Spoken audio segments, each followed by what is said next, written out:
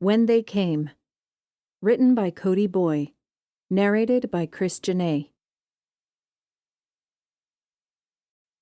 Chapter 1. When they came, the story began. We thought they were our salvation. We thought they'd give us energy, heal our sick, solve world hunger. Instead, the story would continue, they didn't. This was the point where I usually stopped listening, because after hearing it 100,000 times over the past few years, it was never told any differently. The story never changed. The point was never made any clearer. When they came, it should have began. They only had one thing on their minds: our destruction. Sadly, this was the story I had to listen to on my final day in the juvenile education system, when, after studying a generalized curriculum for several agonizing years, I would finally be emancipated and graduate into the adult workforce at the age of 17. It wasn't my idea of a final hurrah, but at least it beat a test. Anna Mia Sofia Barrios. The teacher slapped the edge of my desk with his pointer stick, hard enough to jar me out of my thoughts. Pay attention. I instinctively drew my hands away and set them in my lap without response. Mr. He merely nodded before pulling a projection screen from the ceiling.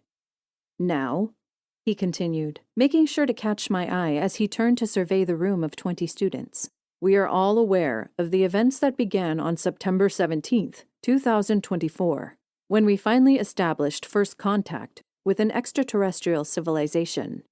What we couldn't have anticipated was the fallout that would occur thereafter. Mr. He rounded the stool the battery projector lay upon. His eyes held a certain sadness. It is my responsibility, as a senior educator of the juvenile education system, to relate to you one final time the dangers that exist outside the walls of Fort Hope. His trembling fingers searched for the projector's on-off button as his eyes remained fixed on us. He didn't want to do it. That much was clear. He didn't want to push that button and reveal to us the one thing that haunted our memories, our dreams, our every waking moment. But it didn't matter. He had to do it. It was required, actually mandated, that we see the things that lay outside our walls. But for people like me, who'd happened to live through, survive, and still dreamed about it, I could already see it as his index finger pressed the button, lingering in the shadows, waiting for a moment to strike, watching, waiting, anticipating, breathing with only a wheeze as it lifted its hands to turn the doorknob and step right into my... The projector came on. I wanted to scream, but somehow, some way, I managed to hold it in as its image filled the screen. Limp-wristed, a sloping jaw, glowing eyes that lit the night. Most wouldn't have found the coyotes threatening upon first glance, as they simply looked like exaggerated caricatures of traditional horror movie werewolves without tails. It was only in knowing what they could do, and their purpose, that made them truly frightening.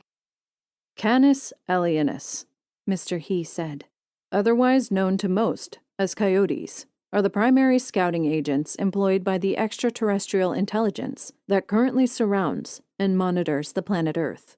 It is likely that many of you have had contact with these creatures, and I apologize for any traumatic memories this may cause. As you all know, I am required by law to show these images. No one said a word. Barely anyone breathed. I struggled to keep from breaking down.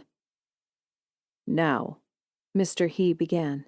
He set his pointing stick on a diagram featured alongside the image and drew in a breath. Canis alienus is the bipedal, wolf-like organism that commonly patrols the grounds outside of Fort Hope. They were the first extraterrestrial organisms to be reported on the ground, and are also the ones responsible for gathering intelligence on their surroundings. They are the primary reason the civilian population is not allowed outside at night, and the primary threat our Midnight Guard guards against. I show you these photos, he continued, because I am aware that, on your last day as juvenile youths, many of you might be considering applying as civilian volunteers for the Midnight Guard. This is not a decision made lightly, nor one that should be considered without weighing the risks and benefits. We are all aware that Canis Alienus was responsible for many of the harvests that took place in the early days of the aliens' arrival. My pounding heart threatened to snap my ribs and burst free of my chest. My head swam. My lungs ached. Every muscle in my chest was tight. Tears swam to the surface of my eyes as memories of that first night came back, when one of them looked into the house with its glowing yellow eyes and began to jiggle the doorknob. Furthermore, I would advise everyone to consider non-militaristic options for employment, if only because the way it had laughed, smiled, grinned. Even though they said that wasn't possible, that it was just their natural expression, elongated and sloped. Several of the Midnight Guard report symptoms of anxiety and stress, nightmares and insomnia, and when it had realized the door had never really been locked. And because your safety is guaranteed within the confines of Fort Hope. And then when the door had creaked open, when it had realized it could get in, when it had entered the house, laughing, and the projector snapped off. The screen whipped up. I blinked, free of the nightmarish vision. In its place, Mr. He looked on with sad yet determined eyes. "Congratulations, class of 2030, he said. You are now officially members of the adult working force. Though several cheered, I wanted to cry. 6 years had passed, and not a thing had changed. And worst of all, they were still here. Graduating students had no more than 48 hours to decide on a prospective future and apply to the advanced learning school of their choice. During this time, many would sit, wait, reflect on everything they'd learned. I, on the other hand, was terrified that my heart was leading me in only one direction: the Midnight Guard. Most would have considered my leaning foolish, given the inherent physical danger and the psychological trauma associated with it, but none would have found it surprising. Like my sister, who joined the Guard 4 years prior, I had a reason for wanting to don the uniform and climb the walls. It had all started on September 17th, 2024, on the night they'd first appeared, on the day my life changed forever. My mother, father, sister, and I had been watching a movie in our family home in San Antonio, Texas, when a coyote had approached and began to survey the house. Back then, we couldn't have known they were simply scouting and were no real threat unless they suspected a human presence. My father, on the other hand, was convinced we were in real danger, and in true heroic fashion, had devised a plan to sneak out the back door and lure the creature away as we hid beneath the dining room table. "It'll be all right," I remembered him saying. "I'll be right back." The problem was, he never came back. He'd been harvested, drawn up into one of their ships, never to be seen again. Up until a few years ago, my mother was convinced he could still possibly be alive. "Your padre will be back," she used to say. "Just you wait and see." She'd completely disregarded his screams, the light we'd seen, the way the house had shook as one of the harvesting ships had passed over, all with the belief that, someday, he would return. She'd lost hope the day my sister, Xiomara, had turned 17. Not a night went by without her whispering "Te amo," or "I love you," to the only remaining picture we had of him before she went to bed. On this day, where I should have been celebrating my rise to adulthood with my friends and family, I sat at the only table in our efficiency apartment and struggled to figure out how I would tell my mother she would lose yet another child to the Guard. My sister would still be asleep, recovering from the previous night's duties and the toll they would have taken on her body. If only she were awake, I thought. Maybe then she could advise me on what to do. Sighing, I crossed my legs atop the chair and surveyed the small one-bedroom apartment I shared with my mother and older sister. Space was limited within Fort Hope, even more if you lived with a family, but the council had done their best to make sure we were taken care of. We had 3 mattresses, a bath with a working drain, a couch, and a dining table to call our own. It was more than most could ask for, or even dream of, considering the house restrictions. The sound of a key entering a lock entered my ears. A short moment later, the door opened and my mother walked in, carrying a large paper bag. "Anna mia," she said. "Congratulations, sweetheart."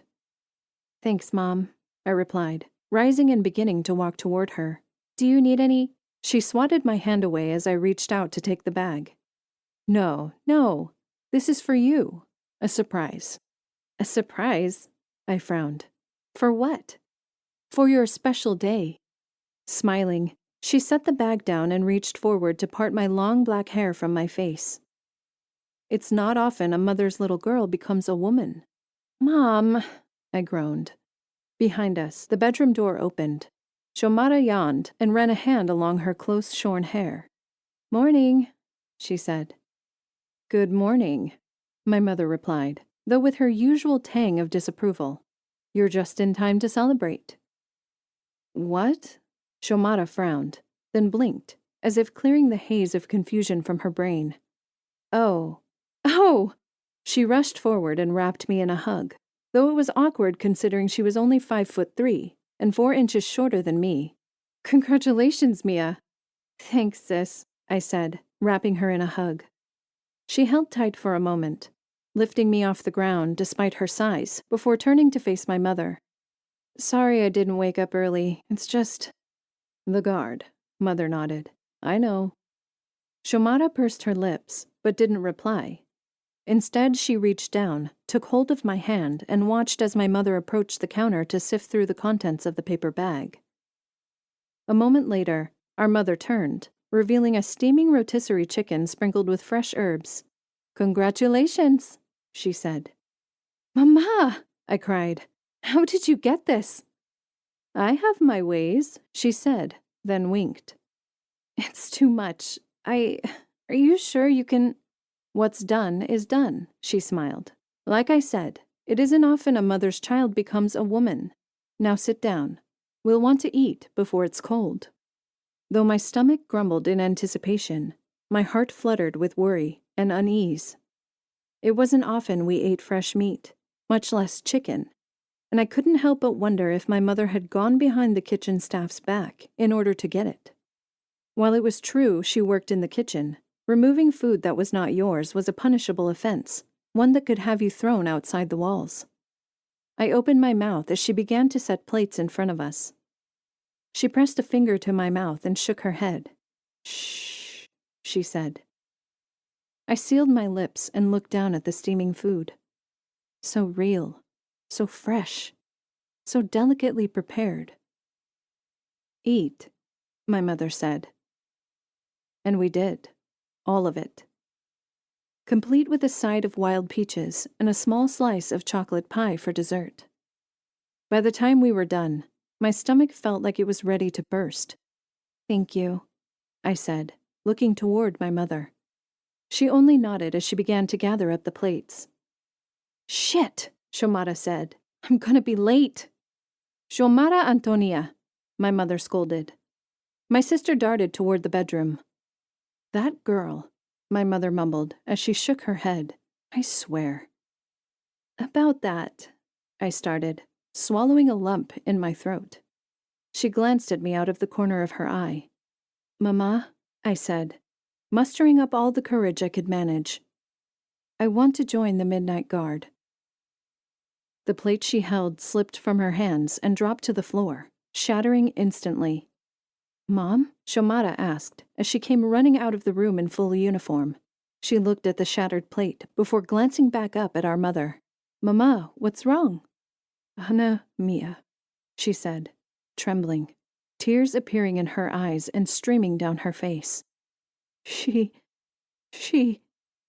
what?" Xiomara asked. "Mama?" She took hold of her shoulders. "Mama, what's wrong?" "She wants to join the guard," she cried. It didn't take long for her to fall into Spanish, as she usually did when she was upset. The next several minutes were spent with her crying, my sister nodding, and them conversing in the language I had never learned, while I sat back and played the casual observer. Just as I thought they were done, my sister pulled me from my seat and dragged me out the front door, into the warm twilight of early evening. "Shomara!" I cried. "What are you—" She slammed the door before spinning to face me. "What the hell is wrong with you?" You couldn't have waited until after she finished the dishes? I don't know what you're— For one, she's freaking out because she broke one of her good dishes, Shomara said.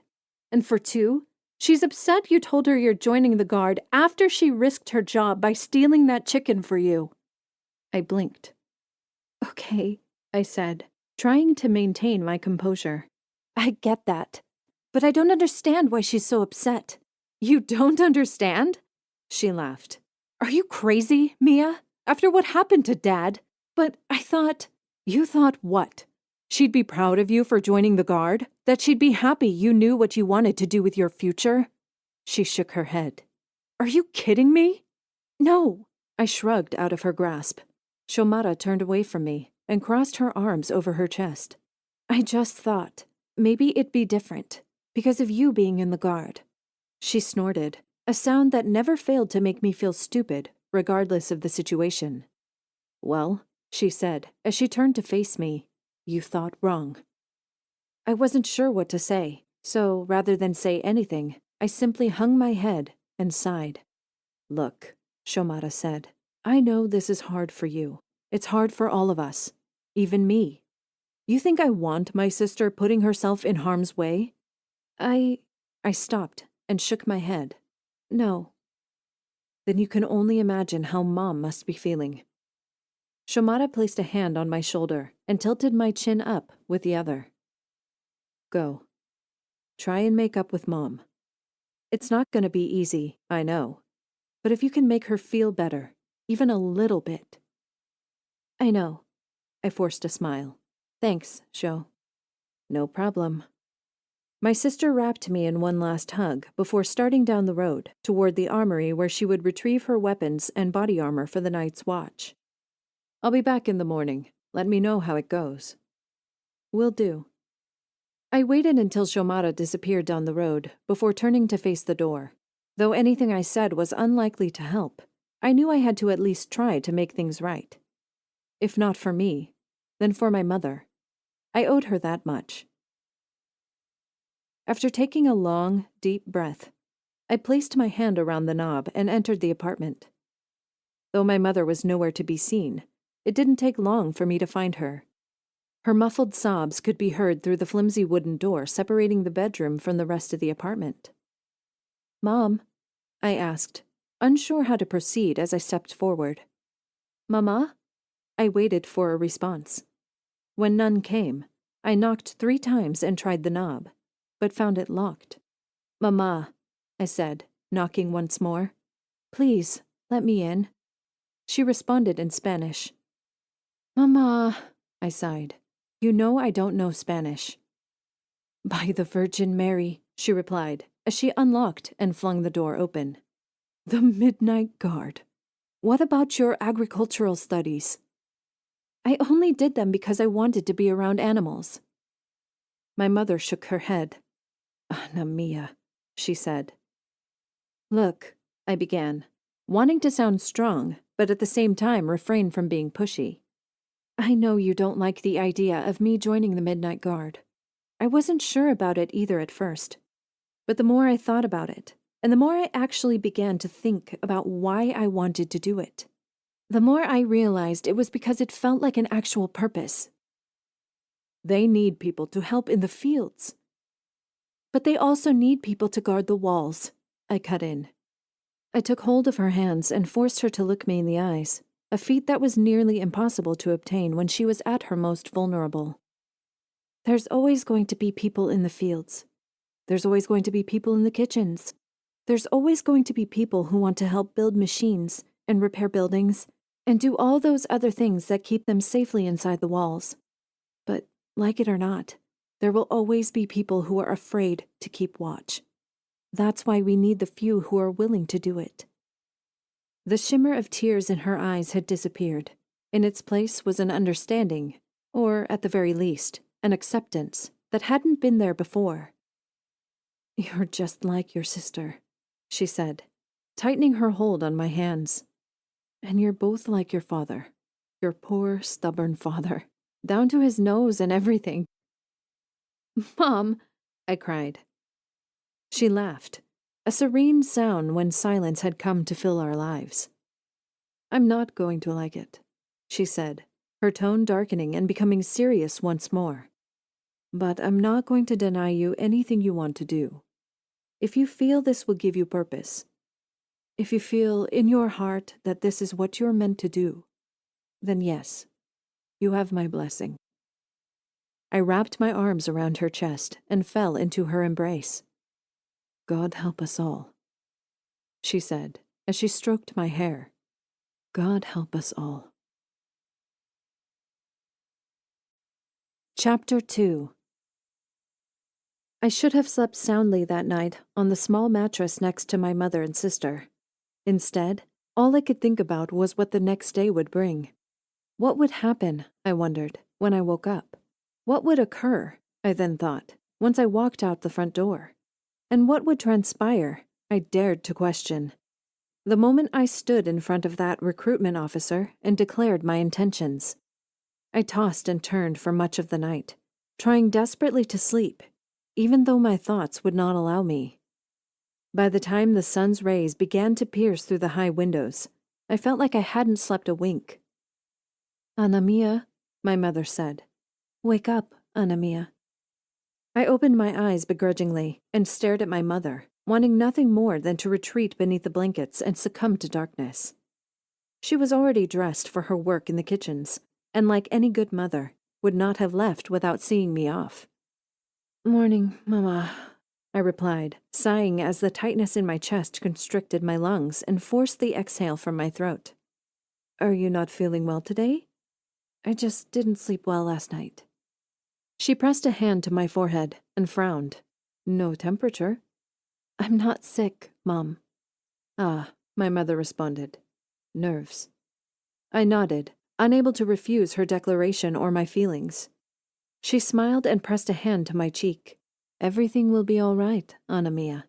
I promise." "Thank you, Mama." She leaned down, kissed my cheek, then rose and started for the bedroom door. "I fixed you a cheese sandwich," she said. "You should at least get up and eat, even if you decide not to go today." "I will. Don't worry." She smiled, bid me one final goodbye, then closed the door. Knowing I would be unable to sleep without feeling guilt for letting food go to waste, I rose from bed, careful not to disturb my sleeping sister, who hadn't even bothered to change out of her uniform, and made my way into the apartment.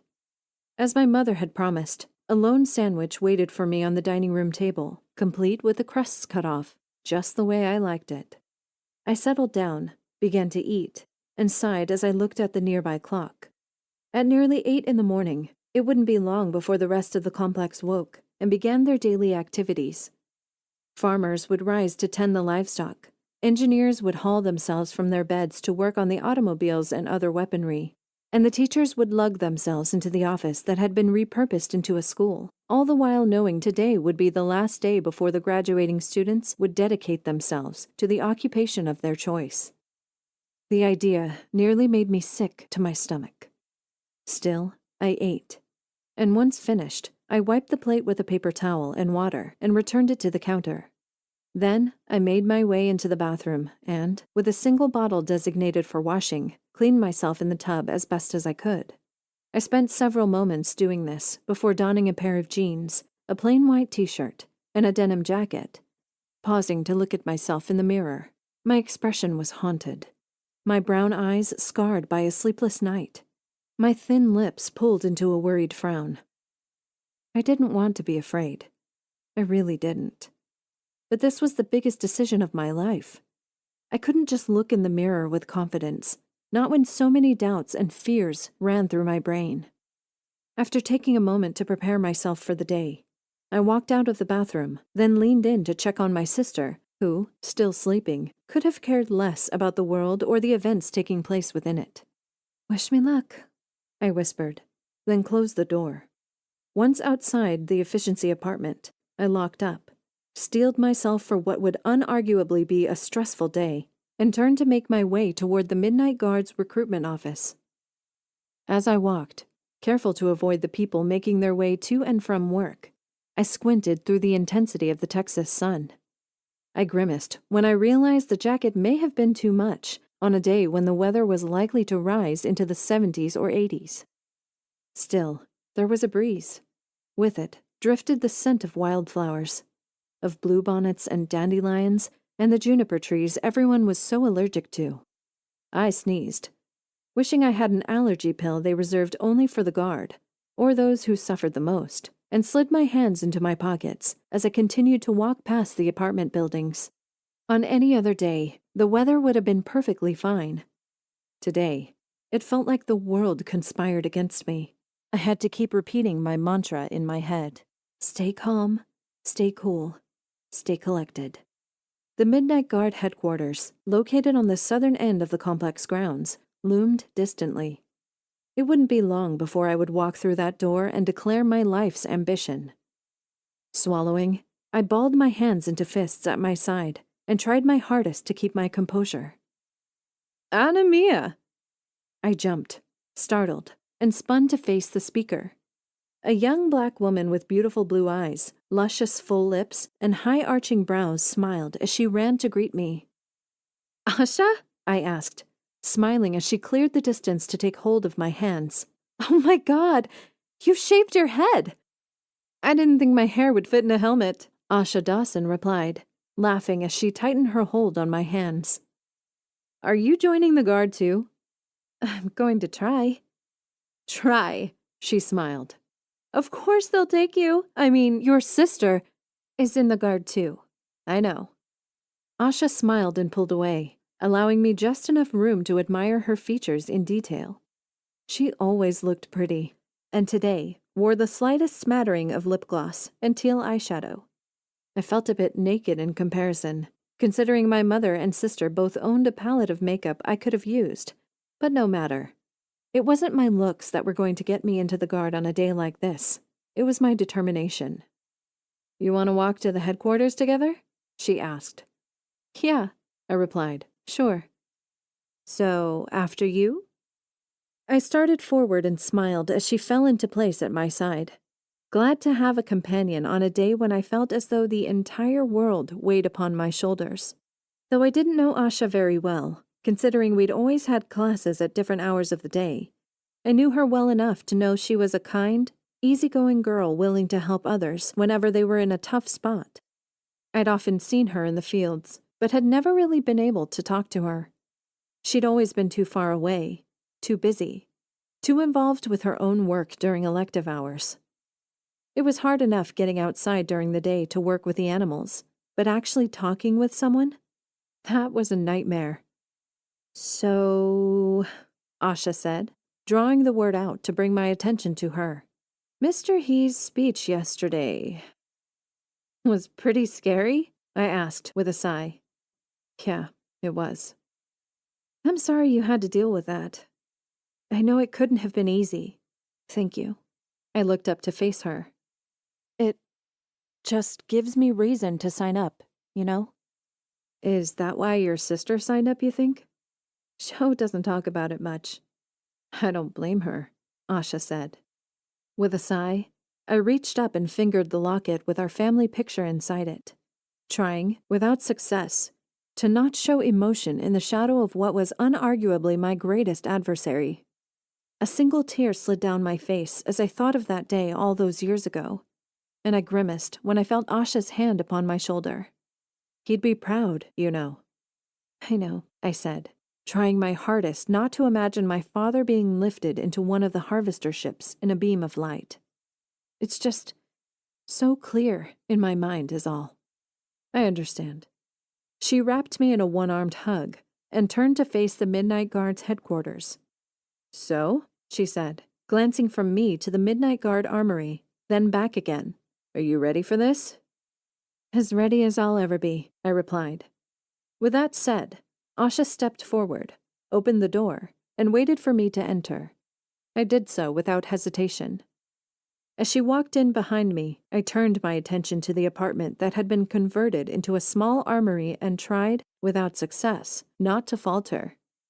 Cordoned off by a mesh wall, the place was as impressive as it was intimidating. Rows upon rows of guns lined the walls, and shelves stacked with armor and ammunition extended from one end of the efficiency apartment to the other. The guardsman standing behind the mesh stooped over the kitchen island, counting bullets, and loading them into a series of bandoliers, lifted his head as one of his companions grunted. He stepped forward to face me and Asha from behind the mesh wall. "Ladies," he said. "Sir," Asha and I both replied, as if the respect had already been ingrained within our blood. "What can I do for you today?" "We're here to join the guard, sir." "Ah, new recruits. I was wondering when more of you would show up." The guard settled down at the desk opposite the mesh and flipped open an impressive booklet. It held scores of lines, signatures and apartment numbers I knew belonged to members of the guard. "I don't need to tell the two of you how important a task you're signing up for." "No, sir," I replied, to which Asha followed with a nod. "We understand." "You also understand that, by signing your names on these solid lines, you are dedicating yourself to the guard, and will not be relieved unless you are found incompetent, or until your death." "We understand," Asha said. "All right then. If you would come forward and sign your names." He riffled through the book until he came upon a different section which was filled with far fewer names. "Here, then I can register you for your physicals." Asha was the first to step forward and take the offered pen. I, meanwhile, could only watch as the girl wrote her information down as carefully as possible. Then she withdrew to allow me passage to the opening in the mesh wall. I swallowed the growing lump in my throat and stepped forward. I knew at that moment that I could do it. I knew I could. So why was I panicking? Was it because of the finality of the decision? Because after all this time, I was about to dedicate myself to the one thing I'd planned on doing for the last 3 years? I accepted the pen with trembling hands, then set its tip to the paper. "Ana Mia Sofia Berrios," I wrote, then faltered a moment as it came time to write my apartment number down. "Miss?" the man behind the mesh asked. "Sorry," I said, scribbling the number down in but a moment's notice. I had a moment. "You're Marisol Berrios' daughter, aren't you?" "Yes, sir," I replied. "I am." "You and your sister do your father's memory proud by serving in the guard. I hope you understand that." "I do," I said, then relinquished hold of the pen. The man nodded as he took note of the signatures and closed the book with a thud. "You'll be required to submit to a physical in the coming days," the man said, "as well as a psychological evaluation to ensure you are stable enough to perform the required tasks. Should you be deemed fit, you will begin training, which will require you to be at your peak physical condition. Do you understand what I have told you?" "Yes, sir," I said. "We'll learn how to shoot," Asha said, "right?" "You will," he replied. "Among other things. Now run along. Looks like we have another recruit." A young white man I knew as Jason Parks walked in, his chestnut hair and brown eyes accentuating the determined look on his handsome yet scarred face. "Anna," he said. "Jason," I replied. We exchanged glances for a few short moments before Asha beckoned me out of the doorway. As I walked out, I sighed my relief and closed my eyes. I'd finally done what I set out to do. My only doubts happened to lay in what came next. "How'd it go?" Shomata asked when I returned home later that morning.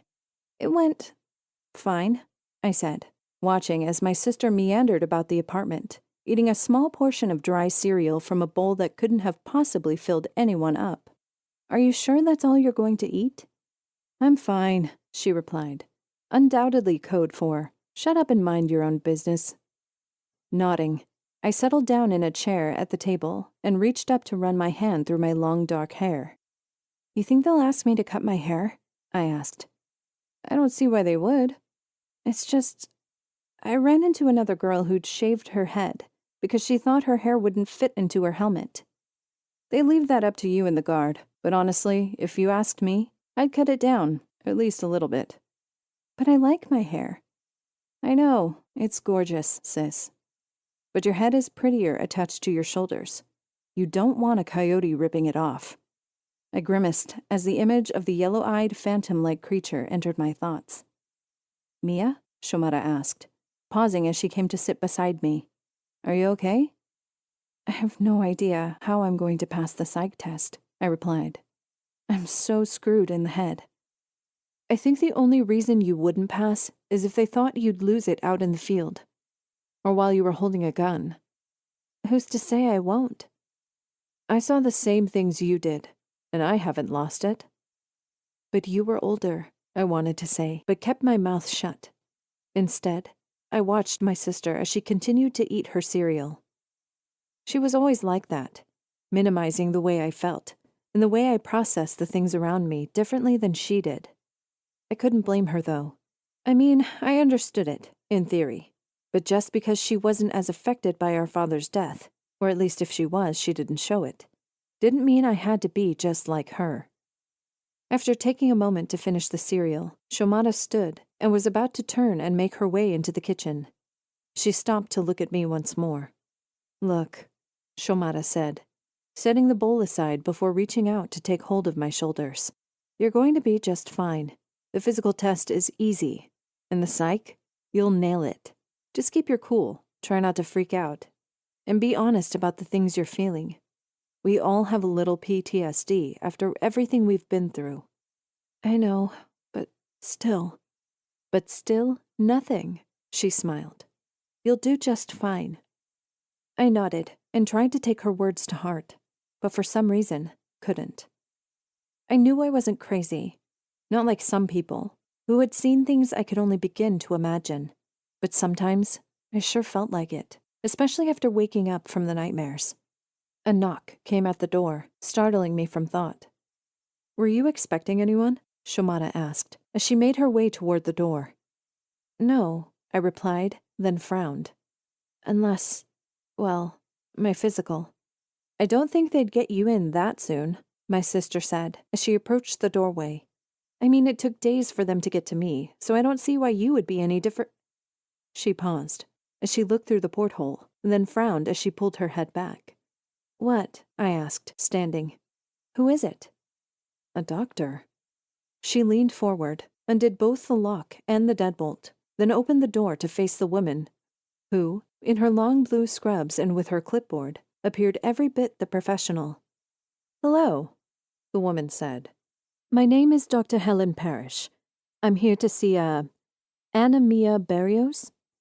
That's me, I said. It's nice to meet you, Anna. It's nice to meet you, too. Go ahead and have a seat. This will only take a few moments. I seated myself and waited for the doctor to come forward as Shomata closed the door. As she did, she scribbled a few notes on her clipboard before setting it on the table. I'm going to perform the wellness exam your primary care doctor would normally do, if that would be all right with you. That's fine, I said, then frowned. What's wrong with Dr. Herrera? Is she sick? She's out of the office for the day, Dr. Helen Parrish replied. Besides, she doesn't normally handle the midnight guard. Those are more my department. I see. Now then, the doctor lifted the clipboard and set her pen to paper. Do you have any health problems? No, I replied. I don't. No asthma, no heart murmur, no difficulties breathing. No, ma'am. Have you ever had any broken bones or undergone any major surgeries? No. Are you able to see, breathe, smell, and hear well? Yes. To confirm this, she checked my heartbeat, looked into my ears and the back of my throat, listened to the sound of my breathing, and tested my reflexes with a rubber mallet. I grimaced as she shined a penlight into my eyes, but nodded as she drew away. Stand, please. I did, then allowed her to guide me through a series of exercises designed to test the extension of my muscles.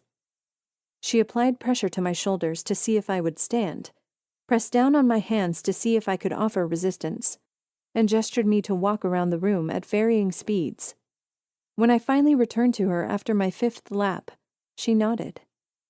Unless there's something you aren't telling me, it appears as though you are in excellent physical health, Miss Barrios. Thank you. I watched as she finished scribbling several notes on her clipboard. I wasn't expecting to see anyone for at least a few days. We want to get people on the walls as soon as possible, Dr. Helen Parrish replied, turning her head up to look at me. You'll be seeing Dr. Riley, our chief psychiatrist, within a few hours. Hours? I asked. The doctor nodded. We try to get our new recruits into training as soon as possible. It's not very often we get people who want to join the Guard. How many of us are there? 3, yourself included. Only 3? I frowned. It was no wonder she'd gotten here so quickly. Given my last name, I had to have been on the top of her list. Still, it was a bit disconcerting to know that, out of nearly 30 graduating juveniles, only 3 of us had opted to register for the Guard. What did that mean for our safety? Would the older generations continue to maintain their posts, regardless of the grueling hours and the social isolation? Or would we eventually be forced to acclimate to the fact that fewer people were willing to face the dangers beyond the walls? With a nod, Dr. Parrish gathered her clipboard and turned to make her way to the front door. Thank you for your time, Ms. Barrios. And remember, be honest with Dr. Riley. You may be in excellent physical health, but it's your emotional state that will determine whether or not you're fit for the Guard. I understand, I replied, then sighed as she walked outside. Shomara locked the door behind the doctor and turned to face me. See? That wasn't so bad now, was it? I guess, I said. Now all I have to worry about is the hard part. Like she said, just be honest and everything will be fine. Shomara paused. I mean, it's not like it'll be the end of the world if you don't get into the Guard, right? I guess, I sighed. Though I had my plan B and would more than willingly serve my time in the fields if it came down to that, my heart was drawn to the Guard, my purpose toward making people safe. I closed my eyes and took a deep breath. I would be meeting with the psychiatrist soon. He would be the one to determine my fate. Tell me about the night it all happened, Dr. Kevin Riley said. Where should I start? At the beginning. Take however long you need. I understand we're dealing with sensitive and painful memories. We were watching a movie when a presidential alert interrupted the broadcast to say alien contact had just been made. I swallowed when I realized my mouth was dry and my throat constricted as if to keep me from speaking. This was before the abductions began to take place. Before they began to be reported, I replied, grimacing at the speed and veracity at which he wrote his notes. I was scared, naturally, and so was my sister. But our father told us we didn't have anything to worry about, that we should just ignore it and go on up to bed. That was when my mother screamed and we saw it. It? The coyote. What did you do? My father was the one who rushed forward and drew the blinds, but by that point, it was already too late. It knew we were in the house, so it was only a matter of time before it broke in. What happened next? My father had the 4 of us turn all the lights off and hide beneath the dining room table. That was when it started jiggling the doorknob. It was attempting to break entry, the psychiatrist said. The worst thing was, it hadn't realized the door wasn't locked. My mother, she'd just gone outside for a cigarette break during the commercial, and when she came back in, she forgot to lock the door. We were so impatient. We just wanted her to sit down with us. We didn't think it... The psychiatrist stopped writing to look at me. I shivered, drew my feet up onto the dining room chair, and sighed. I watched it try to open the door for at least 3 minutes. I continued, almost breathless as he began to write once more. I could see it from where I was under the table. I was petrified. afraid something would happen if I took my eyes off it. So I watched and waited and waited. And when it finally turned the doorknob, it started laughing, like they are prone to do. Then it opened the door and came inside. By that point, there was nothing we could do, nowhere we could go, nowhere else we could hide. It had already seen us. We were screwed. But my father, he thought he could lure it away. So he took off from under the table and went out the back door. The thing gave chase. A bright light filled the dining room after a trumpet sounded through the air. Then the house started shaking and we heard his screams. Your father was harvested, Kevin Riley said, matter-of-factly, as if this was a statement he had heard time and time again. Yes, sir. He was. I'm sorry to hear that, he said, his voice regaining a tinge of human emotion.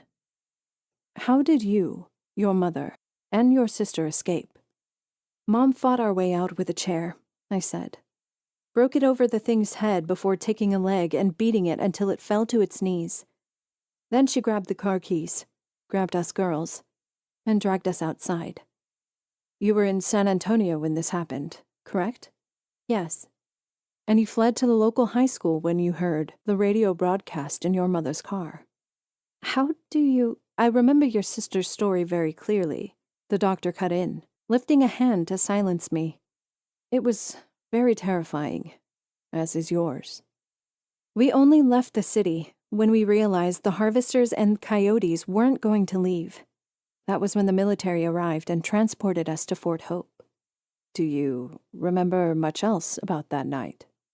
Not really, I said, then paused, surprised that my fingernails had dug into the flesh of my palm. When I unfurled my fist, harsh red indentations covered its surface. The psychiatrist finished writing a few more notes, then stood. Sir? I asked, standing, petrified at his sudden movements. Are you? I see no reason why you wouldn't be able to serve in the Guard. The man turned his eyes on me before pushing his glasses up the bridge of his nose. You obviously suffer from PTSD, as well as some generalized anxiety that may or may not specifically surround this event. But beyond that, you appear perfectly cognizant. You remained lucid, did not panic, did not dissociate during our interview, like I've seen some patients do. If anything, you are merely a young girl that had something bad happen, who wishes to contribute to society in a way you feel will honor your father's passing. There was nothing wrong with that, in the slightest. Thank you, I said, expelling a breath. You'll be expected to meet with the recruitment officer this evening. I suggest you rest as much as possible before tonight. Thank you, sir. You're very welcome. He opened the front door. And, Anna? Yes, I asked, taking a few steps to escort him out. If at any point you feel you are unable to perform the duties requested, you need simply inform your commanding officer. They don't want incapable people on their walls just as much as they don't want unwilling ones. I understand. Good day to you, then. I closed the door behind him, locked it, then trudged toward the bedroom. When I opened the door, I was met by none other than Shomara, whom, if I had to guess, had been listening the entire time. Sho? I frowned. What are you... She wrapped her arms around me and bowed her head into my shoulder. She began crying soon after. What's wrong? I tried to push her away, but was unable to do so due to the grip she had on me. I'm just scared, she said. That's all. I always knew this day would come. I thought you wanted me to follow my heart. I wanted you to do what you thought was right, she replied. I just never thought they'd say yes. I closed my eyes and wrapped my arms around my sister. Her sobs filled the small space. The walls, she said between sobs. God, Hanamiya. Some people go mad on them. I know. I tightened my hold on her body. Maybe that was why I needed to be on them, to prove that I already wasn't. Chapter 3. I struggled to rest in the hours following my meeting with Kevin Riley, unable to sleep for fear of missing my appointment with my soon-to-be commanding officer. I dwelled between the realms of consciousness, fading in, then out of sleep, until the waning sunlight summoned me from my bed. I rose alongside Shomata and dressed in the darkest clothes I owned before following her out of the room. Our mother was already home. She sat at the dining room table smoking a cigarette and turned as we approached. "Mama," Shomata said. "You know you're not supposed to smoke in here." "My youngest is going to the walls," she replied. "Sue me." Shomata crossed her arms over her chest and frowned, but didn't chastise her further. I simply leaned forward to wrap her in my arms as I felt a tear trickle onto my collarbone. "Everything's gonna be fine," I said. "Don't worry." "How can I not?" I wasn't sure how to respond. In place of words, I merely shook my head, kissed her cheek, then turned and started for the doorway with Shomata.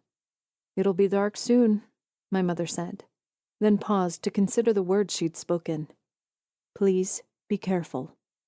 "I will," I replied. "Te amo, Mama." "Te amo," she said. "Te amo," Shomata added, before opening the door and ushering me outside. The oppressive sunlight shone upon the apartment complex like a vengeful god in the hours before it would destroy the world. Nearly impossible to see through, and excruciating to even glance at. The two of us donned sunglasses. We made our way toward the armory, where Shomata would arm, and I would be allowed to observe for the duration of night's watch.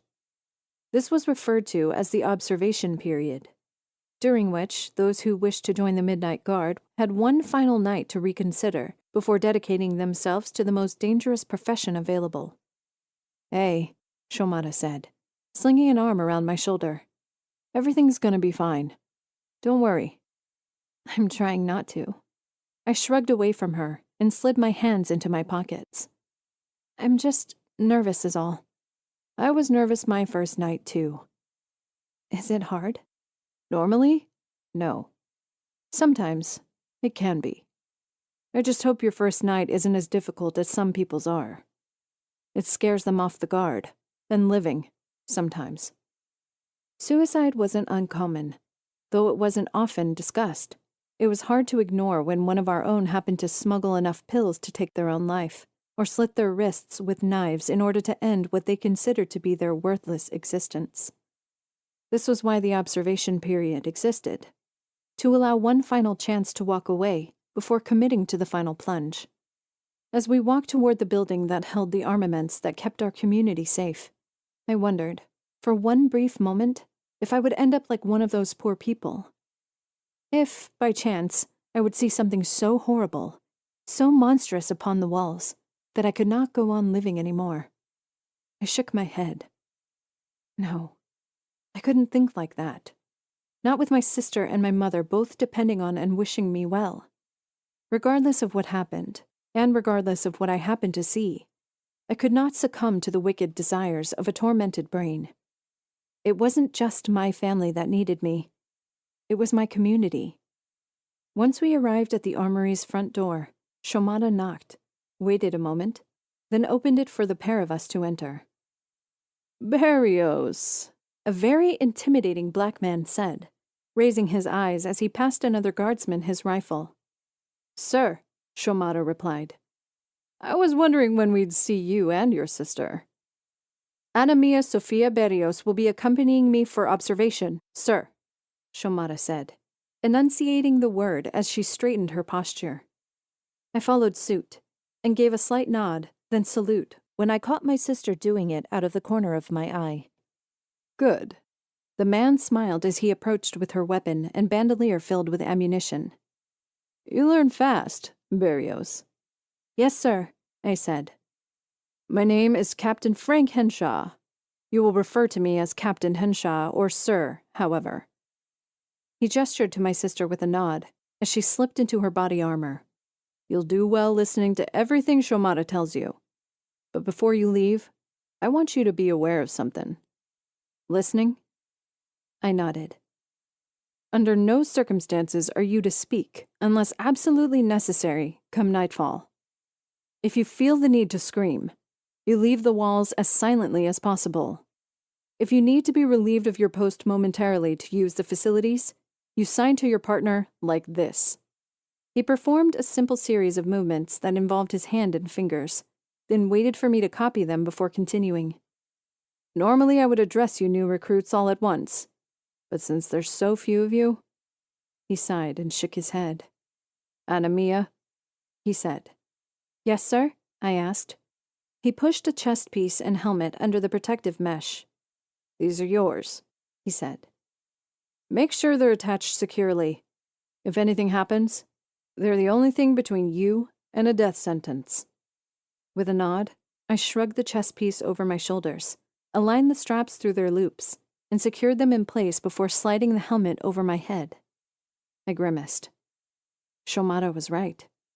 I'd have to trim my hair, or completely shave it, for the helmet to be even somewhat comfortable.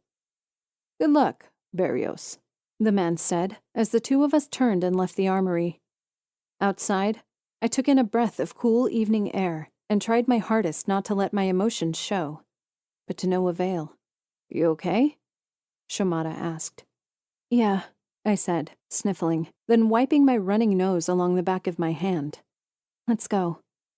She led me from the armory to the northern side of the complex. There, a wrought iron fence stood, along with a series of standing platforms where the Midnight Guard could keep watch. Built crudely from wood and reinforced by concrete, it spanned one apartment building to another, shielded by a rubber mesh both inside and out to further obscure the inhabitants within. So this is it. I looked upon the simple structure, which would do little to keep anything truly determined out of the compound. "This is it." I nodded and waited for her to approach before starting after her. Once on the platform, she gestured for me to seat myself on a wooden chair and check to ensure her weapon was engaged, shooting a glance toward me before turning to look at me. "Remember," she said, as she looked toward the setting sun, "be as quiet as possible. It's the only thing separating you from life and death." "I understand," I replied. Approaching footsteps caused me to turn. A tall man strode toward us, trailed by none other than Asha Dawson. "Asha," I said. She acknowledged me with a nod and a smile, then came forward and wrapped me in a hug as I stood. "You ready for tonight?" she asked, her eyes betraying her true emotions. "As ready as I can be." We embraced once more before she joined her Midnight Guard companion. I retreated to my sister's side and settled in the chair, unsure of what to say or do once I was bound to silence. Rather than say anything, I simply stared out at the opposite street and waited for night to fall. It happened slowly, with the sun gradually setting, the light dimming, the darkness encroaching upon the world like a creeping monster making its way from the most treacherous depths. When it finally descended upon us, I pulled in a breath, realizing it was the first time I had been outside after dark in years. It wasn't long before I began to see them, approaching on the horizon like fireflies, winking into existence from seemingly nowhere. Their countenances were almost hidden, but for their silhouettes made visible by the moon. They walked limp-wristed, their sickly claws poised like knives and their gazes set on people they couldn't see. They knew we were there. That much I was sure of. But what they were waiting for, I couldn't be sure. I wanted desperately to ask Sho if she knew, for a moment of clarity to be shown upon an utmost spell of darkness, but knew I couldn't. Instead, I watched, and stared, and waited. Minutes passed by slowly, the first hour like a ticking bomb waiting to go off at any moment. I heard an owl cry out in the distance, and watched as the coyotes tilted their heads simultaneously to acknowledge the sound, then did the same to return their focus to the walled apartment complex. I didn't know much about them, why they did what they did, or what their true purpose was beyond scouting the world for potential harvests. Rarely had they engaged with humanity, and so far as I knew, they'd never hurt anyone. But just because they hadn't, didn't mean they couldn't. And judging by the size of their claws, they could do much more than just hurt. I reached forward and pressed a hand to Sho's shoulder as I caught sight of one of the creatures making its way toward the walls. Unsure what to do or how to respond beyond warning her with a simple touch. She nodded and lifted a finger to her lips, raising a hand to sign toward one of our companions down the line. A gun was raised. A bullet fired. The creature fell a moment later. The others, standing sentinel in the darkness, careened their heads to face the source of the gunshot, but did not move. Rather, they stared with unwavering eyes, as if daring the rest of the guard to open fire. Slowly, a pair of the creatures came forward, their movements distinguishable only by their shifting, glowing eyes. When they drew close to the corpse, they reached down, took hold of its limbs, then dragged it away. The guttural sounds between them resembled something like a hyena laughing on the plains of Africa. The noise made my skin crawl. Sho set a hand on my shoulder and gestured me back. "Sit," her lips said, though I could barely see them in the moonlight streaming through the mesh. I did as she asked and waited for further instruction. When none came, I exhaled a pent-up breath. As one, the eyes turned to acknowledge me. I froze, convinced something would happen. When nothing did, I continued to gaze into the darkness. Their eyes were haunting, like lighthouses piercing through the fog of a lonely sea. In staring at them, and in knowing their purpose, I knew there was no denying it. The harvesters knew we were here. It was only a matter of time until they came to get what they wanted. The rest of the night was a blur, fighting the urge to flee from the nightmarish creatures beyond the walls, but knowing I was as safe as I could be amongst my sister and other guards. I waited for the night to pass, breathing, softly, the cool country air that surrounded me. The coyotes' movements halted some time after dusk, and only shifted when the sound of someone breathing too heavily entered the air. Once, I thought they would stray forward, as when someone sneezed it rent the air like a bomb detonating in the middle of a quiet street. But they never moved. No. The whole night they only watched, waiting, it seemed, for us to respond. By the time dawn began to crest the horizon, they started to retreat. Their lanky, emaciated forms shifted upon the horizon until they disappeared beyond the row of houses across from the apartment complex. It was only when the sun began to shine upon the world that I began to relax, and for the first time in hours, was allowed to speak freely. "You all right?" Sho asked, pressing a hand against my shoulder as the last of the coyotes faded from view. "I'm fine," I replied, yawning. "Just tired is all." "You ready to head home? Can we?" Sho nodded. She gestured down the ramp that led onto the wall, shrugged the strap of her rifle over her shoulder, then sighed, a long, drawn-out sound that resembled steam escaping from an insulated canister. Her eyes were lined with red, her mouth pulled into a tight frown. It was no wonder she could sleep so easily during the day. After a night on the wall, I wanted nothing more than to lie down, curl up in my blankets, and fall asleep. We made our way first to the armory to deposit the weaponry and armor that adorned our bodies, then to the efficiency apartment we shared with our mother. Sho withdrew the key, then slid it into the knob without so much as a sound. When we entered, we did so quietly, taking off our shoes, removing our long-sleeved shirts.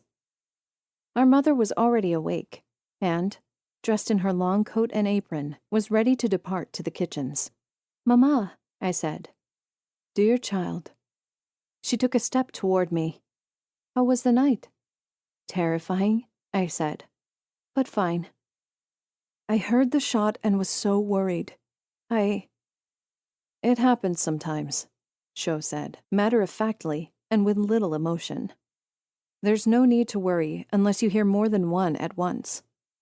Our mother paused to consider her, then ran a hand through my hair. "Would you like me to cut it before you go out again tonight? That is, if you're still going?" "I am," I said, which instantly prompted a frown. "I mean, yes, I'm going. If I don't have the night off. And yes, if you would be so kind." She pulled first me, then Sho, into a hug before drawing away and making her way toward the door. I'll be back by this afternoon, she said. I'm glad to see you're both safe.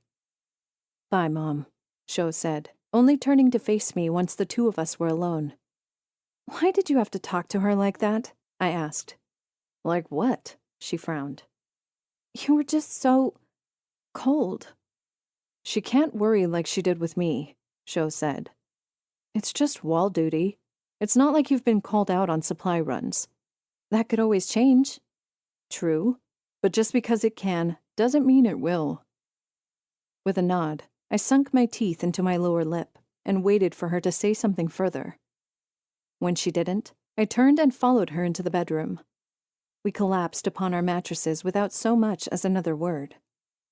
As I lay there, contemplating the night and all that had transpired, I considered the reality that I could easily walk away from such a task. I could dedicate myself to an ignorant life, one where I didn't have to fear what lay beyond the walls and how I would respond as I stood upon them. It only took a moment to realize I couldn't do that. Only 3 of us had signed up for the Guard this year.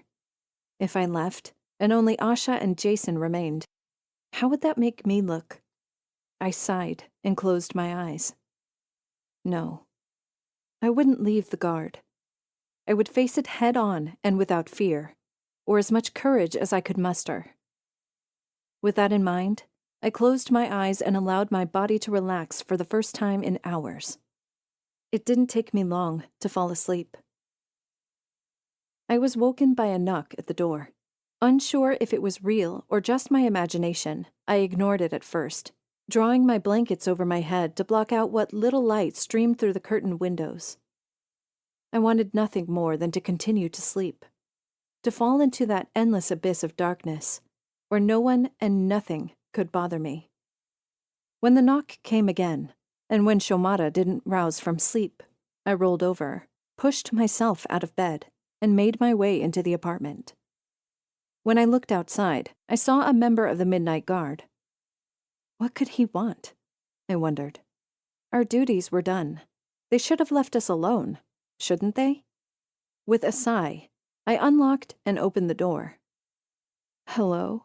I asked, my voice filled with sleeplessness. I'm sorry to disturb you, Miss Barrios, but you've been requested at the armory.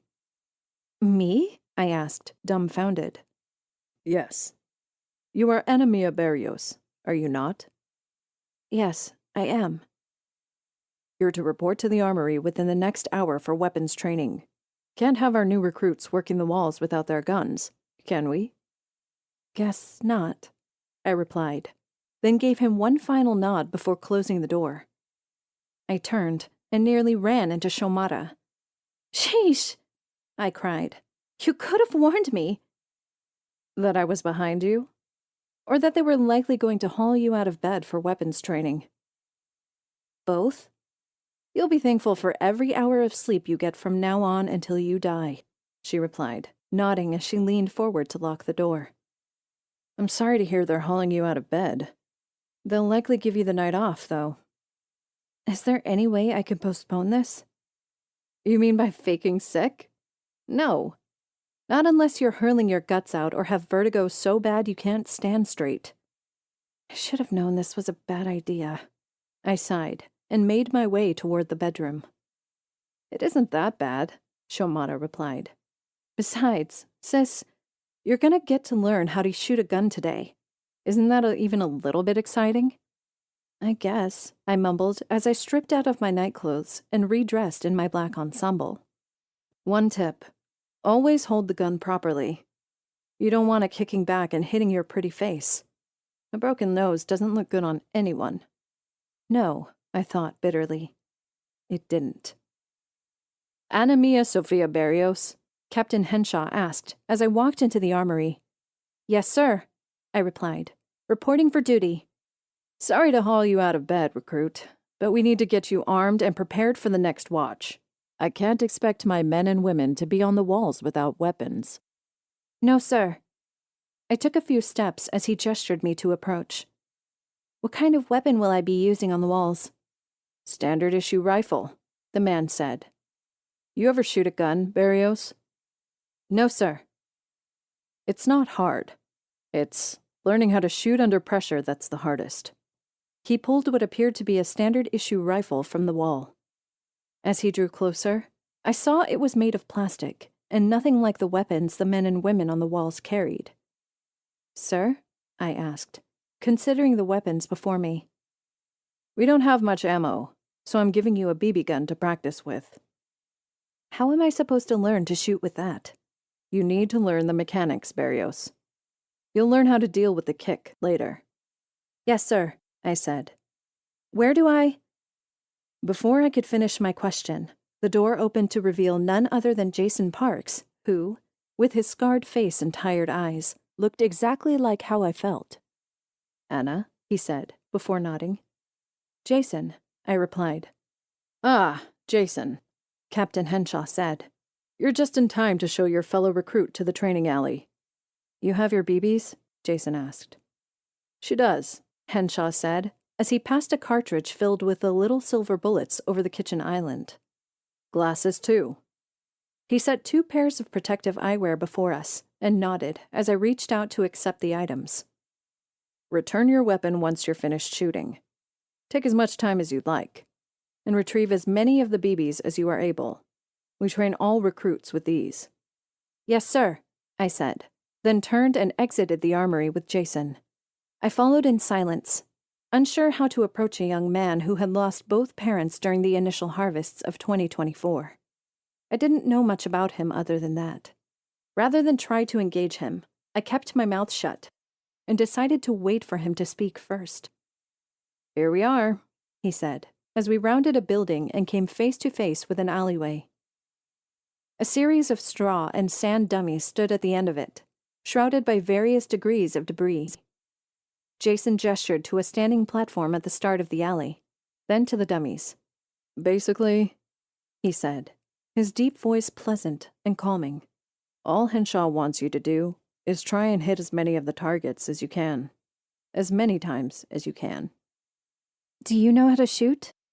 I waited for him to nod. "Will you help me?"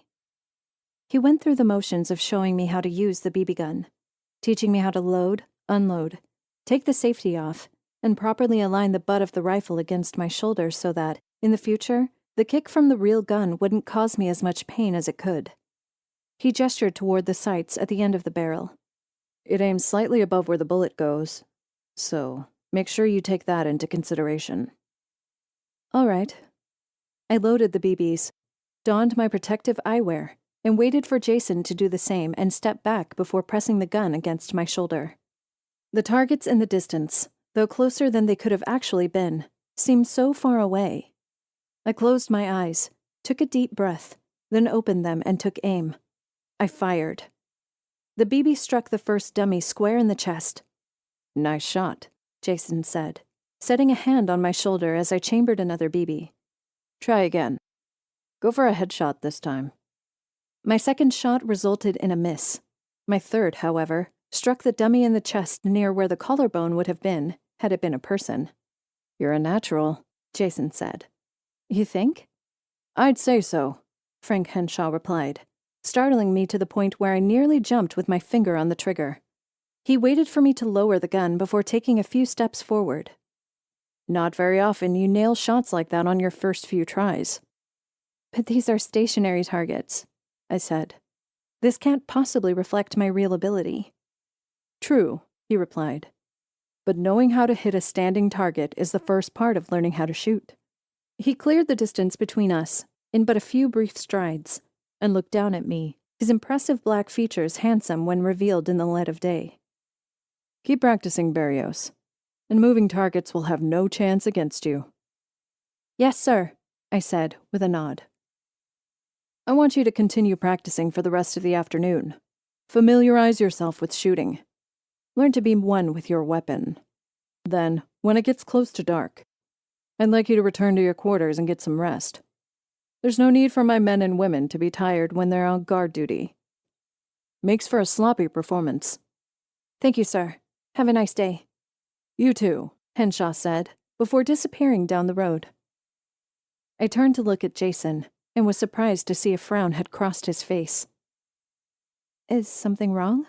I asked, He's a good man, he replied, gesturing to the gun, then reaching forward to take it from my grasp. He slipped his own pair of eyeglasses over his face and lifted the gun to take aim. He's been like a second father to me ever since I arrived at Fort Hope. I'm sorry, I never made more of an effort to talk to you. I watched as he fired multiple shots in succession, all hitting their marks, and several resulting in dead-on headshots.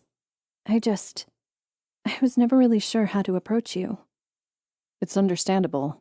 I mean, it's not like you can just come up to a guy like me and strike up a conversation. So he was aware of his brooding personality, of his shy disposition, and the way he tended to stray from larger groups of people. He fired a few more shots, as if to emphasize the words he'd said, then frowned as the gun expelled nothing but air.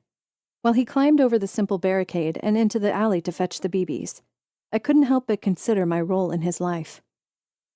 Though I'd gone to school and studied with him for the past 6 years, I'd never once made an effort to reach out to him. He'd been alone for the longest time, yet here I was, with my family, and doing nothing to help ease his pain or worries. Jason, I said, as he began to make his way back down the alley. Yeah? Would you like to hang out sometime? Just the two of us? When you're free, I mean. Sure. I was surprised he'd responded so simply and easily. Smiling, I reached out to take the gun from him and began to load the BBs back into its cartridge. I'd walked out of my apartment thinking today would be dull and boring. Now I'd return having potentially made a new friend. Chapter 4. After we rounded up the BBs and returned the equipment to the armory, me and Jason went our separate ways. As I made my way home, cutting across the converted apartment complex through the humid Texas afternoon, I contemplated the time we had spent together and dwelled upon the blossoming friendship that seemed to be occurring before my eyes. Though I knew little about Jason, and even less about his situation, I knew all that would change within the coming days. By the time I arrived back at my apartment, Shomata was just leaving for the walls. Hey, she said as she approached. How'd it go? Fine, I replied, sliding my hands into my pockets. How was target practice? I'm a better shot than I thought I would be. I figured you'd pick it up quickly, she yawned, stretching her arms over her head. Did you train alone, or? Jason Parks was there. He helped teach me how to shoot. Jason Parks, my sister said, frowning. He's the kid who lives with Henshaw on the opposite side of the complex, right? Right, I said. At least, I think so. The one who lost both his parents? I nodded. That's gotta be hard, she continued. I could only imagine what I'd do if it were just the two of us. We'd be fine. I mean, it'd be hard, sure, but we'd manage somehow. He's been managing since he was just barely 11. Can you imagine everything he's gone through? No, I couldn't. Which was exactly why I felt so alienated around him. He didn't act like a regular teenager his age, a boy who worked in the fields, rearing steers and other animals for meat and milk, burning off testosterone with the help of hard labor. If anything, Jason resembled a lost puppy whom I felt vied for attention, but was afraid of being rejected. The idea, as simple as it was, hurt. Thinking about it made me realize just how lucky my sister and I were that we still had our mother. Well, Shomata said, rolling her shoulders before starting for the armory. Duty calls. Good night, sis. Night. I watched her walk down the road until she was but a distant speck upon the horizon. I waited for the inspiration to strike me, to spur me into the apartment so I could rendezvous with my mother about the day's activities and all they'd entailed. The sun was setting, the light fading from the sky, the clouds rolling in to take precedence over the land which they had been waiting to conquer. Distantly, I heard thunder, and imagined it would rain on a night where I could snuggle beneath my blanket while Shomara was bound to the walls. With a shake of my head, I turned and entered the apartment. My mother, who'd been sitting at the table reading an old paperback, lifted her eyes as I opened, then closed the door behind me. "Anna Mia," she said with a smile. "Welcome back." "Sorry I disappeared," I said. "The guard pulled me out of bed. Weapons training." "I understand." She dog-tailed the page she was on and closed the book, rising and approaching. She wrapped me in a hug and reached up to run her hand along my temple. "About your hair." I waited. "Were you wanting to cut it now, or?" "Now would probably be better," I said. "Bite the bullet, take the plunge." "It isn't going to look horrible, Mia." "I know. Still, I'll miss it." "As will I, baby girl." My mother took my hand and led me into the small bathroom the three of us shared, then began to pilfer the medicine cabinet. She recovered the simple hair-cutting scissors buried within its depths. As I pulled my hair back into a ponytail, I stared at my reflection in the mirror and tried to envision how I would look once the hair was cut. It'd be okay, I imagined. I had nice enough features to where a short haircut might not look completely horrible, but I hadn't cut my hair for nearly 6 years, except for trimming the split ends here and there. It'd be a huge adjustment. "Ready?" my mother asked. "As ready as I'll ever be," I replied. She snipped once, then twice. The hair spilled from my shoulders.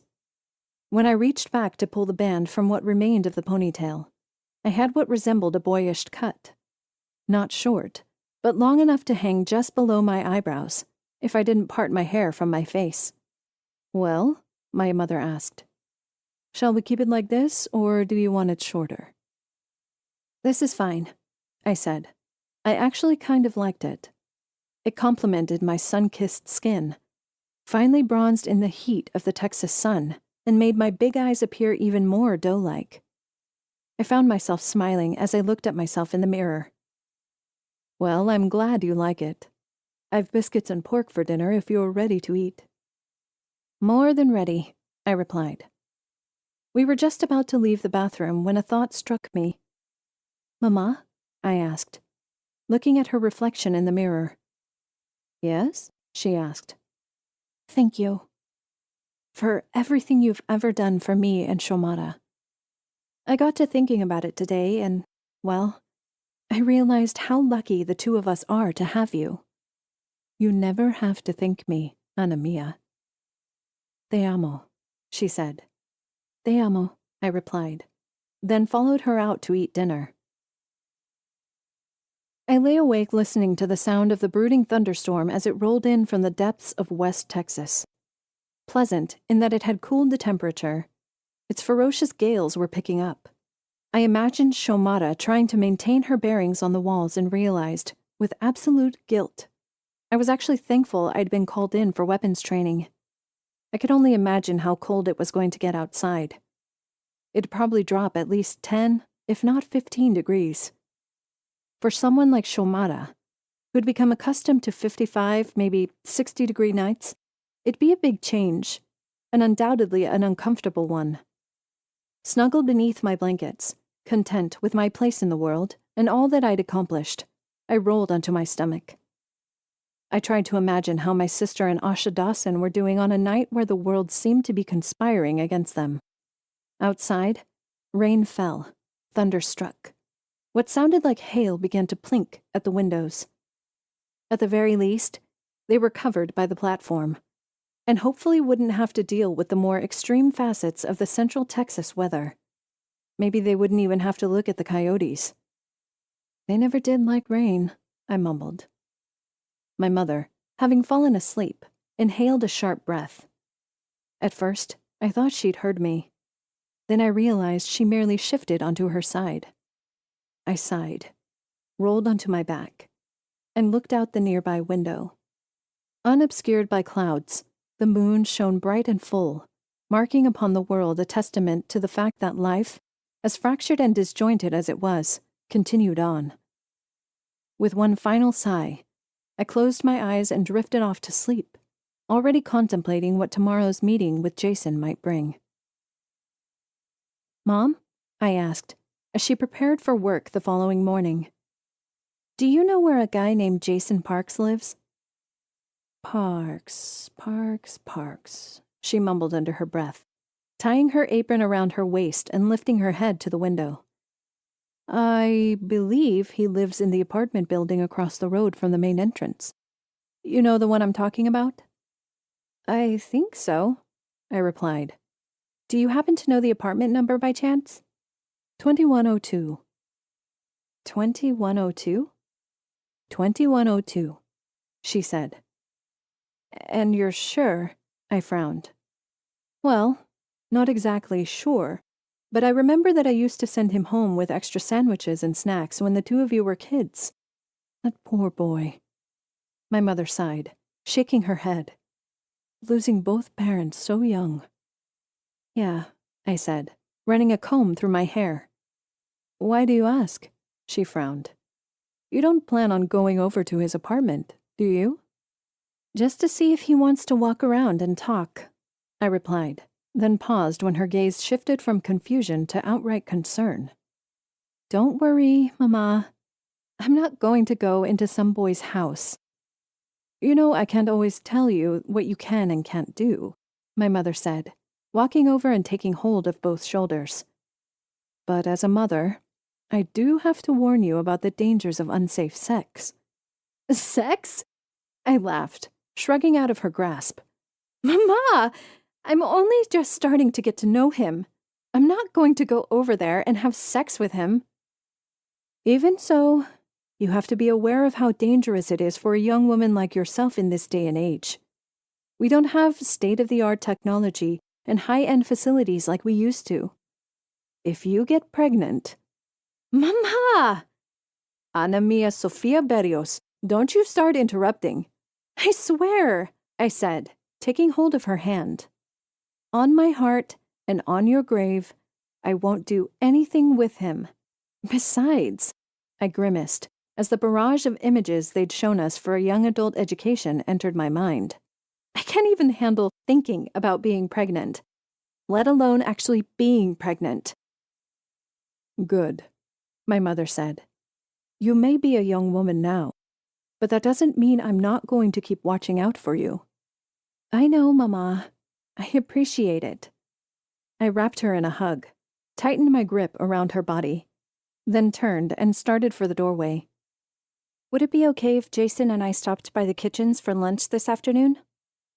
"You ought to go to bed before noon," she said. "But yes, if you're still up and about around the time we start serving lunch, you can stop by and have whatever we're cooking. I don't think it's going to be anything too extravagant, though. Probably just oatmeal with honey." "That sounds delicious," I replied. "Goodbye, Mama." "Bye, doll." With that, I walked out the door and made my way toward Jason's apartment. When I reached his apartment on the other side of the complex, I stopped to consider the implications of meeting him at his home before knocking on the door, wondering if he was the kind of guy who would try and invite me in, or if he would play the perfect gentleman and simply walk out to begin our leisurely stroll about the complex. Nervous over the message I could be sending, and a bit on edge from the talk with my mother, I shoved my hands into my pockets and bit my lip, trying desperately to fight the images bombarding my head. Though I hadn't considered this to be a date, I could see how it might be seen as such. A guy and a girl, walking around, getting to know each other. Then at the end, there'd probably be a... No, I shook my head. This was not a date. This was nothing of the sort. It was merely a casual outing with a member of the guard. Nothing more, nothing less. In my insistence to dispel the notion from my mind, I reached out to knock on the door, only to come in contact with open space. The door had opened to reveal Jason, dressed casually in a black t-shirt that stretched across his broad chest and a pair of simple blue jeans. "Hey," he said. "Hey," I said, then swallowed, hoping, to God or whomever might be listening, that my cheeks had not reddened from the thoughts coursing through my head. Sorry it took me so long. I was just getting ready. That's fine. I moved aside as he stepped out, turning to lock the door. I wasn't sure if you'd heard me the first time, hence the second knock. You didn't knock a second time, he said with a smile. That time I blushed, but pushed it aside just as quickly before starting forward to lead him in our endless pursuit across the complex. So, I said, as he jogged the few feet to catch up. How's your day been going? It's been going fine. He slid his hands into his pockets as he fell into pace beside me. Just woke up not too long ago. I figured you'd come around sometime this morning, so I figured I'd better get out of bed. I'm not bothering you by coming around so early, am I? No, he said. Like I said, I figured you'd be up and about. I wanted to spend some time with you, get to know you a little more. Well, I replied, you're welcome to ask anything you like. Why'd you join the Guard? I grimaced. Of course he'd open with the hardest question of all. Sorry, he said after a moment, as if he hadn't anticipated that it might be a touchy subject. If you don't want to talk about it, that's fine. No, I replied. It's not that. It's just... Well, I closed my eyes, sighed, then opened them to find that we'd wandered toward the center of the complex, near where the small park that used to stand had been repurposed into a field to keep the farm animals within. Inside, several cows, sheep, and even chickens ran amok, herded by collies from one side to another, as men and women tended to their respective tasks. Jason set a hand on my shoulder. I immediately grimaced and shied away. It's been 6 years since everything started. I stepped forward and leaned onto the fence that separated us from the nearby farm animals. I just thought that maybe something would change. That they would leave? Jason asked. Or that we would be rescued, I replied. By who? I don't know. Russia, China, Australia? There has to be somewhere they haven't, colonized. It was such an ugly word, colonization, reminiscent of times long gone, when we, as native humans, had conquered the world and the lesser peoples within it. Why, alien life coming to Earth was no different than the Europeans coming to settle the Americas. History liked to claim we made peace, that we broke bread, exchanged corn, ate turkey and all that other nonsense. But in reality, it was we who had poisoned them with smallpox and other infectious diseases, leading to the utter genocide of millions upon millions of people. Maybe this was just history's way of repeating itself in the modern age. Maybe we weren't supposed to be rescued. Maybe, like all those poor natives, this was our extinction event. Maybe... Sighing, I reached up to run a hand through my hair and found myself unable to return my eyes to Jason's. It made sense, in a way, that we would exchange tales of woe during our first major outing. While I didn't blame him for asking, I wasn't sure if it would be fair to ask about his story in return.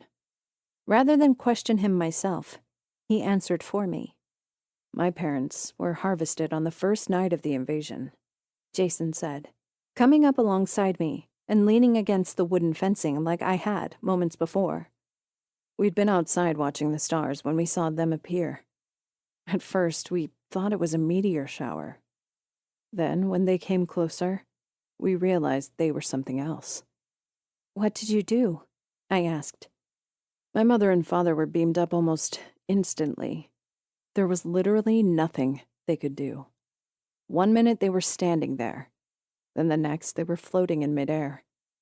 They screamed for me to run, to get into the house and dial 911. Then they just disappeared. I'm sorry, I said, reaching out to set a hand on his shoulder. His muscles tightened beneath my touch. Though I wanted to feel offended, I realized his reaction was not unlike my own. I drew my hand away and settled it at my side. I think about what you've gone through and realize how lucky I am to have my mom and sister. I turned toward him as one of the dogs barked and led a number of sheep away from the cows an individual was attempting to milk. I think about everything that's happened to you and realize how utterly alone I could be in the world. I'm not alone, Jason replied. Not when I have friends like you. You consider us friends? I asked, after a moment. He nodded and reached out to bump my shoulder with his fist. We're guardsmen. We have to stick together, don't we? Code of honor and everything? Yeah, I said with a smile. Code of honor. I reached out and bumped his fist just as the farmer milking the cows fell off his stool and spilled the bucket of milk. Ouch, I said. Someone's getting in trouble, Jason replied with a slight smirk. Aren't you glad we aren't working in the fields? I asked. Yeah, more than glad. I frowned. Something about the way he spoke made me think he wasn't being completely honest. In looking at him, and at the way his eyes narrowed to examine what was happening before us, I wondered if he would have preferred to do something else, and if, like me, circumstance had led him to a calling he felt he couldn't ignore. Jason, I said after a moment's hesitation. Yeah? He replied, his gaze still lost in the fields. Do you want to go get a bite to eat? He merely turned his eyes to look at me, said, Sure, then began to lead us on. Lunch was served every day at noon in the wooded area where tall trees grew and picnic tables were in abundance.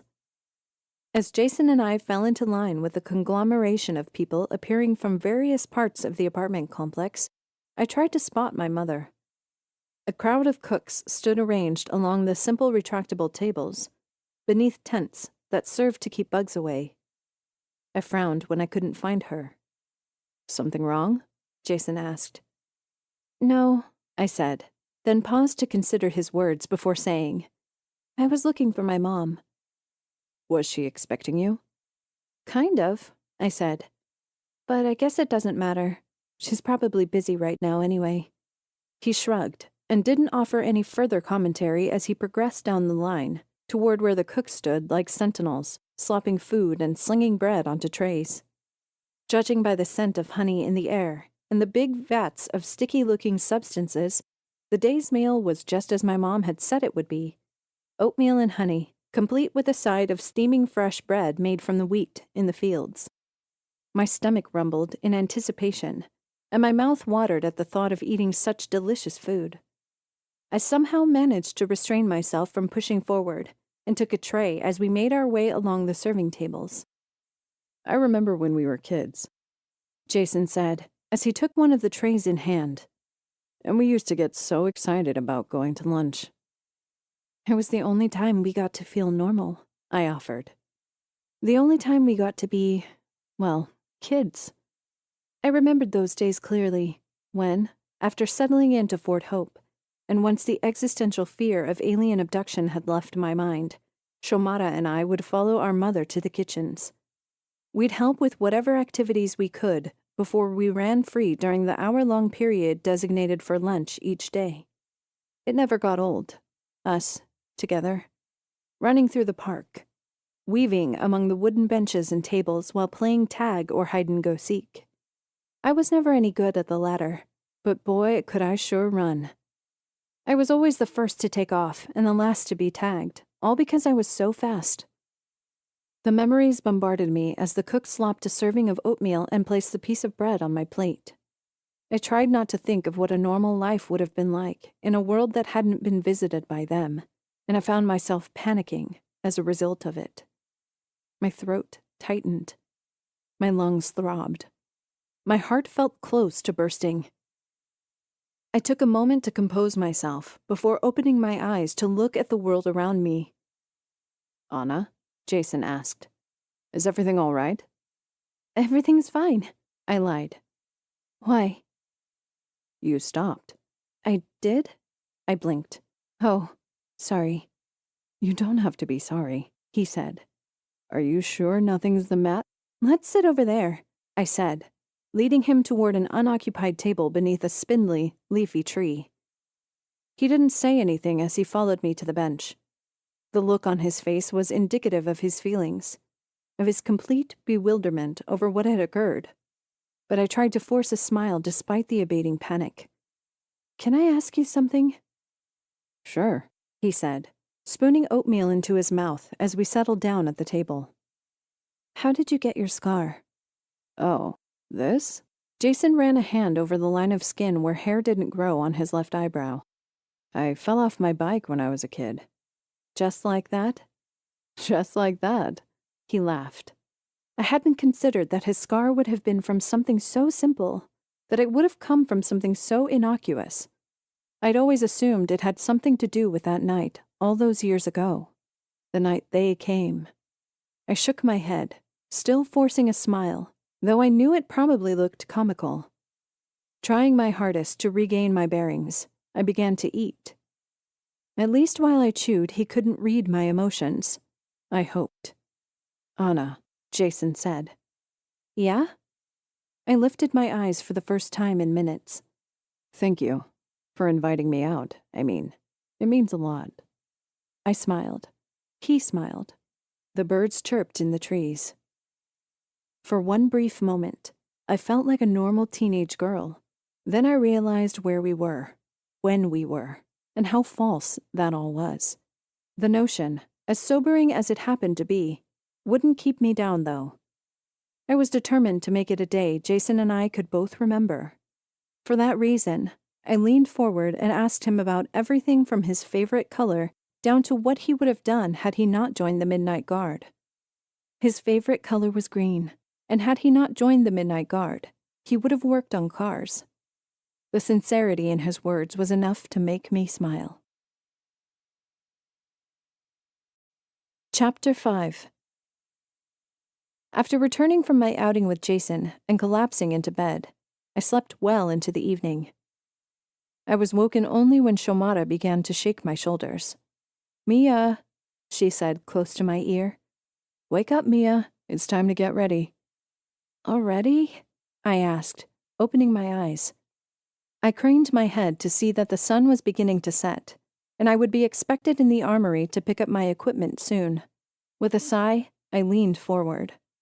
Pushing my hair from my face, I briefly considered Shomara as she offered a smile that would have split her face in half had her mouth been any bigger. "What?" "Mom told me about your little outing with the Parks kid today," she said. "Oh, God," I replied, standing. "Don't tell me she saw us at lunch." "Hate to say it, sis, but she saw you." "How? I didn't even see her." "You know Mom. She's like a hawk. It's the native blood in her." "She's really going to keep going on about this, isn't she?" I cupped my face in one hand. "She's convinced you have a boyfriend now." "After seeing him only once?" "Hey, you're teenagers. Y'all move quickly." "Not that quick," I replied, playfully smacking her on the arm as I made my way to the dresser to gather the dark clothes I would wear on the wall. "Hey, Sho." "Yeah?" "When you first joined the Guard, how did you deal with others who had lost more than you had?" "I learned to be sympathetic," Sho said, while trying not to project my own fears or insecurities onto them. "It's hard, losing someone. You and I both know that. But there are some people who've lost everything. Jason Parks, he isn't like you or me, which is why I would advise you to be careful if you decide to get close to him." "I just want to be his friend," I replied. "Still," she said, "that can sometimes be too much." "Could it, though? Could being someone's friend really hurt me more than being distant from them?" Unable to know unless I tried, I decided to do my best to help Jason out, regardless of how it worked out for me in the end. I could take risks. I'd already taken one by joining the Guard. The night was cool, overcast, and tasted of rain, threatening to bring the unholy wrath of nature, should we be so lucky as to meet her suffering. Huddled within a thick coat, I fought to keep my teeth from chattering. I watched the creatures in the distance as I held the first real gun I'd ever laid my hands upon. Every slight movement threatened to send my finger toward the trigger. My shivers, their stares, their wicked laughter when something would occasionally stir in the outside world. It all set me on edge, to the point where I considered the idea that being a guardsman might not be for me. I was not like my sister, headstrong and able to turn my emotions off at the flick of a switch. Nor was I like Jason, who, with both parents gone, had a personal vendetta against the creatures who stood outside the walls. Sure, my father had died, and sure, I lived with the memory of what happened to him every day, but each time I looked into their eyes, I couldn't help but feel as though I was weak inside. Then I realized something. That was what they wanted me to think. The way they stared, the way they stood, the way they laughed, all was meant to instill within me a sense of fear that, were I not careful, could swallow me and the human race whole. So I waited and waited and waited, watching, staring, meeting their eyes to the best of my ability. I couldn't let them win. Not when the people of Fort Hope needed me so much. Adjusting the gun in my arms, I peered down the row to find that Jason Parks stood next to Captain Henshaw in the cold and unforgiving night. His breath visible, his eyes remote.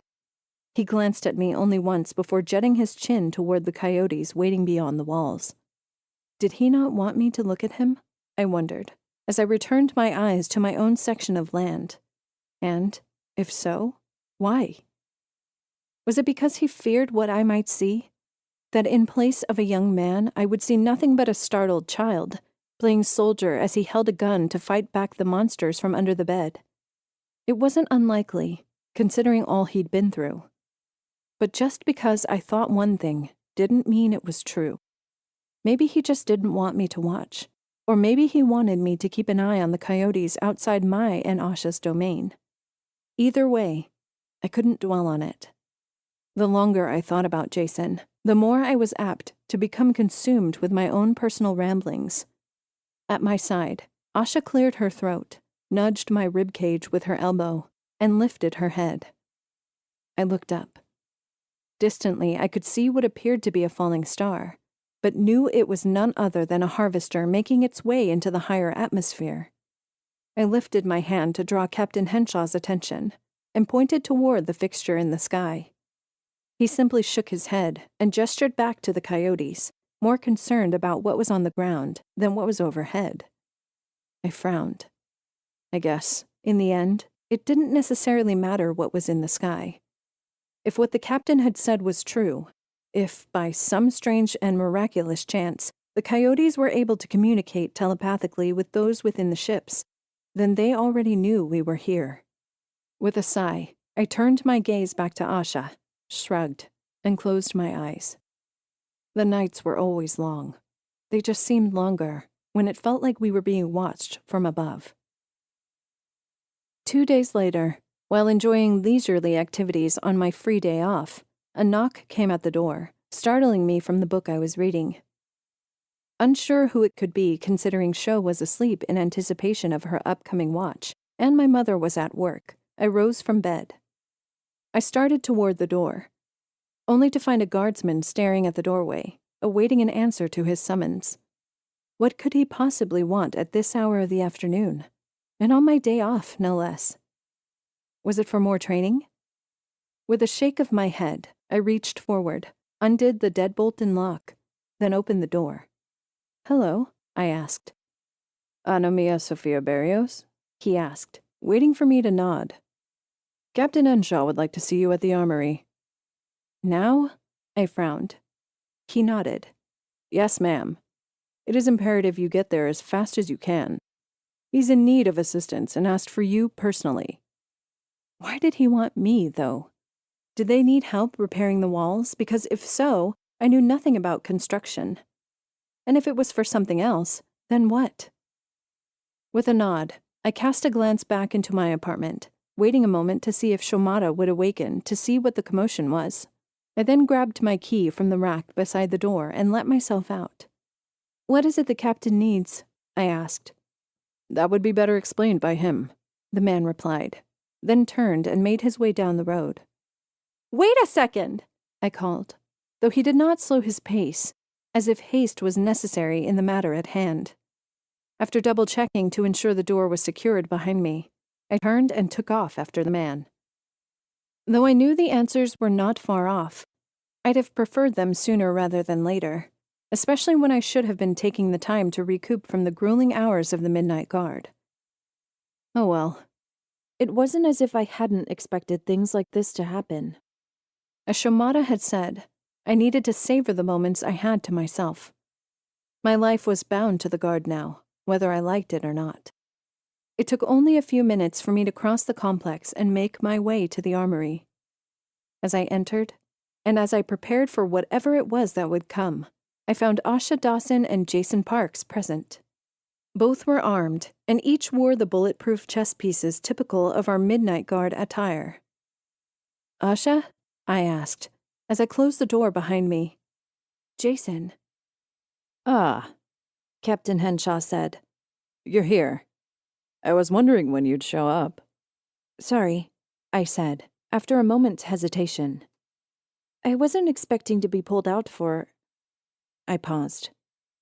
"Why exactly am I here?"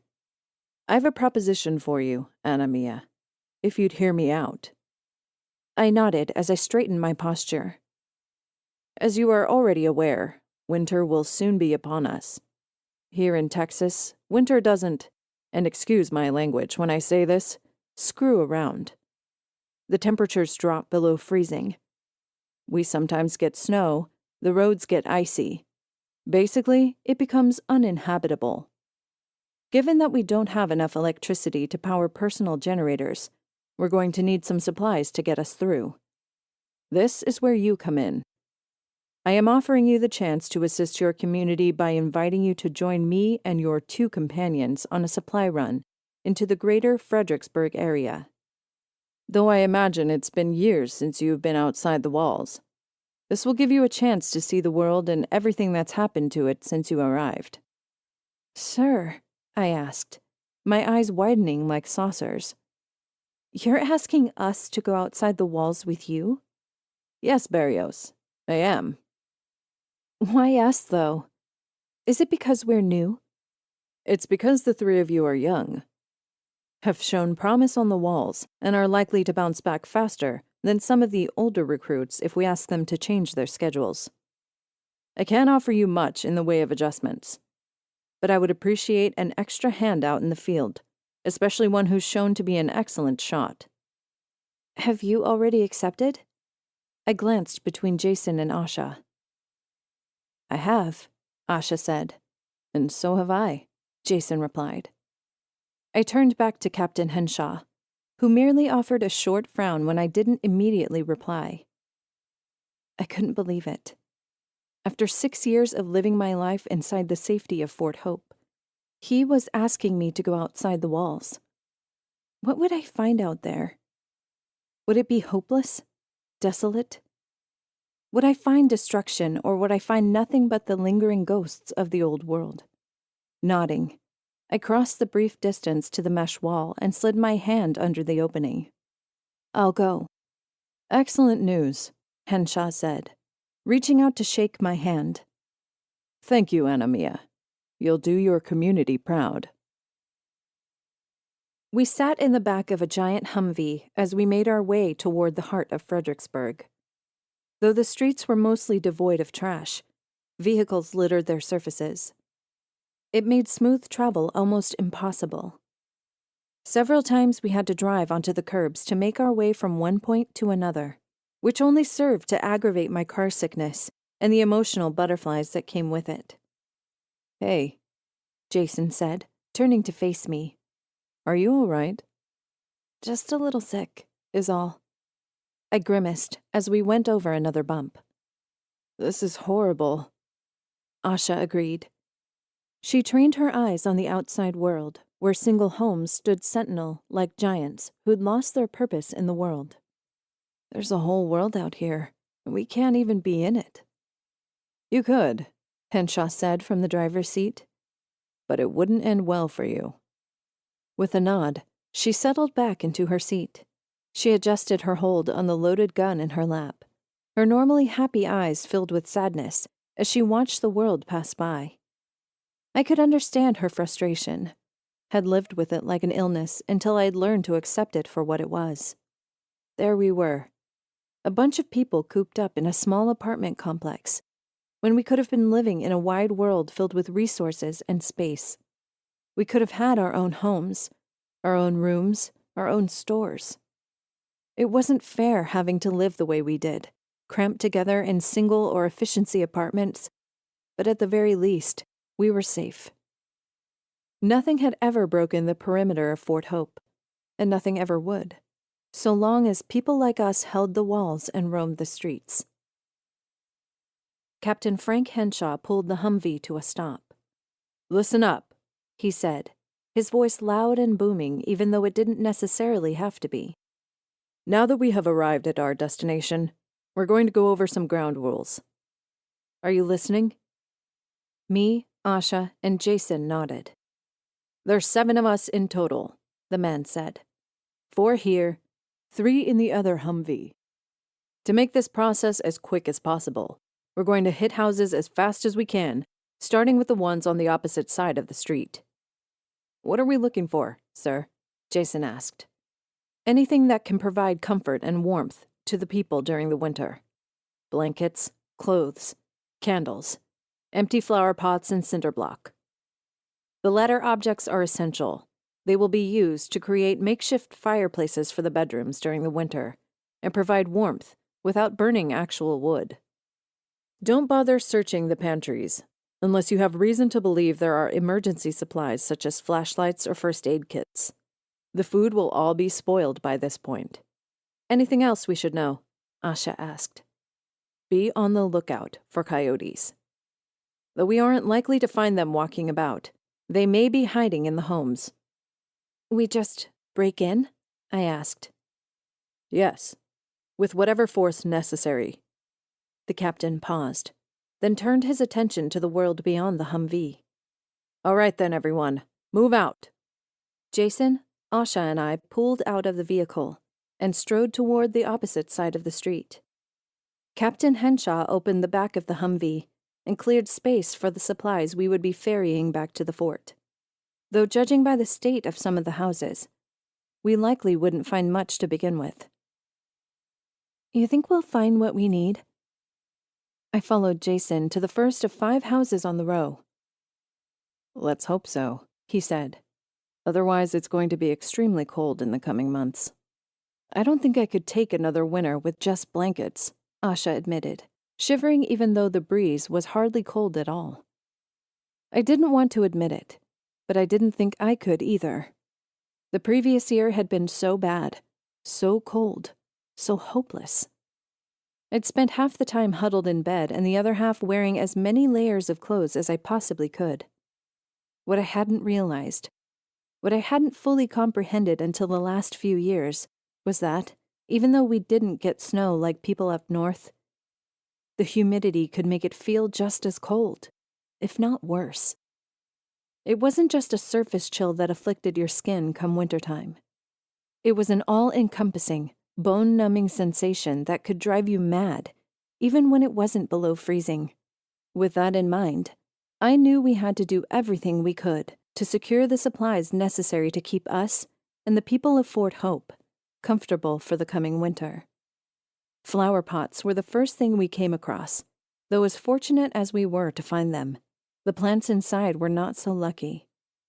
We dumped their contents, knocked the dirt from the sides, then arranged them alongside the curb before we headed into the first house.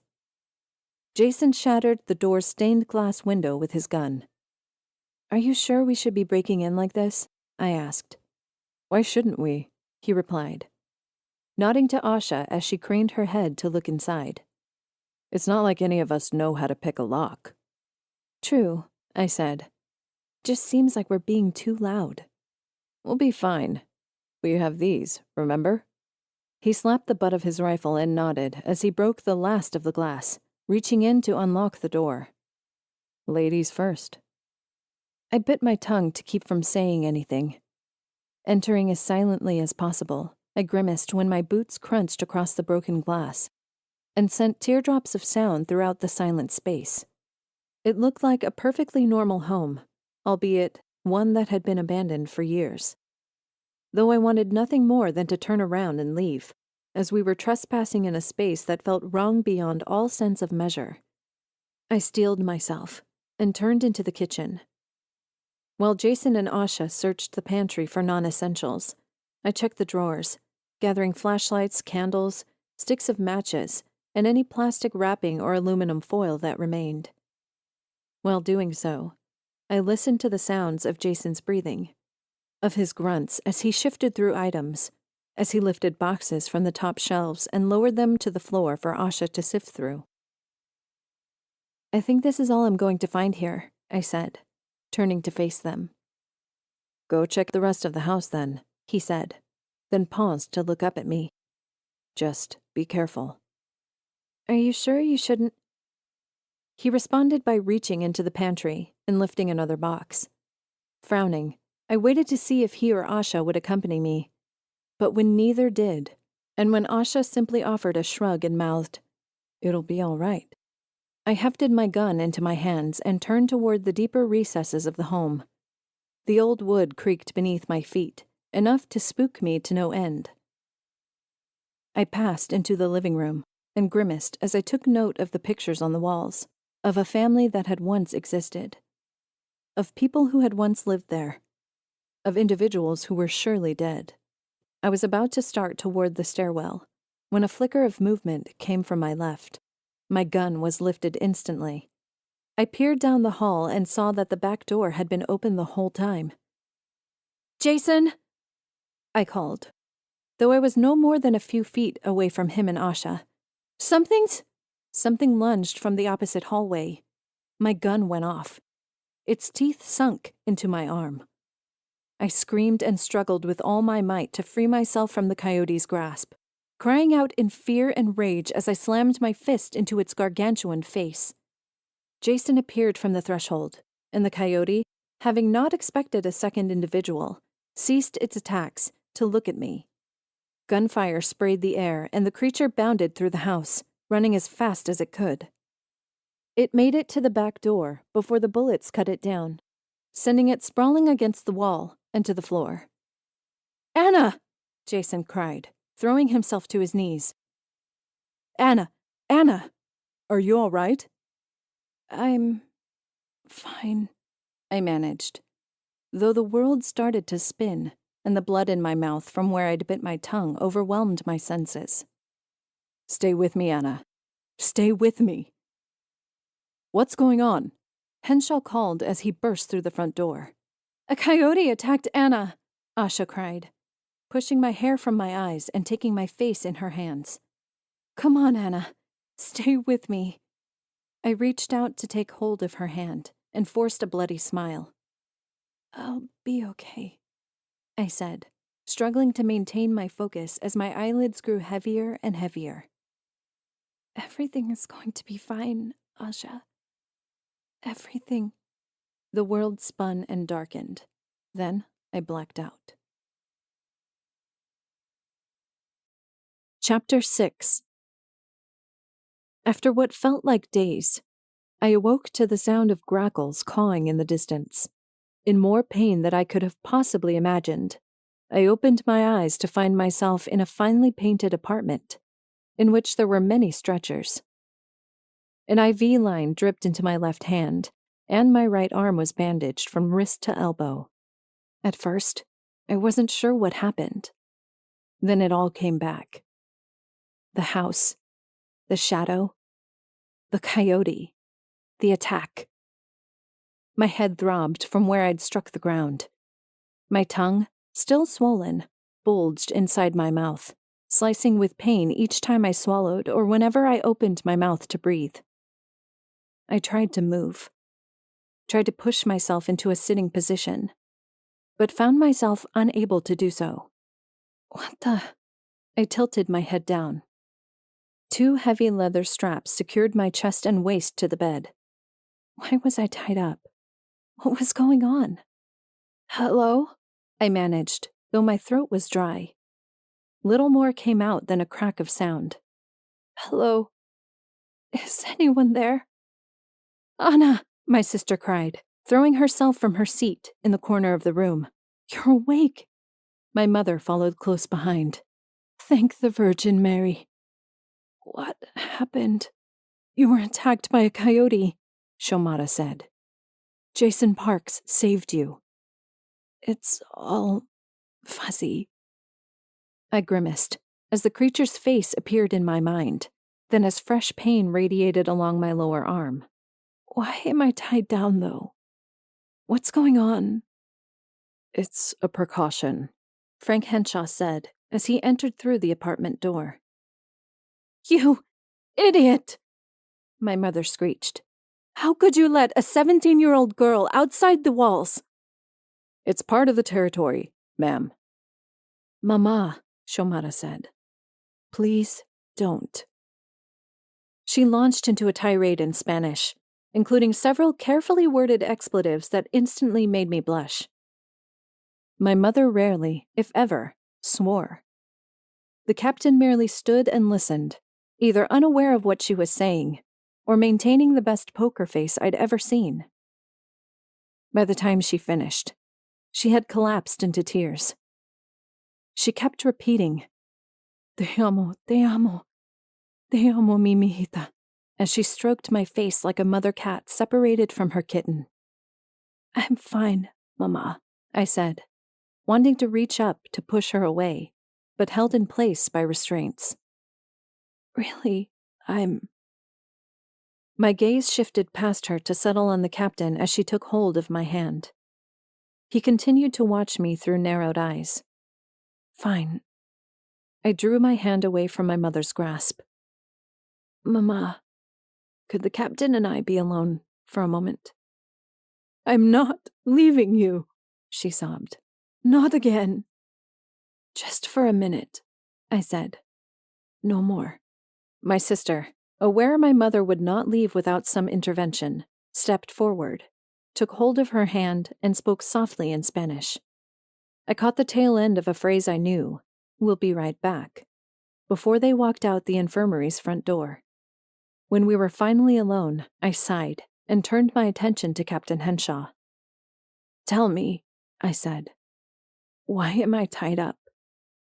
People who were attacked by coyotes in the past have hallucinated, he said, taking care to word his explanation as delicately as possible. They've had violent fits, psychotic episodes, have claimed to see visions of other worlds before they've attacked anyone around them. This is why you're strapped down. But I feel fine. So did they, at first. Am I going to die? The captain didn't reply. Sir, I asked, trying to fight the binds. Why aren't you answering me? Those who were attacked by coyotes in the past sustained more serious injuries. You should recover just fine. Should? I thought. I should recover and not, say, succumb to insanity from being bitten by an alien creature? Not knowing what to say, I exhaled. I settled back on the pillow, allowing my upper body to relax as much as possible. Can I have some water? He reached into a basket at the end of the bed to withdraw a bottle of water, then grabbed a straw from the nearby table and placed it to my lips. I drank. I sighed. The water was bliss. When I finished, he moved away, capped the bottle, and observed me for several long moments. I'm sorry this had to happen on your first outing. The supplies you, Jason, and Asha recovered are going to help a lot of people sleep better when it starts snowing this fall. Will I be able to go back to the wall? I asked. As soon as you've recovered. He turned and started for the door. If you need anything, just yell. There's a nurse in the other room. How long will I have to stay tied up? I asked, as he opened the door and stepped across the threshold. Captain! How long am I? He shut the door without answer. I closed my eyes, tightened my jaw, and struggled to free myself from the binds. It was no use. The straps were too tight, my body unable to fight any harder. It looked like I would be in it for the long haul. The day passed, darkness came. I dozed inconsistently until the full moon shone through the high windows, and fell asleep only after the beams fell across my face. Then the dreams began. They were inconsequential at first. Images of a place I had never seen, of a land I couldn't possibly have imagined. A multitude of standing stones adorned rolling gray hills. The coyotes stalked around their fixtures, dancing to the beat of an unheard drum. Above, a disc-shaped harvester flew. It beamed them up slowly, one by one, and took off. It moved faster than the speed of light, until it came to hover in the Earth's upper atmosphere. This was when the dream shifted to a time and place I knew as September 17th, 2024. I saw, in my mind's eye, an image of the house I used to live in, of a terrified family hiding beneath a dining room table. "We have to run," my father's voice said. "We have nowhere to go," my mother replied. "Quiet. It might hear us." I thought I'd been invisible all those years ago, when looking upon the creature. The dream made me realize it had seen me all along. Through its eyes, I watched it fumble for the doorknob. It stared through the window, and its mouth parted with a sinister grin. When it finally understood how to open the door, laughter escaped its chest. Then it stopped. The dream shifted to darkness, then revealed a single entity's face. Tall, gray, with 3 bulbed fingers, it looked at me with a pair of black eyes that held intelligence far beyond my own. I trembled as it reached out to touch me. The dream ended before it could do more. Quivering and dripping with sweat, I glanced at the nearby window to see light brightening the horizon and listened as doves began to sing. "Hello?" I asked, clearing my throat when my voice cracked. "Is anyone there?" Dr. Helen Parrish rounded the corner with a kind smile. "Hello, Anna," she said, reaching out to adjust the IV drip along my arm. "I hope you slept well last night." "I had dreams," I said. "Of what?" The doctor frowned. I paused, unsure if I should proceed. There was something in her eyes, in the way she looked at me, in the way her mouth pulled downward that made me reconsider telling her any more. I was, of course, tied to the bed, and was considered a potential danger to those around me. So rather than speak the truth, I lied. "Of the night it happened. The first harvest?" she asked. I nodded. "I'm sorry to hear that. But at least you know it was only a dream, and it will never happen again, right?" Wary of the way she peered at me, I nodded. I didn't seem to be a patient who, after being attacked by a vicious animal, needed all the care and attention in the world. Instead, she viewed me as a monstrosity, a ticking time bomb that would explode at any moment. "Do you want to get up and walk around for a little while?" The false sympathy in her voice emerged so thick I could almost taste its desperation to be seen as kindness. "Stretch your legs, use the restroom, maybe get a little something to eat. You're not going to leave me, are you? I can't let you leave for at least another day. However, if you're willing to cooperate, I can let you out of your binds." "That'd be great," I said. "Are you willing to cooperate?" It wasn't as if I had a choice in the matter. With a nod, I leaned back and allowed the doctor to release the first 2 straps along my hips. The second, she took extra consideration in undoing, as if I would fling myself from the bed and wrap my hands around her neck. I paused, then swallowed a lump in my throat. "You're sure you're all right?" the doctor asked. "I'm sure," I replied. A stabbing pain lit the center of my forehead, causing me to squeeze my eyes shut and fling myself back onto the bed. An immense screech filled my ears. A light covered my eyes. A coyote stared back at me. I screamed. It was over almost as soon as it had begun. When I opened my eyes, I saw the doctor readjusting the strap along my hips. Dr. Parrish. I tried to rise and grimaced as she tightened the second strap much harder than she needed to. I can explain. We need to keep you under observation for the time being. Turning, she withdrew a syringe and a glass vial of clear liquid from along the wall. This'll help you sleep. Please don't drug me, I said, as she moved to inject the concoction into my IV. Oh God, please don't. Just relax, Anamia. Everything's going to be just fine. No, no, no. The liquid cooled the blood in my arm and began to traverse the length of my body. When it hit my head, a wave of nausea overwhelmed me. I would have thrown up if anything had been in my stomach. Instead, my head swam with vertigo. Then I blacked out for a second time. The next time I awoke, it was to voices. The antibiotics appear to be fighting the infection. A man's voice I did not recognize said. That does not explain her reaction, Dr. Parrish replied. She was bitten by an extraterrestrial entity. We don't know what kind of bacteria they have in their saliva. Who knows what symptoms they might cause? So you're saying she's developing psychosis as a result of the infection? I'm not saying anything, Dr. Parrish. I opened my eyes to find the stranger and Dr. Parrish standing to the side of my bed.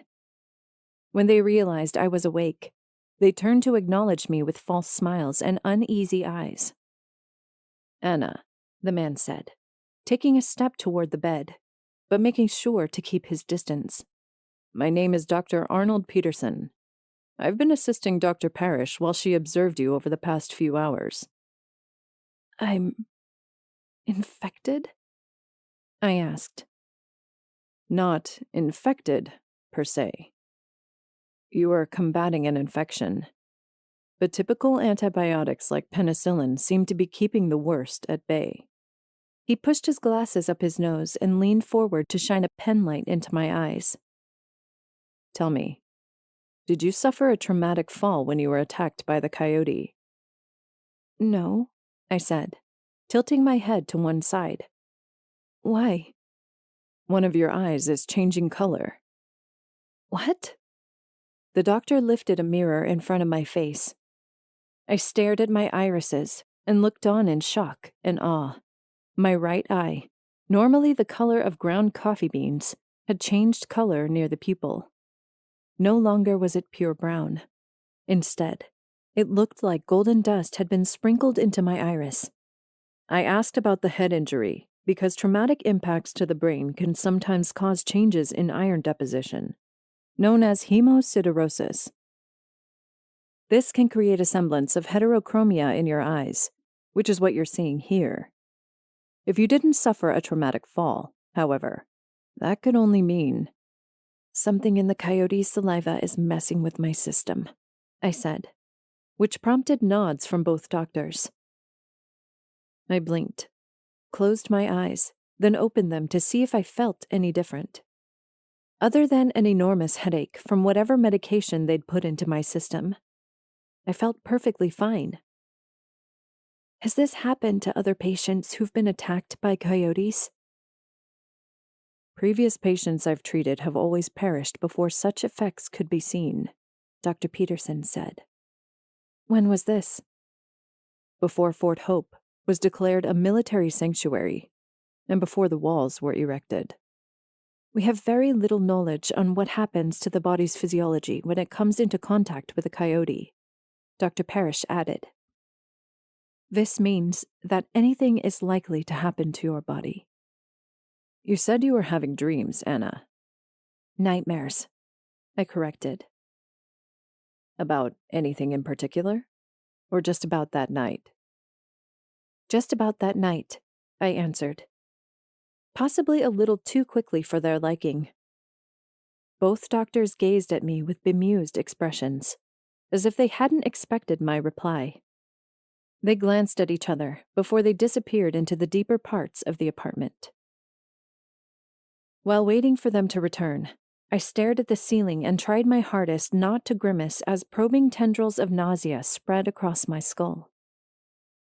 It didn't help that I hadn't eaten in what felt like days, and their prying into my psyche definitely wasn't doing me any favors.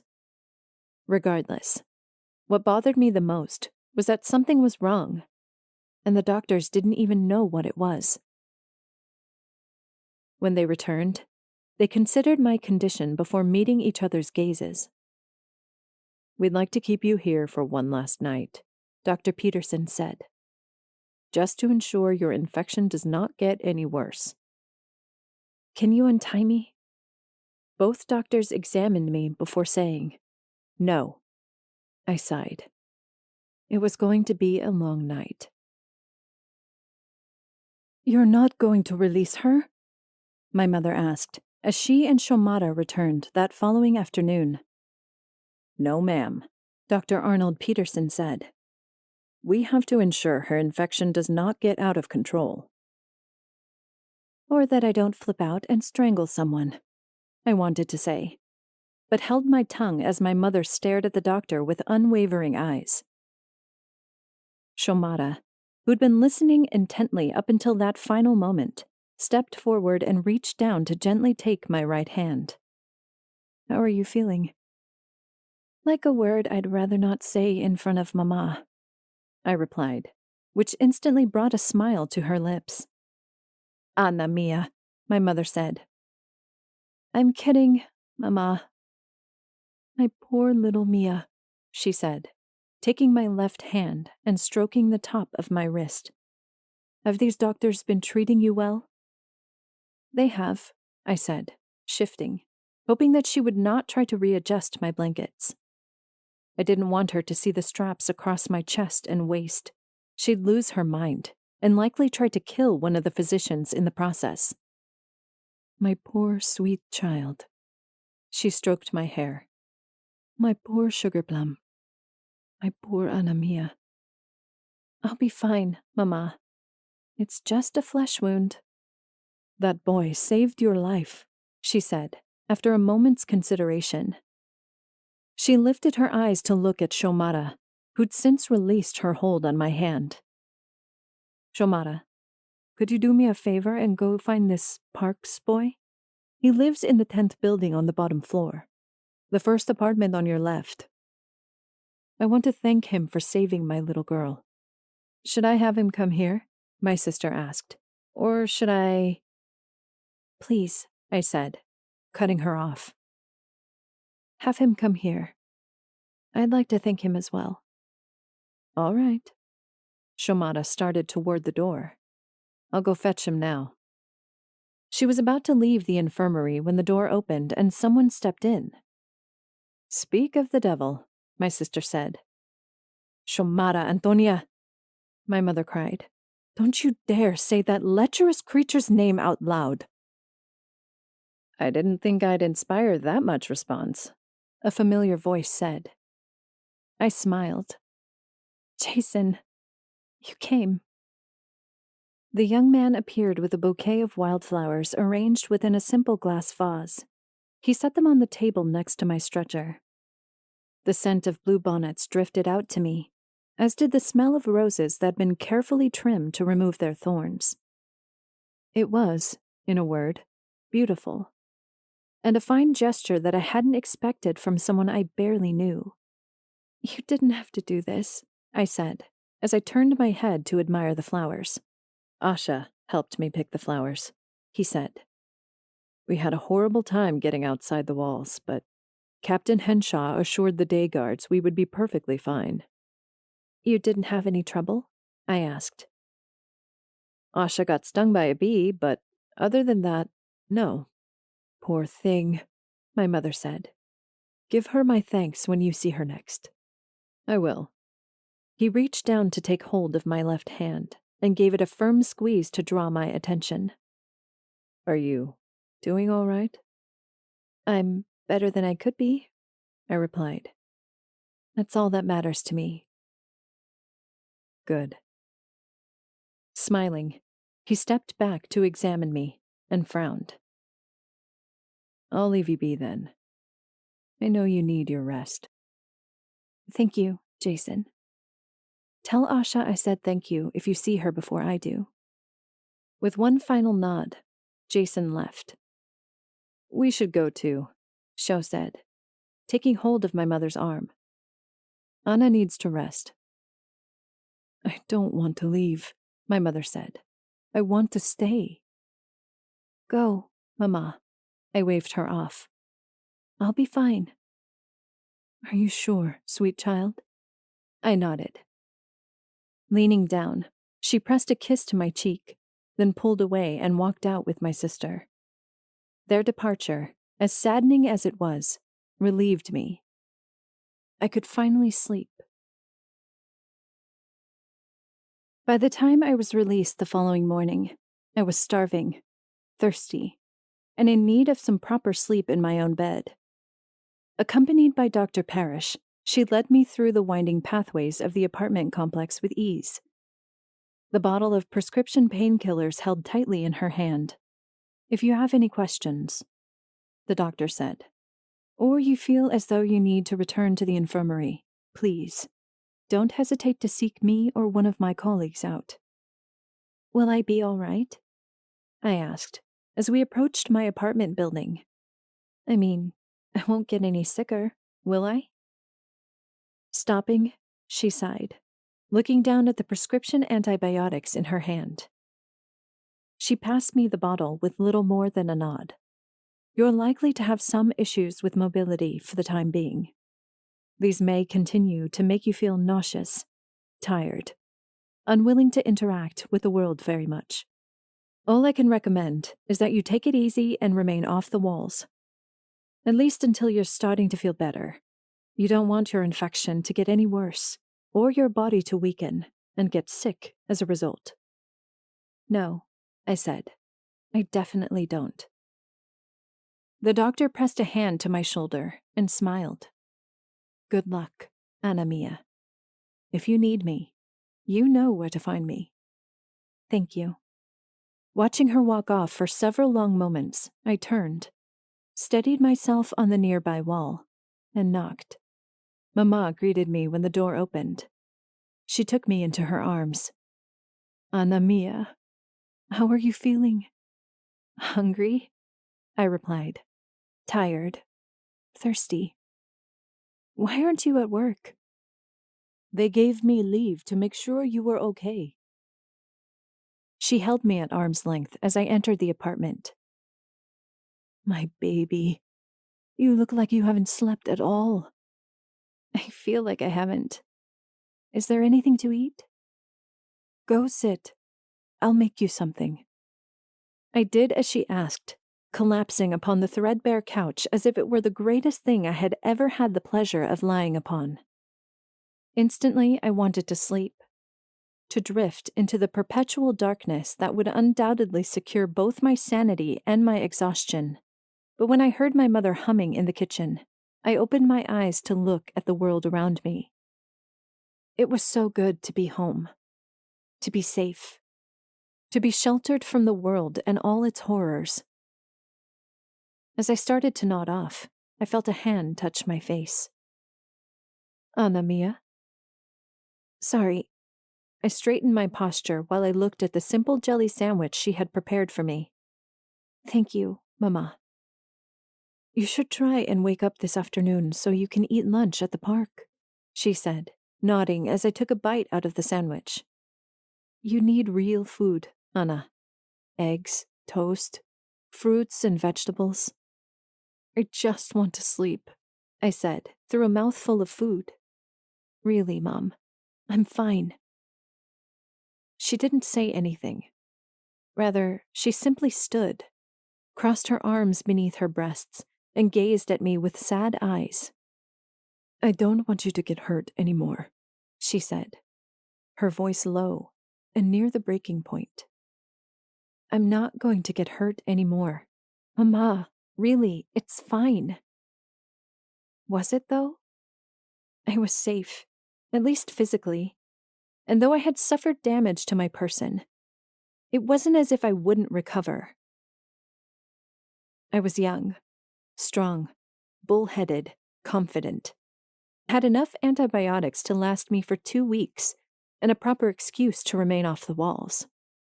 But just because I was safely within the apartment didn't mean I would not suffer emotionally as a result of my near-death experience.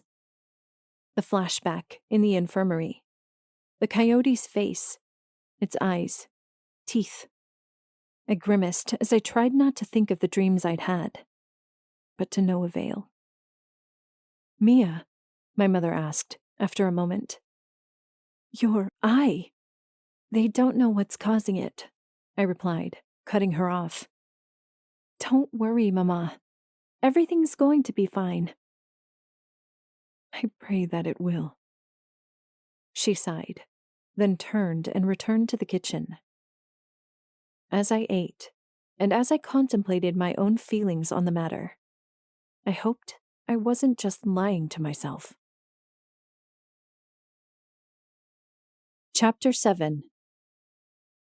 Though my arm still hurt, and it was almost impossible to move it without excruciating pain, I was determined to return to the walls only 3 days after being discharged from the hospital. "Ana Mia Sofia Berrios," my mother cried, as I walked out of the room in full guardsman attire. "Just where do you think you're going?" "The walls," I replied, casting a glance at my sister. Though dressed and ready to go, she stood her ground, as if anticipating having to back me up in what would undoubtedly be a fight for the ages. "She has to go." Shomara turned her head to look at me. "It's her duty." "She couldn't shoot a gun if she wanted to." "Not all the guardsmen need to have guns, Mama." "Ay, ay, ay," my mother said, shaking her head as she paced to and fro. She fell into a string of Spanish. I tried my hardest to make out what she said based on my limited knowledge, but she spoke too fast for me to understand. Judging by Shomada's reaction, however, it appeared either amusing or completely outlandish. "Everything will be fine." I glanced at my arm. Bandaged and in a secure sling. "I'll just sit, make sure everything's fine. Then come back home in the morning." "You're going to kill me someday, Ana Mia Sofia." "Mama," I sighed.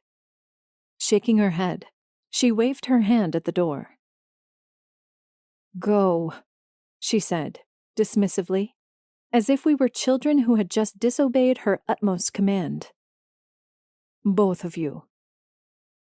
"All right," Shomara said, starting toward the threshold. "Good night, Mama." "Good night." "Stay safe." "We will," I replied. Outside, Shomara made sure to secure the door before we started for the armory. Our footsteps, lonely on a nearly deserted road, echoed along the pavement, as parents called for their children, and laundry was pulled from the lines it was strung upon.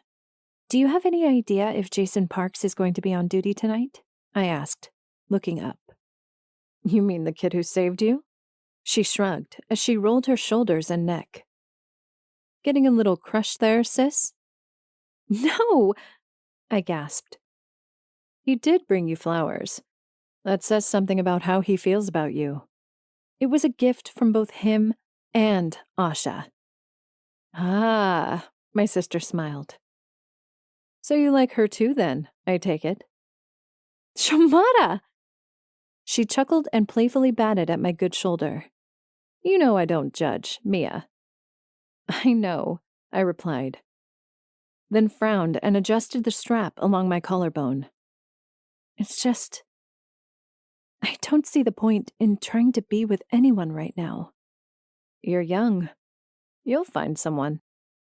"You haven't," I offered, "and you've been in the Guard for 5 years." "It's demanding work.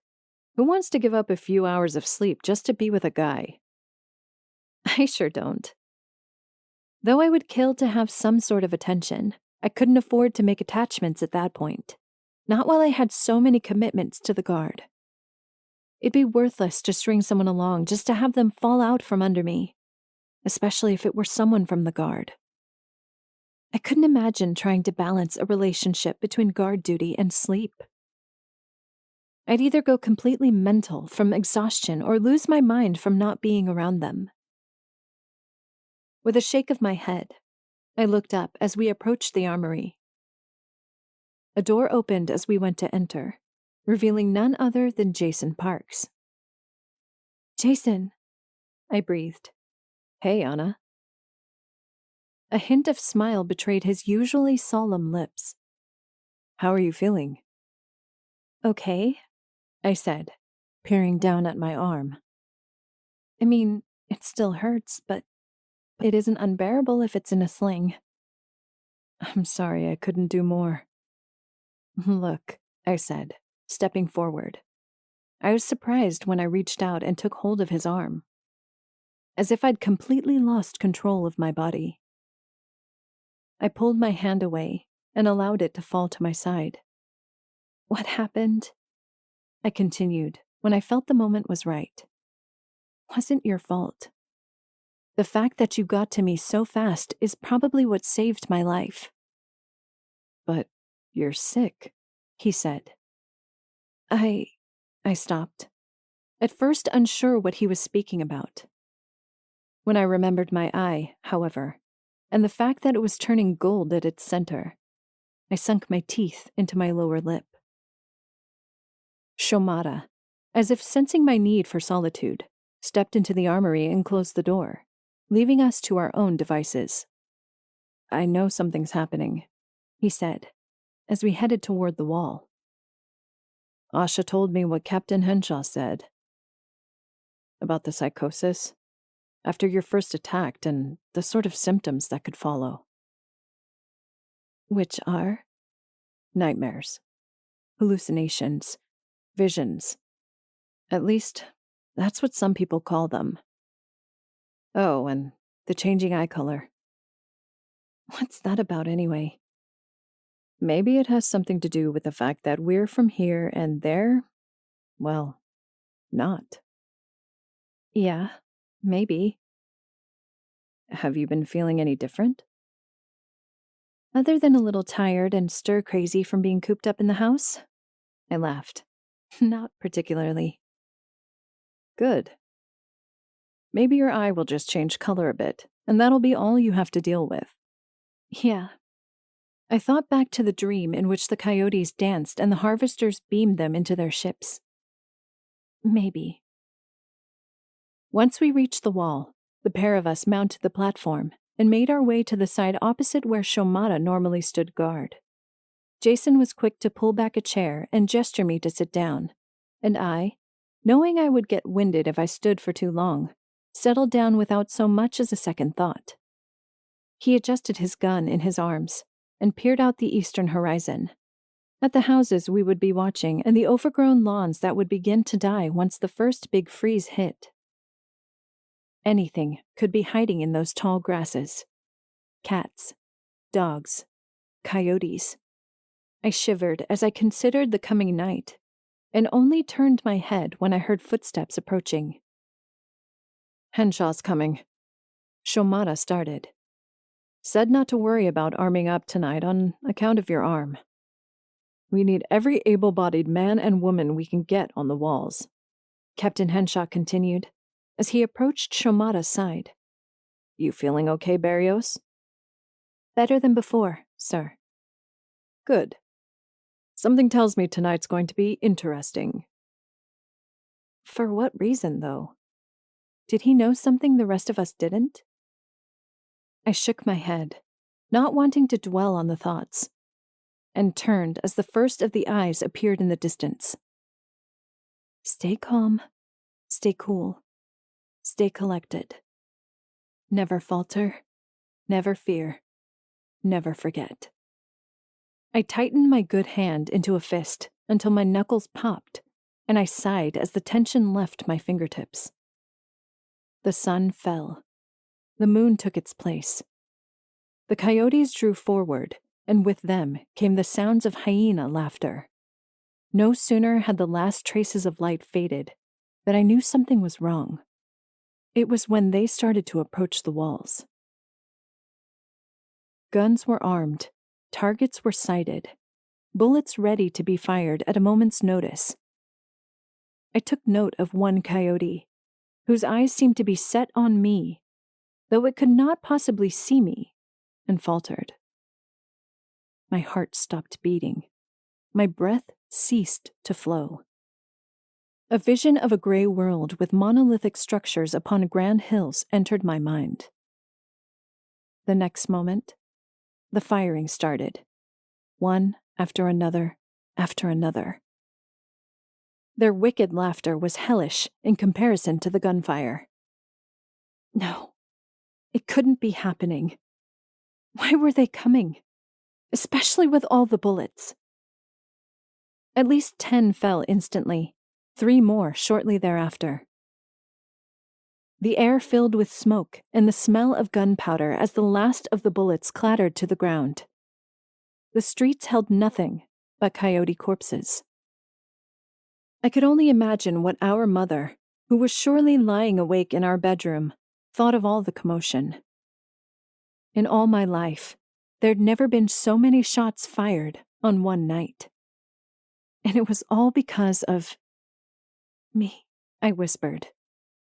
Jason turned at the sound of my voice, as did 4 others, my sister and Captain Henshaw included. They were looking right at you, my sister whispered, drawing close.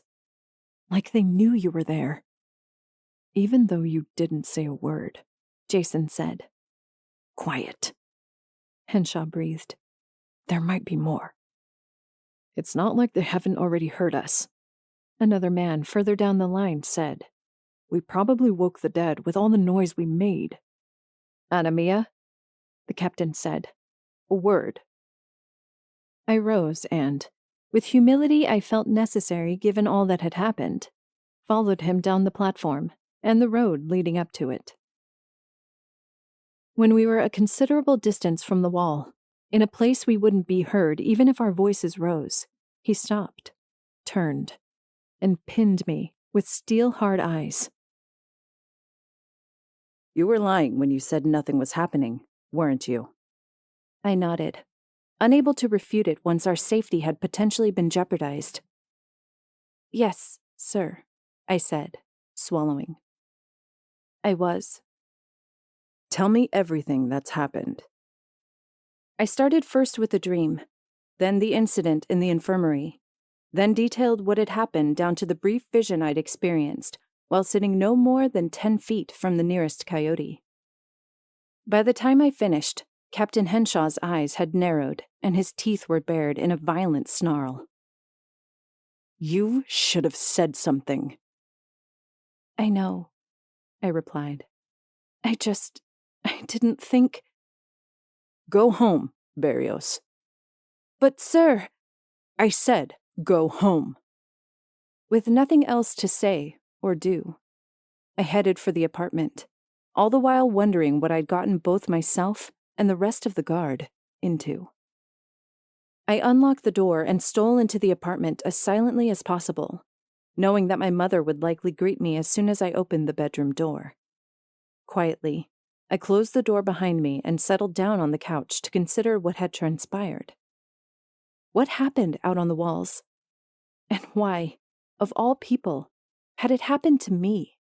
It's because of the bite, I wanted to say, as I looked down at my arm, but refused to give words to my thoughts, lest they hold some truth. I spread out along the threadbare leather couch. The tension in my chest began to unravel, like a kitten tugging a line of string from a ball of yarn. I breathed, allowing the sensation to encompass me, and closed my eyes, trying my hardest not to think of the event and everything that had occurred within it. All that sound. We might as well have set a bomb off. That's how visible we made ourselves. I reached down to brace my hand across my abdomen and grimaced as a wave of nausea overwhelmed me. I'd never been good with nerves, had never dealt well with the idea that something I might do could cause so much harm. What did this mean for me? And most importantly, What did this mean for my involvement in the guard? I didn't know. Couldn't until I dwelled upon it further, and had something more substantial to compare it to. For that reason alone, I settled down and prepared for a long night. I dreamed of darkness that night, of a place unimaginable, of a world where the dark gray sun barely shone upon the land.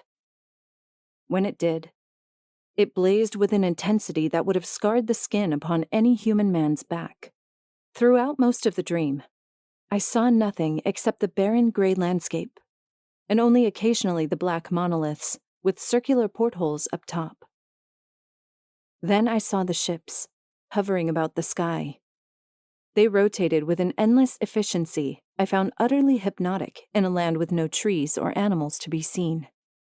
I heard the laughter, the bay of beasts, and turned to find an army of coyotes standing behind me, helmed by one of the gray-skin entities that had attempted to touch me the night before. "Star Child," it said, its voice like water cascading through my mind. "Daughter of the human flesh, we come bearing a message." What message? I wondered in this dream. "That we are watching," the creature said. The dream shifted, the landscape faded, darkness reigned supreme. When it came time for me to wake the following morning, it was the sound of Shomara unlocking and opening the front door. "Sis?" Shomara asked as she entered. "Are you all right?" "Shh," our mother said. "She's sleeping." "It's fine," I replied, opening my eyes. "I'm already awake." "I was worried about you when you left the walls," Shomara said. "Did something happen?" Our mother turned to face us from her work in the kitchen. "Coyotes tried to breach our perimeter," she responded. "That's why you heard all the shooting." I was wondering what all that racket was. Captain Henshaw sent Anna home because he didn't want an unarmed person on the walls with so much activity going on. Thank God for my sister and her brilliant logic. "Good," our mother said. "She shouldn't be on the wall in the state she's in anyway. It's not like I can just lie around all day, Mom."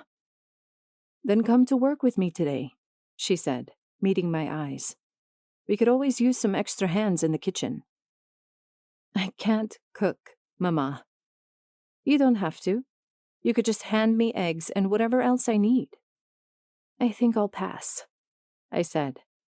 "I need to go to the infirmary to get this bandage changed anyway." "Did you take your pill yet?" "No." "Then do it before you leave." I walked to the kitchen counter, retrieved the single pill with the laborious effort it took to unscrew the safety cap, then downed it with a sip of water. Our mother, still watching me like a hawk, finished tying her hair back with a rubber band and turned to walk toward the door. "You girls stay safe today," she said, but I already knew the words were aimed toward me. "I love you." "I love you too," Shomara said, to which I responded with a nod before she closed and locked the door. My sister waited for several long minutes, watching the door for any sign of movement or re-entry, before rotating to face me. "You owe me big time." "I know," I sighed. "Thank you. What the hell happened on the wall last night?" "Show," I said. "Well, tell me." So I did, despite the fact that I didn't want to tell her about the dreams, the visions, or the fact that I felt the coyotes had specifically targeted me. When I finished, her eyes were alight with horror. Her mouth curled into a frown of monstrous proportions. "Mia." "I know," I replied, looking toward but not truly wanting to walk to the door. "I already plan on going to the doctor and asking her about this." "About what?" she asked. "The visions? The attack?" "I want to see what she knows about this. Please don't patronize me, Sho. I already feel bad enough about what happened on the wall. I'm scared for you, sis. I'm not patronizing you, as you put it. I know. I reached out to take hold of her hand and found her grip was much weaker than usual. Are you okay? I was scared to death after what happened last night. Still am, if you want to know the truth. I take it that's never happened before, has it? My sister shook her head. No, never. Which is why this is so concerning. What did Captain Henshaw say after I left? To shut up, stand up, and do our job, Sho said. He was more concerned about the noise drawing more attention than anything. And did it? If you're asking if we saw any harvester ships, my sister replied. Then no, we didn't. More coyotes did show up, though, to pull the corpses away and all. That sucks, I said, then sighed. They'll always come back, Mia. They're like rats. Once you have them for life. I know. Frowning at the door, I strode toward it. I'm going to the infirmary. See if I can get this straightened out. Do you want me to come with you? Shomata asked. No. You stay here, get some sleep. I have a feeling I won't be going back to the walls anytime soon anyway. Be straight with me, I said to Dr. Helen Parrish. Tell me everything you know about what happens to a person after they're bitten by a coyote. This is about what happened on the walls last night, she said. Isn't it? You know? I asked, frowning. Captain Henshaw informed me of what happened. It was most peculiar, to say the least. That's an understatement, I said, reaching up to part my hair from my face. So, what can you tell me about those who have been bitten in the past? That they succumbed to fits of hysteria, attempted to hurt themselves or others, and claimed they saw alternate worlds that resembled nothing like our own. Tell me, Anna, since you haven't experienced the former symptoms, have you dealt with the latter? I had a vision, I said, of a group of coyotes dancing beneath a monolith, I guess you could call it. All right. And then a harvester came and took them away to, well, Earth. And this is all you've seen? No. I grimaced as the memory of the gray-skinned, black-eyed being came to my mind. I saw, well, one of them. Them?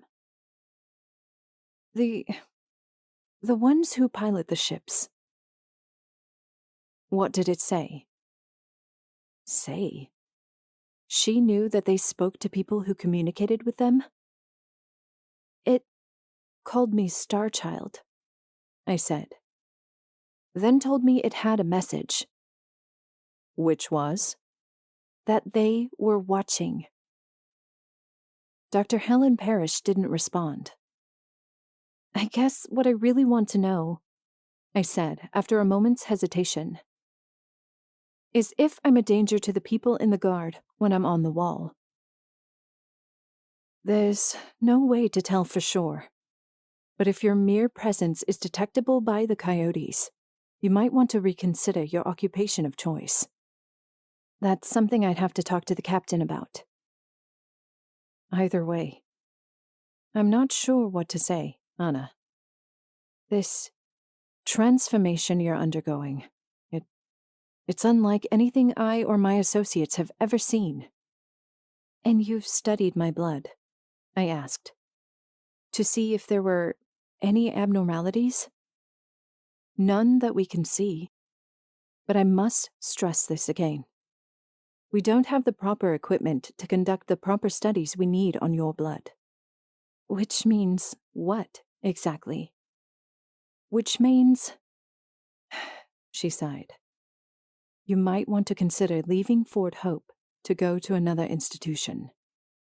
Another institution? I frowned. Up until that moment, I had been under the impression Fort Hope was the only facility in which civilians were operating. Unless... I paused. Unless this wasn't a civilian base at all.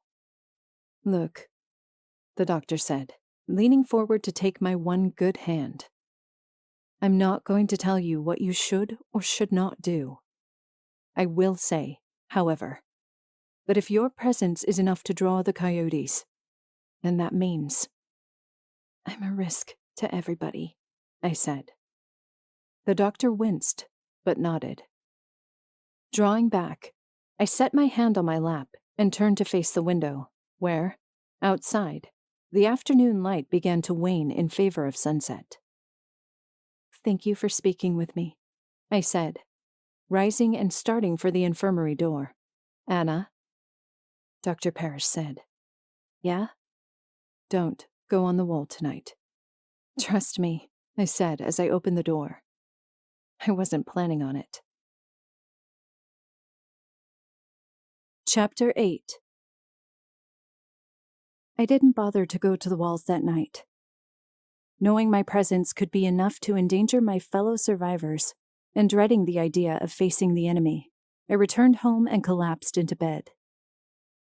Upon my sister's awakening, I told her the residing physician advised me to stay in bed. No more questions were asked. When my sister left for the walls that night, it was just me, my mother, and the solitude that existed within four walls. Nestled on the mattress, wrapped in my comforter, I tried my hardest not to cry. I dwelled on how I would tell my mother about leaving Fort Hope, possibly for good. I couldn't stay. Not if I was going to jeopardize the only two people I loved in the entire world. And who knew? Maybe someone at another facility could help me. Expunge the virus, bacteria, or infection that was causing the coyotes to gravitate toward me, like a tidal wave wiping out a distant coastal city. I mean, it was possible, right? Especially if there were people with more advanced technology involved. Through the crack in the open door, I listened to my mother meander about the apartment, sweeping the floors, wiping the counters, disinfecting countertop surfaces with a mixture of lemon juice and water. I desperately wanted to go to her. If only she could help ease my worries. But I was so terrified of seeing her reaction that I didn't dare leave bed. Anna Mia? My mother called. Are you awake? She knows, my consciousness said. A mother's intuition was never wrong. With a sigh, I pushed myself upright, adjusted my sling, then rose and made my way out of the room. My mother, busy as ever, raised her eyes almost immediately. Ah, she said, then offered a smile that should have made the world and everything within it better. You're awake. Sorry I didn't get up to help, I said, admiring the sparkling floors, countertops, and cupboards. Do you need me to help with anything? A lot of good you'll be. She laughed as she crouched to sweep the dirt into a dustpan. Don't worry about it, Anna Mia. Why don't you sit down and relax? I'd rather just crawl back into bed, I mumbled. Pausing her work, she glanced up at me. Something's wrong, she said. I knew something was going on. Yeah, I sighed. There is. Do you want to talk about it? With a nod, I settled onto one of the dining room chairs and waited until she sat across from me before I opened my mouth. Mama, I said, looking her straight in the eyes and fighting not to falter under their unwavering stare. I might have to leave Fort Hope. She paled. What? When I was on the walls the other night, I continued, and all the gunshots went off, it was because the coyotes were being pulled to the walls by something. I'm fairly sure that something was me. You. A frown appeared. Anna, what are you talking about? Something happened when I got bit, Mama. I'm changing. You've seen my eye. You've looked at my arm. You know something is happening inside me that I'm unable to control. The doctors will find out, she said. Don't you worry, baby. Dr. Parrish is going to get to the bottom of this before you even... She doesn't know what to do, Mama. My mother simply stared. I cleared my throat and scooted forward in my chair. Nothing's set in stone yet. But if I'm a danger to everyone in the fort, let alone my family, I can't just sit by and let innocent people become targets. You can't go. You can't. Mama, I started. I won't allow it. She shoved the chair back as she stood. No, I won't. I've made up my mind. You're to stay here and work in the kitchens with me, whether you like it or not. Mama, Anna Mia, Sophia, stop!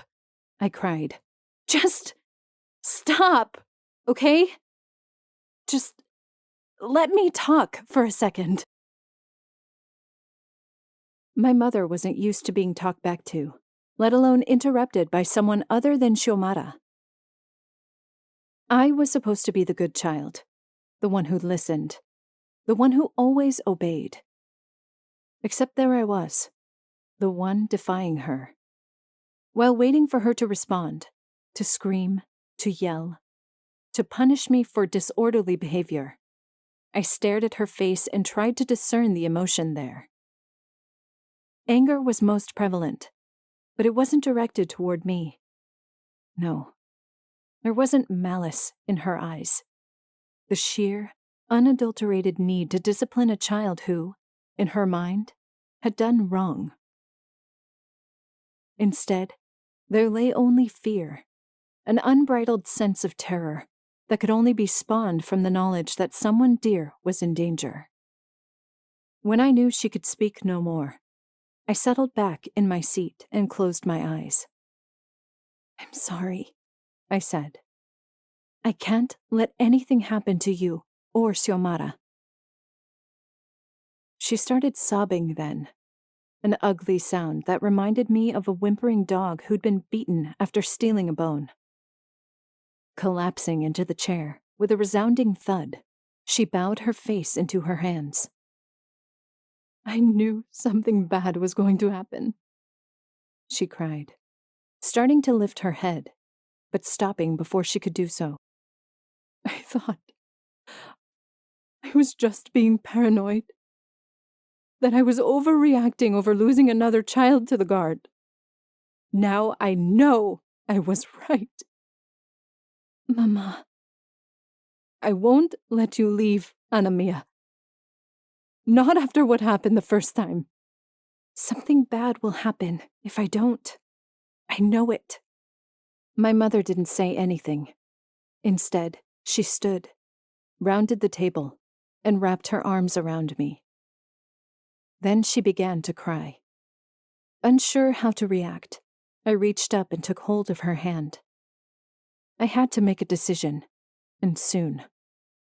My mother and sister's lives depended on it. I realized I could do nothing without first knowing where I would go if I were to leave Fort Hope.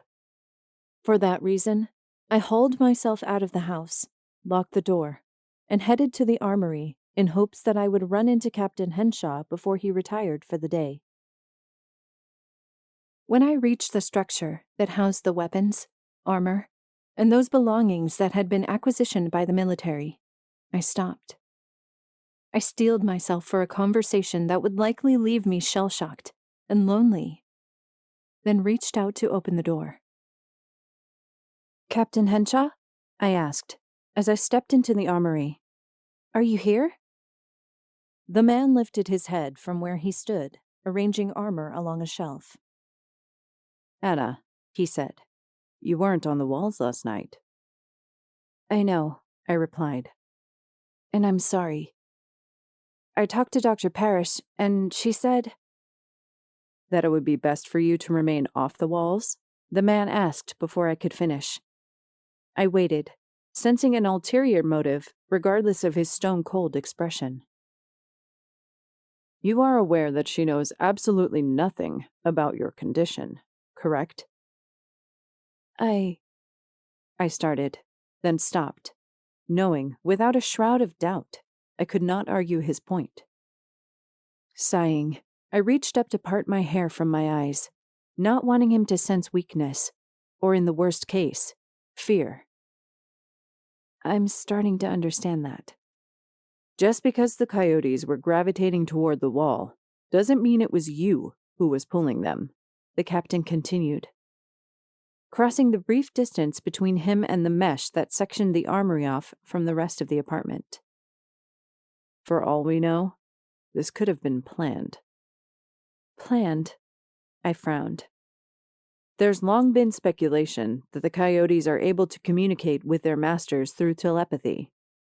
Now, I don't think it's safe to say it's impossible, considering how highly advanced their technology is. But, well, maybe telepathy is a stretch. Either way, I replied. People think they can communicate with their masters from vast distances. Correct. Which means it might not even be my fault that they approach the wall. It means exactly that. In theory, it made sense, but it didn't explain the visions, nor did it explain the sudden, inexplicable interest they'd shown toward me. It hadn't been a slow advance, either. It'd been a full-out assault. Had we not the firepower that night, our walls could have easily been breached. People could have died. Fort Hope could have fallen. Nothing could have been left of the place I had spent the last 6 years growing up. With a short, resounding nod, I settled onto the chair across from Captain Henshaw. Tell me about the one place I could go. Henshaw ran a hand across his sweaty brow, then sat across from me. It used to be a hospital in the city of Austin, he explained, leaning forward and lacing his hands together. It used to house a number of doctors, physicians, psychiatrists, pharmacists. This sprawling place was one of the main hospitals in the entire city, and boasted some of the most impressive research centers in Central Texas. If anywhere would be safe, it'd be there. How would you get me there? We would either have to dispatch you in a vehicle and risk braving the roads, or we would have to send for a helicopter. Are you able to? Our standard communications were not destroyed by the aliens when they first arrived. Some may have decayed from lack of maintenance, but the last time we spoke with Burgundy Hospital, everything went smoothly. So you're saying there's a chance I could leave? Are you really that determined to leave the only home you know? Henshaw asked. I feel like something bad's going to happen, I said. And it isn't just because I have a bad feeling. You're talking about the visions? I nodded. Henshaw, unable to refute my claims of conscience, leaned back and studied me with his dark eyes. His frown was enough to set me on edge. I rarely, if ever, saw him express an emotion his stone-cold demeanor couldn't repress. I imagine the military trained it out of you. Conditioning, it was called. Stripping the lesser aspects from a person to make a better soldier. In that moment, and in staring at his near-emotionless eyes, I realized he held everything in the palm of his hand. My life, my future, my fate. He could slide it underfoot and squash it like a bug, all because he didn't agree with what I was saying. Sir, I said, hoping the lapse in conversation had allowed him some clarity on the matter. He leaned forward to pin me with his gaze. If you feel your leaving is the best course of action, there's nothing I can do to stop you. Then you agree that it might be safer if I leave? I agree, Henshaw started, with the idea that something is happening to you. I'm not entirely convinced it's what drew the coyotes to the walls. What I know for sure is that if you can receive medical treatment in a facility designed to suit your needs, then there's no point in denying you that option. I'll put in the order to have contact established with Burgundy Hospital. If everything goes according to plan, we should be able to move you within the next few days. I could only hope it would be soon enough. I wasn't sure what to tell my mother or my sister. I wasn't even sure what to tell myself. As I walked back from the armory, my hand in my pocket and my eyes downcast, I tried not to tremble over the reality that I would soon be leaving Fort Hope. My family, my friends, my purpose, all would be gone in but a few days. It's for their own good, I mumbled, kicking a stray rock. I watched it bounce several feet until it came to rest at the end of a nearby boot. When I lifted my head, I saw a familiar face. Asha.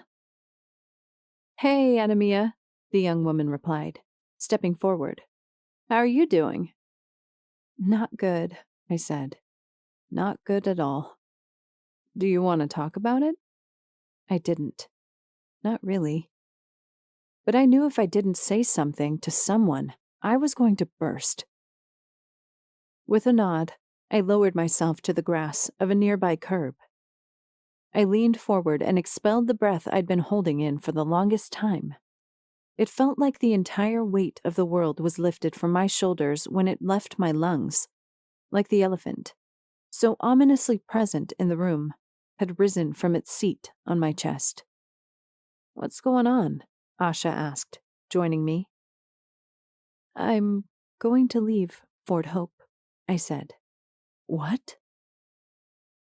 I explained the details surrounding my attack, of the visions, the coyotes, and how I felt a deep, dark dread within a place that had not existed until that single bite. When I finished, with inklings of moisture pooled at the corners of my eyes, I bowed my head to stem the flow of tears, but to no avail.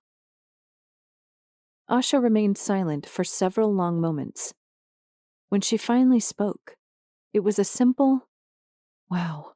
That was all someone could say to a girl who had just spilled her heart out. Wow. I feel like my world is caving in around me, I said, forcing myself to look at the young woman, to see the horror etched upon the lines around her mouth, in the corners of her eyes. I don't know what to do, Asha. One moment I'm thinking that I'm making the right decision. The next, I'm wondering if I've made the biggest mistake of my life. Have you already agreed to leave if you're able to? I don't think I have any other choice. You always have a choice, Anamia. I know, but... What? I could choose to ignore the feeling and potentially let the entire complex die as a result. Or I could follow it and get as far away from my friends and my livelihood as possible. What more was there to debate, to decide, to, as Asha had so eloquently stated, choose? Rather than dwell on it, I pushed myself to my feet and started down the road. Asha gave chase. Hey, Anamia! I turned to face her. When she took hold of my hand, I started bawling. I know you're scared, the girl said, and I know this is going to be a hard decision, but I want you to know I'm here for you no matter what. Thank you. She leaned forward, pressed a kiss to my cheek, and forced a smile. I tried to smile back, but couldn't. Where will you go? She asked. There's a hospital in Austin, I said, stepping back and looking into her eyes.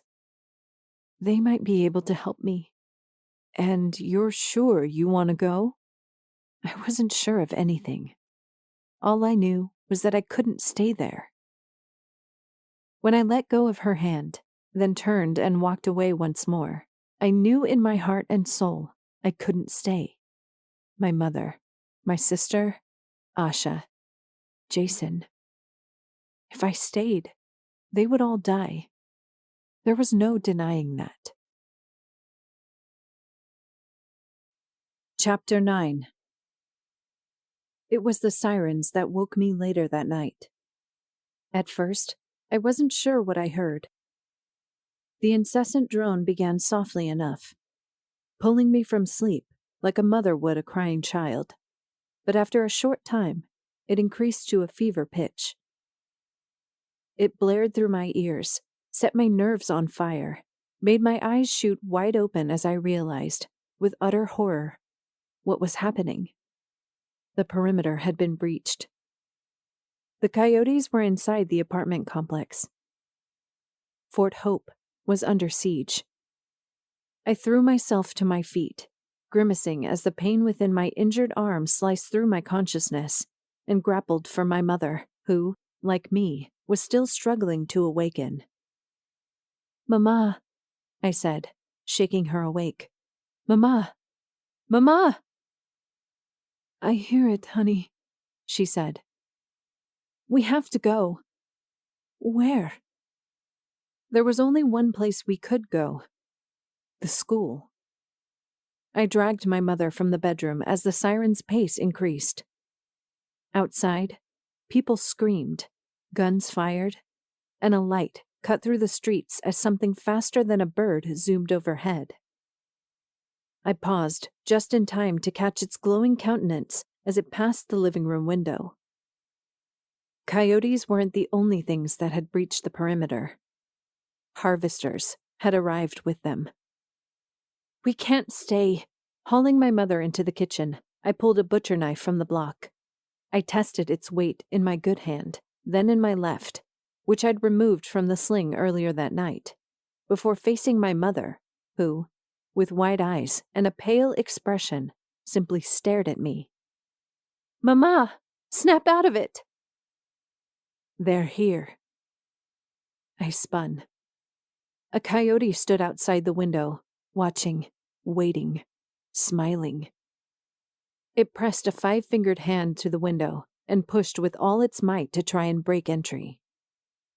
Running forward, I tore the curtains across the windows before kicking the door open, spinning instinctively to avoid its reach as it hobbled forward. I swung, extending the knife as far as my reach would go, and was rewarded with resistance as it cut into its tender flesh. Its howl tore through the night as I fought the creature off. My mother appeared, brandishing a knife of her own, and together we drove the monster into the street. "Anna Mia!" I heard my sister cry. "Xiomara!" My sister arrived, gun in her arms. When the coyote spun to face her, she lifted the gun, let loose a hail of bullets, and cut the thing down. "We can't stay," she said as she ran forward, chest heaving and sweat beading her brow. "What's going on?" I asked, taking hold of her arm. "The coyote started advancing shortly after midnight," she said, grimacing as the sound of gunfire rose over her voice. "We tried to shoot them down, but they just kept coming. Then they started crawling over the walls, and that was when—" "The harvester," I cut in. "Yeah." She looked from me to our mother. "Mom, we need to leave, now." "Where will we go?" she asked. "What about the captain? Where is he?" "I don't know," Xiomara replied. "Right now, I don't care. We need to get out of here. Come on!" I bolted into a sprint as my sister took off down the road, taking extra care not to trip over the bodies of coyotes and men alike as we trampled along the asphalt. My chest heaved, my lungs burned.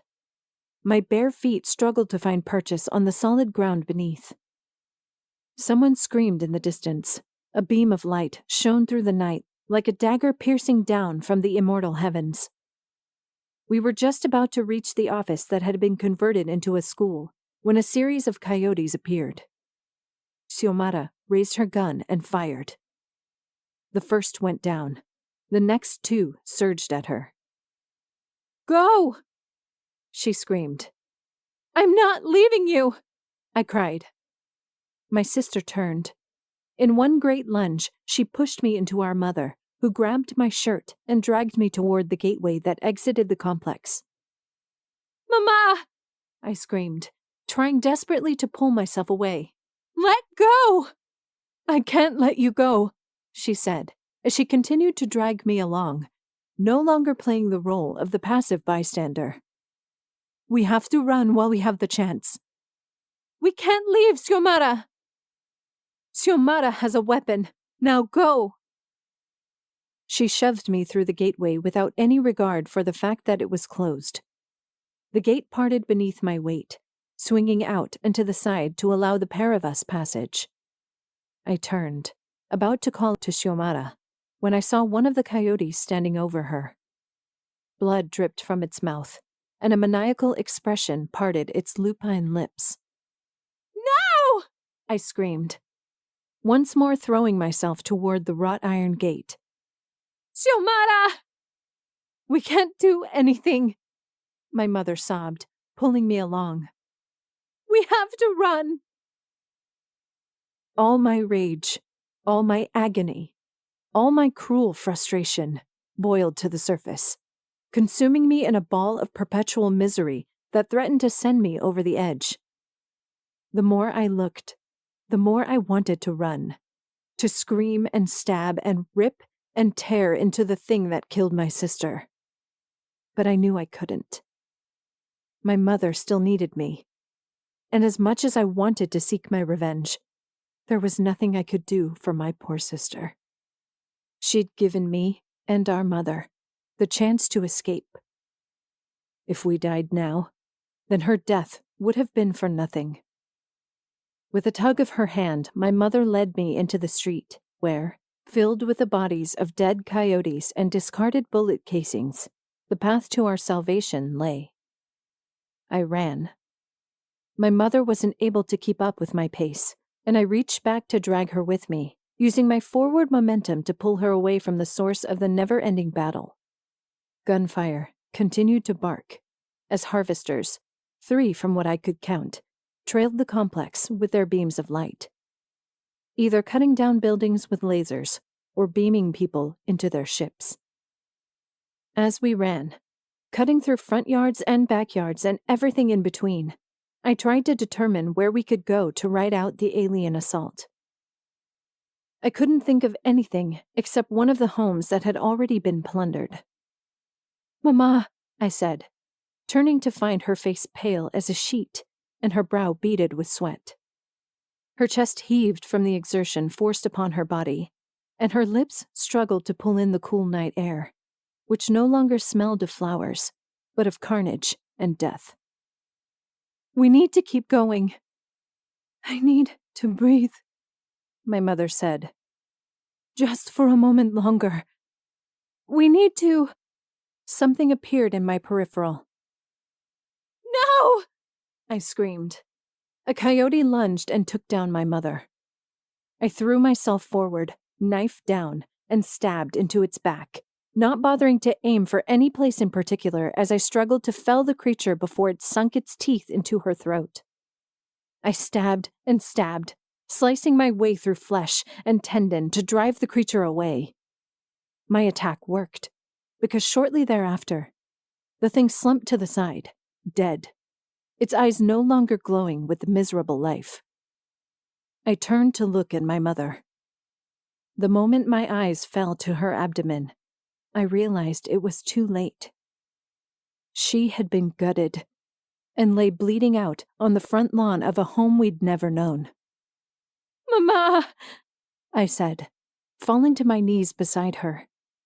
Tears streaming from my face as I realized she was still alive and there was nothing that I could do for her. "Everything's going to be fine. I'll get you in one of these houses. I'll keep you safe. Everything. Don't worry about me, she gasped, reaching up to stroke my tear-stained face. Blood dripped from the corners of her mouth, and she wheezed from the effort of speech. There's nothing you can do for me, Anna Mia. Go. Now. Before you're next. I love you, I whispered, taking hold of her hand. And you, she whispered, closing her eyes. Te amo, Anna Mia. Te amo, I replied. Her grip tightened for one brief moment before it slackened in my grasp. I wanted to scream as her hand slumped from mine, but I knew I couldn't. My mother and sister had died less than a half an hour from each other. At that moment, I was all alone in the world. Standing, I looked from the dead coyote to my mother, then back to the coyote before taking off into a run. Without my mother to hinder my progress, I sailed like lightning, arcing through the night and toward a place I had no concept or vague recollection of. I could barely see through the tears, such were their intensity and sheer pursuit to blind me. I reached up several times to wipe them away, and found that doing so only caused more to arise. When a strangled sob choked my throat, I collapsed in a nearby yard and trembled. Images filled my head of a time and place I couldn't understand. First, it was the gray hills. Then it was the monoliths. Then it was the coyotes dancing below them, as in the skies above the disc-shaped saucers circled. Then I saw Fort Hope, burning. As from the harvester's depths, they fired city-rending lasers to cut down any and everything that was in their path. Then I heard the coyotes, baying softly, as they communicated between one another. Find the girl, I thought I could hear them say. Find the girl. Find the girl. Find the girl. I shook. What felt like a seizure took my body, and I spasmed once, then twice before settling back into the cool grass. Blinking, I tried my hardest not to succumb to another fit. When I opened my eyes again, I could see nothing but stars, could hear little more than the sound of buildings collapsing, and smell nothing but smoke in the air. I had to get away, right away, while I still had the chance. Rolling over, I pushed myself to my feet with my good arm and didn't bother to pull the knife from the grass as I took off, running from house to house to see if any were unlocked. When I came across a shed whose interior I knew was shrouded in darkness, I pulled its handle, threw myself inside, then slammed the door and pushed a toolbox that I swore weighed a ton in front of it. The moment I felt I was safe, my adrenaline ceased to flow. Collapsing, I trembled. I sobbed. For one moment, I thought something would bang down the door. Such were my cries, when nothing did, and when the moonlight pierced through the thin slice of an overhead window, I drew myself into a ball. Still in my nightclothes, and freezing, I closed my eyes. Mama, I whispered. Xiomara. I realized then that the chill on my hand was not from tears. It was blood. I dozed off some time after realizing the blood on my hands was not my own, either from shock or exhaustion, or a combination of both. Haunted by dreams of my family's untimely deaths and the destruction of a place I considered home, I awoke the following morning to dappled sunlight streaming through the single overhead window. At first, I thought it was all a dream, that regardless of my place in the world, none of the events of the previous night had occurred. It was only when slicing pains where rocks and other debris had dug into my feet began to plague me that I could deny it no more. My mother, my sister, my home, all gone. I was all alone in the world.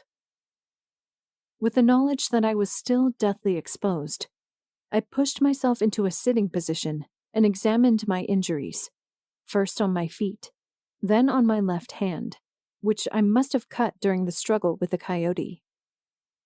The pain there, in the quick of my palm, burned with an intensity I could have never thought possible, not physically, but emotionally. A scar would form there in the coming days, then the weeks that followed, and it would do nothing but remind me of my failure to protect my mother. And I called myself a guardsman. After rising to my feet and taking a brief inventory of my surroundings, I tore the sleeves off of my nightshirt and fashioned makeshift coverings for my feet. Reaching into the toolbox, I sorted through its belongings until I returned with a wrench that was nearly a foot long and thick enough to serve as a substantial weapon. Once that was done, I pushed the toolbox aside, then stepped out into the light. There was no way I could realistically continue on my own. Without knowledge of the area and even less knowledge of the cities that surrounded Fredericksburg, I could wander in the wrong direction and get lost forever. Such was the scale of Texas and the terrain that inhabited it. For that reason, I wandered back toward where Fort Hope used to be, hoping, by God's grace or measure, that someone or something would still be standing. I at least needed shoes, and decent clothes, and a better weapon, and supplies, and... I paused. When I thought about it, I needed everything I was unlikely to find. "Keep your cool," I mumbled as I continued down the road. "You can't freak out now, not when you still might be in danger." There was a distinct possibility that the coyotes and the harvesters that had accompanied them might still be in the area, though judging by my current surroundings, that didn't seem to be the case. However, that didn't mean they couldn't be hiding. Coyotes could easily slip through the wreckage, while the harvesters, with their cloaking technology, would be able to render themselves invisible to all but the untrained eye. I wasn't trained to spot anomalies in the sky, and the wreckage was so great that a coyote could be around a corner, and I would never see it. As I approached the front of what used to be the Hope apartment complexes, I considered the remnants of flowers at my feet, some trampled, crushed, and still bearing their petals, but most demolished in the chaos. The heavy, acrid odor of smoke still lingered from where fires had overtaken the property. The front office building that used to be a school was destroyed. The wrought iron gates and concrete that used to defend us from the outside world were caved forward or all but destroyed. And the bodies? I couldn't look without tears coming to my eyes. They hadn't been eaten. They hadn't been harvested. Beyond whatever wounds had killed them, they had not been desecrated. No. They'd been left to rot in the Texas sun. "Hello?" I asked, my childish inhibitions rising to the surface when I felt far more helpless than I could have ever imagined. "Is anyone there?" I knew I shouldn't have spoken. Out here, alone, exposed, and completely unarmed, I was such an easy target. But I couldn't help it. That small, quiet voice inside me, usually reserved for and kept locked after childhood, had risen, all to seek out the one person who might be able to help me. As I expected, no response came. Rather than wait to see if anyone or anything would approach, I chose to step forward and make my way into the wreckage. Plundering the corpses for their personal artifacts was the first thing that came to mind, but as I made my way through the battlefield, I found I couldn't bring myself to do that. Instead, I pushed onward, heading through the gate opposite the one I had exited from the night before. I approached those few apartment buildings that still stood. Among those standing was number 10, and as I arrived, I banged first on the door opposite Jason's, believing that someone, anyone, would answer. When none did, I turned and stepped toward Jason's door, knocking with what little strength I had left. The strength slipped from my legs. I slumped to the ground and sobbed. It was hopeless. No one would hear me. No one would help me. And no one would save me. I was all alone, surrounded by wreckage and death. As the urge to scream bubbled up inside me, I heard a scrape of a lock coming undone. I lifted my head. My eyes cracked open. The door swung to reveal none other than Jason Parks. "Jason," I breathed. "Anna." He fell to his knees beside me. "Anna Mia, is that really you?" I collapsed into his arms, sobbing, not caring about the state I was in or how he viewed it. I bowed my face into his chest and tightened my hold around his body as my own racked with convulsions. I couldn't believe how hard I was crying. I sounded absolutely hysterical. But at the same time, I knew I needed to process the emotions streaming through my system. So I cried and cried for what felt like hours. Then I saw movement in my peripheral and broke away from Jason. Asha Dawson stood beside him. She too wrapped me in her arms, leaning into my body and offering a hug I felt would break me in half. "You were right," she whispered, "that something bad was about to happen." "Did you see it?" Jason asked, after a moment's hesitation. "I mean, in your head. Like Asha said you might have." I pulled away and shook my head. "No," I said. "I didn't." "Come inside," he said, pushing the door open further. "You look like you need to rest." "I can't stay here," I said, after I'd rested for several hours, during which time I'd bathed, changed into a set of Jason's clothes, and donned his extra pair of shoes. "Look around us," Jason replied. "This place is gone." "There's no way they could think there are other survivors here," Asha added. "Maybe not in the wreckage," I replied. "But here, in these apartments?" "Asha and I already knocked on all the doors. No one answered." "That still doesn't mean—" "Anna," Asha said, taking a few steps forward. She placed her hands on my arms and tightened her hold around my biceps until I looked her straight in the eyes. "Listen to me, okay?" I nodded. "There isn't anyone left but us." "Everyone's dead," Jason added. "We knocked on all the apartments, announced we were guardsmen, and called for the survivors to come out. There's no one here, and because of that, Asha and I aren't going to stay." He crouched and searched through 2 backpacks he'd arranged on the floor near the doorway. "We were planning on going to Austin to see if we could find that hospital you mentioned to Asha the other day." "You mean Burgundy?" I asked, at which point they both nodded. "We don't even know if we could make it there." "I know how to get to Austin from Fredericksburg," Asha said. "It's straight to the east from where we are." "And you know how to judge where you're going from the direction of the sun?" "Rises in the east, sets in the west." At least she knew what she was talking about. With a sigh, I settled down on the couch and leaned back, feeling the effects of the night and of sleeping on a surface that had not been a plush mattress. My back ached, my arm throbbed, my feet burned from where I'd run over rocks and who knew what else. All I wanted to do was stay there and sleep, but I knew we couldn't. Not with the coyotes and harvesters in the area. "I think what we should do," Asha said, after a moment's silence, "is rest until the afternoon, then leave and make our way east. We can stop in one of the houses once it gets dark and board ourselves in for the night."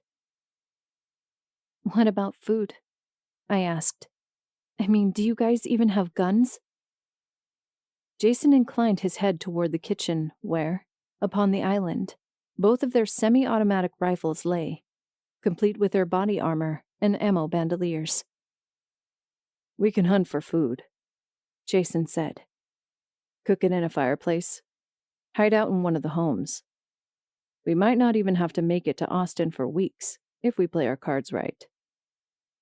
But we want to make it there," Asha said, her voice hesitant. "I mean, so we can be with other people, right?" "Are you sure you guys want to risk bringing me along?" I asked. "After everything that's happened." "We're not going to leave you behind," she replied. "I've lost everyone. I'm not about to lose you too." I smiled, though the pleasant emotion was short-lived. I shouldn't be happy. I shouldn't be relieved. My family was dead, Asha's too. And now we were just 3 kids who had the world and all its dangers before us. "Jason?" I turned to face him. "Are you okay with me coming with you and Asha?" "We can't leave you to fend for yourself," Jason replied, crossing his arms over his chest. "Besides, it'll be safer if the 3 of us stick together." "Try and get some sleep," Asha said, as I leaned back against the couch. "We'll wake you when it's time to leave." "You're sure?" I asked. She nodded. "I'm sure." With that, I laid down, closed my eyes, and tried to sleep. I didn't realize how exhausted I was until I passed out. Chapter 10. We loaded up 3 backpacks with supplies and salvaged what supplies we could from Jason and Captain Henshaw's apartment, including Asha and Jason's gear from the previous night, and a butcher knife for me, before we made our way into the ruins of the complex.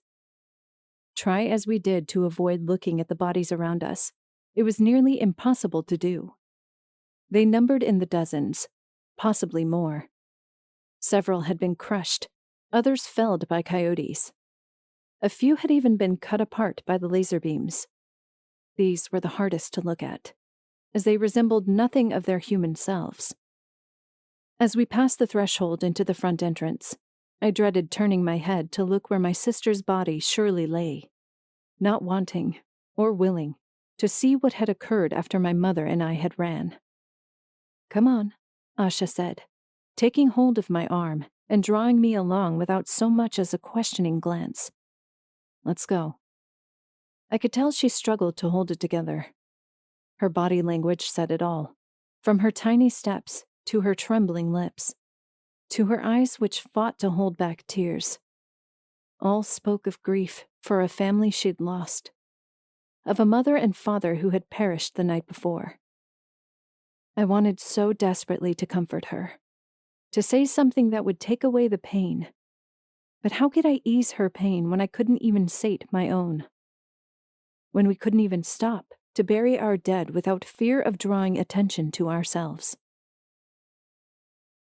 We passed into the empty streets and regarded the houses in the distance, knowing, without a doubt, that none of them would provide adequate sanctuary come nightfall.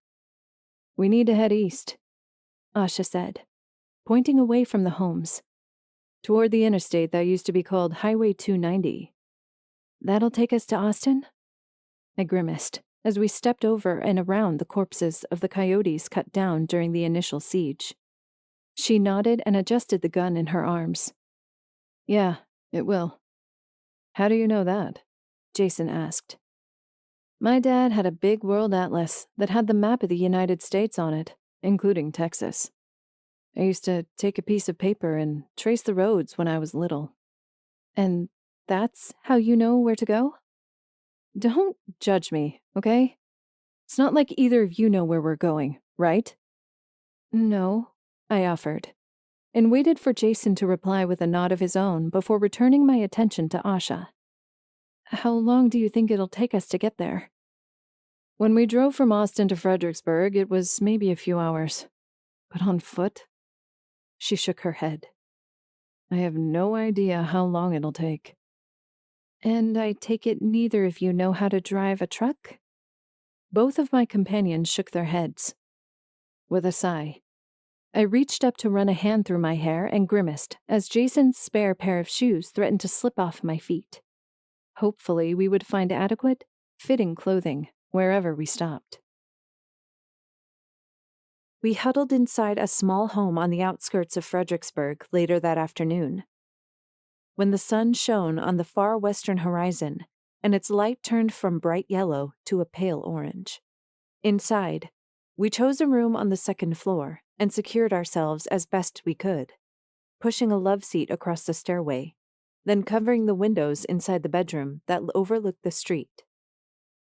By the time we finished, night had fallen upon us, and with it, the dread that inhabited our cruel and savage world. We're gonna be okay, Jason said, trying his best to reassure both me and Asha. I promise. I looked from him to Asha, then back again, as he settled on the floor to divide the bread that would consist of the night's meal. As I received my portion of the loaf, I looked at it and longed for the comforts of real food, of eggs and jelly and meat. Regardless, I bit into the bread with pleasure and swallowed it down with the bottled water we would have to learn to conserve on the road to Austin. Outside, the coyotes bayed, signaling their presence to the world. They won't get in, Asha said. Right? Jason shook his head. No, he replied, craning his head toward the bedroom doorway, which was closed, locked, and secured by a heavy chair and a dresser. They won't be able to get in. The blinds are drawn, I was quick to add. They can't even see in here. We just need to be as quiet as possible. Asha nodded, her eyes weary and her lower lip trembling. She reached up to sip from her bottle of water, grimacing as the sound of a harvester entered our ears. The noise resembled a rush of air shooting down a ventilation shaft. She shivered and set her bread down to tuck her feet beneath her legs and draw a blanket around her shoulders. Guys, she said, the tears freely dripping. I'm scared. I couldn't blame her. So was I. And if I had to guess, Jason was too. How he was holding it together so well, I couldn't be sure. Maybe it was because he hadn't lost anyone close to him at the fort. Or maybe it was because his form of PTSD was blocking out any emotion for the time being. Either way, I envied him. I felt so close to cracking. I was like porcelain hovering at the edge of a china cabinet. Once I finished eating, and once I was convinced my presence wasn't going to be needed, I settled down in the chair across from the doorway and took hold of the gun Asha had been carrying for the past several hours. I'll take first watch. You sure? Asha asked. Jason merely gave me a concerned look. I slept this morning, I said, adjusting my position in the plush chair. I'll be fine. Don't worry about me. If you're sure, Jason said. I nodded and watched as they clambered onto the twin-sized bed without so much as a sideways glance. Wake one of us when you get tired, Asha said. I will. It wasn't long before both of them drifted off to sleep. With a sigh, I set my attention on the doorway and tightened my hold on the semi-automatic rifle. I could already tell it was going to be a long night. We rose the following morning and made our way from the city of Fredericksburg to Highway 290. Lonely, desolate, and barren as far as the eye could see, we stuck to the sides of the road on the chance we would need to bolt into the nearby trees and tried our hardest to keep our spirits high. Small chat, which normally would have settled my nerves, did little to put me at ease. By the time we fell into silence, I felt like I was the loneliest person on earth, regardless of the fact that I had 2 companions at my side. My body, weary from having worried too much the night before, protested the efforts of walking.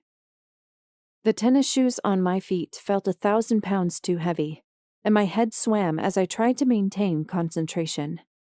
The air was humid, the temperature cool, the parched feeling in my throat only abated by frequent sips of water I couldn't afford to waste. At one point, I stopped drinking and pushed through my chronic need for hydration. But I knew that, eventually, I would cave. There was no denying it. Between the fever sweats from the night before and my total exhaustion, it was obvious I was getting sick. Anna? Asha slid a hand along my back and grimaced as she pulled it back. Are you okay? No, I managed, swallowing the ever-growing lump in my throat. Why? You're sweating, and excuse me for saying this, like a pig. I think I'm sick. I turned my head to look at Asha, then Jason, who, with concerned eyes, watched me as we continued along the interstate. He swore, a sound that cut through the daytime like a knife through tender flesh, and stamped his foot. It figures we'd start our trip like this. Calm down, Asha replied. We'll just go as far along as Anna can bear it, then stop until she feels better. I really think all I need is rest, I said. I'm sorry, guys. There's no need to apologize, Jason said. The stress is finally getting to you. No one can blame you for that. Could they, though? I blamed myself for it, for not keeping a level head, for not succumbing to my desire to sleep the night before, for taking first watch, for not trying to relax even though we'd been in a secure home. Realistically, it was my fault I felt like I did, because I knew I didn't have a cold or a flu or any other kind of ailment. Besides my arm, I was perfectly healthy. Dr. Parrish even said so. But at that moment, feeling like I did, I expelled a pent-up breath and glanced toward the horizon, where I could just make out a farmhouse sequestered atop a lonely hill. There, I said, making my way onto the grass. Let's go there. We still don't know what we're going to do about food, Jason said. There's a river nearby, Asha offered.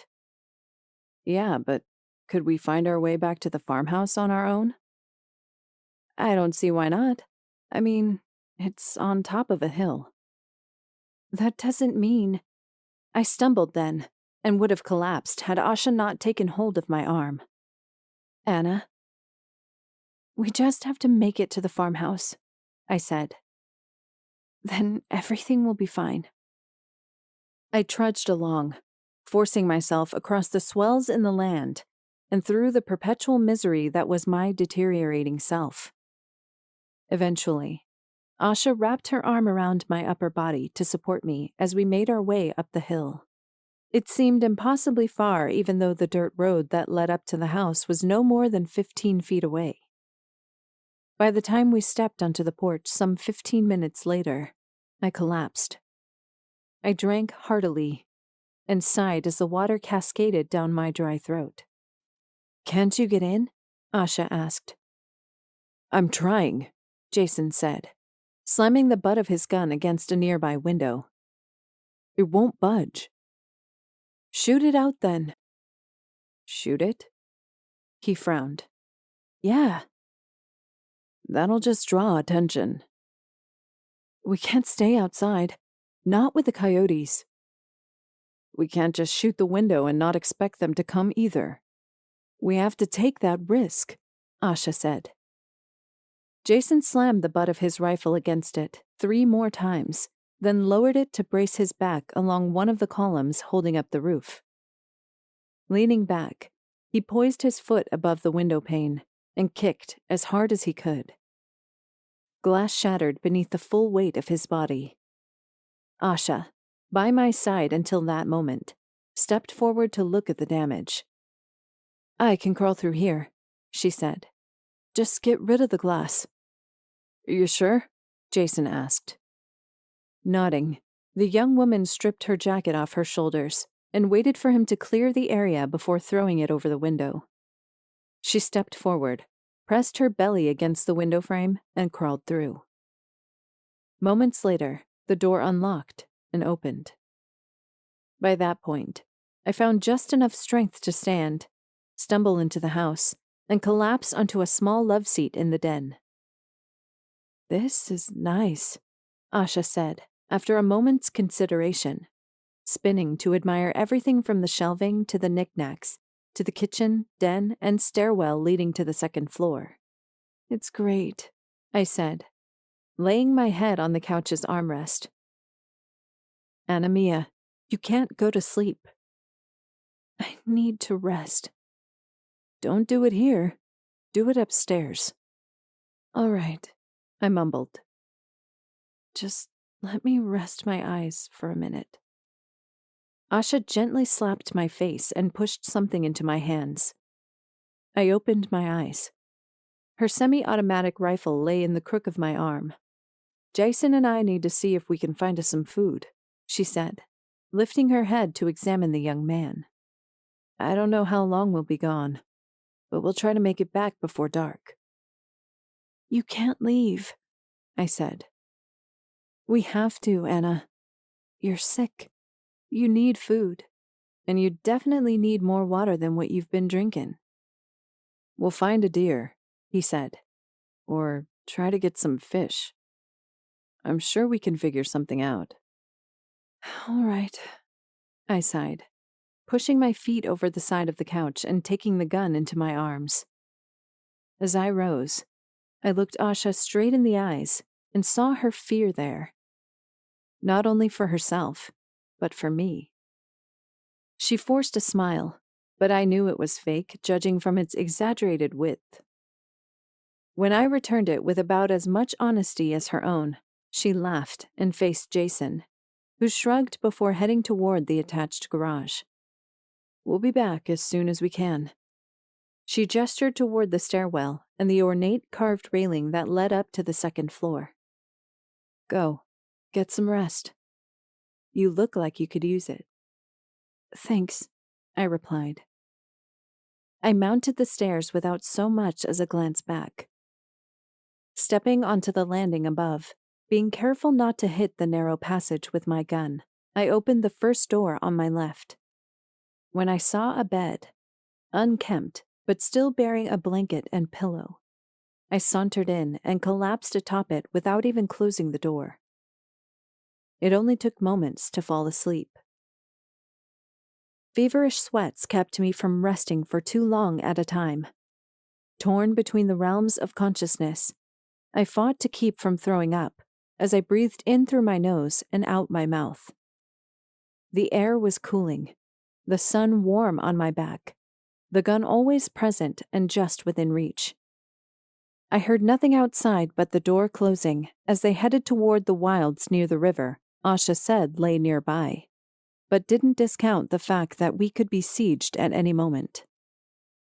I tried desperately to sleep, to ignore the panic strumming along my ribcage and the delicate fibers of my heart. When it grew to be too much, I rolled over and traced the paint on the ceiling. After a moment, I found the effect oddly calming, and soon I fell asleep. The next time I awoke, I was exhausted, but recovered enough to roll onto my side without being in unbearable discomfort. I opened my eyes to find it was nearly dark, and having not heard the door open again, dreaded the idea that Jason and Asha might not make it back before the day was up. After reaching for Asha's gun, I stood and made my way to the window. Outside, in the quickly dissipating sunlight, I could see nothing but the distant, empty road and the grassy hills beyond. I knew they would be okay, so long as they didn't run into any coyotes or were spotted by any harvesters. Darkness might even serve them well, give them cover under which to make their way back in complete obscurity. But just because I wanted one thing to happen didn't mean it would go that way. It could always turn into another. With a sigh, I left the bedroom and went down into the kitchen, where I drew the curtains and took inventory of the items that remained. The candles I drew from cabinets and set them along the counter. I arranged an empty box in front of the window to block out the light and the elements. A quick lighter that I feared might not work produced flame when I pulled its trigger. I didn't bother with the food in the pantry or cupboards. It had expired years ago. My stomach growled, sending the realization that I hadn't eaten since late the night before jarring into my brain. It brought with it the reality that Jason and Asha might not even return with food. I hoped to God they would. Otherwise, I didn't know what I'd do. The sound of footsteps on the front porch was enough to stir me from sleep. Opening my eyes to darkness, I reached for my gun, unsure if it was my friends returning or if coyotes were searching the now inhabited property. I sat up, slowly, as not to reveal my presence on the creaking floorboards, and trained my gun on the door. Shuffled footsteps sounded outside as someone, or more like something, reached forward and took hold of the doorknob. "Jason?" I asked, holding my gun as steady as I could. "Asha?" "It's just us," Asha called in. The door opened to reveal my friends, both of whom held backpacks that appeared fully loaded. "We're back," Asha said, a bright smile on her face. "And we brought food." "Thank God," I breathed. "What is it?" Jason opened his backpack to show several carefully prepared slices of meat wrapped in cellophane, while Asha deposited a number of peaches onto the countertops. "Did you?" "Get a deer?" "Yeah. Surprisingly. That's why it took us so long to get back. It was grazing in the peach orchards when we stumbled across it," Asha said, passing me a peach which I bit into with a throaty moan. "Jason took it down and prepared it. We brought as much back as we could," he said. "I guess we can make jerky out of it. Or just cook it and hope it stays good." "How are we going to cook it?" I asked. Jason gestured toward the garage. "I figure we'll be safe enough to cook in there. Want to join us?" I did, and followed him and Asha. He dragged a grill from the nearby corner and filled it with coals before dousing them with lighter fluid. I craned my arm forward and lit it with a lighter, sighing as everything went according to plan. "Shall we just settle down in here?" I asked. "Or should we—" "You go inside," Asha said, pushing me toward the threshold. "I'll help Jason with the cooking." "You're sure?" "You're sick, Anna. Lie down. Keep an ear out if you're really wanting to do something." I wanted to contribute in some way. So, with a determined nod, I turned and stepped back into the house, where I seated myself at the kitchen island and listened to the sound of crackling flames and inhaled the scents of cooking meats. I sighed. How I longed for home. For Mama's cooking. For Xiomara's laughter. For the guard to protect us from the creatures that lurked within the darkness. But I could have none of them. All had been stripped away in the span of one night. And there we were, the last remaining guardsmen, making our way to Austin, Texas, and the hospital that might not even be standing. I briefly considered the idea of drawing a message in the road in case a helicopter would find us, but knew that would be foolish. Even if one from the city passed overhead to see why Fort Hope no longer transmitted, which I highly doubted, the harvesters would realize humans inhabited the structure. We'd be done for. There was nothing we could do that wouldn't result in potential death.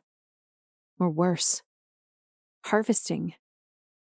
Shivering as I thought of my father and Jason's parents, I realized with shame and regret I was thankful my mother and sister had died by the hands of coyotes. I could only imagine the kind of things they did to people once they were on the ships.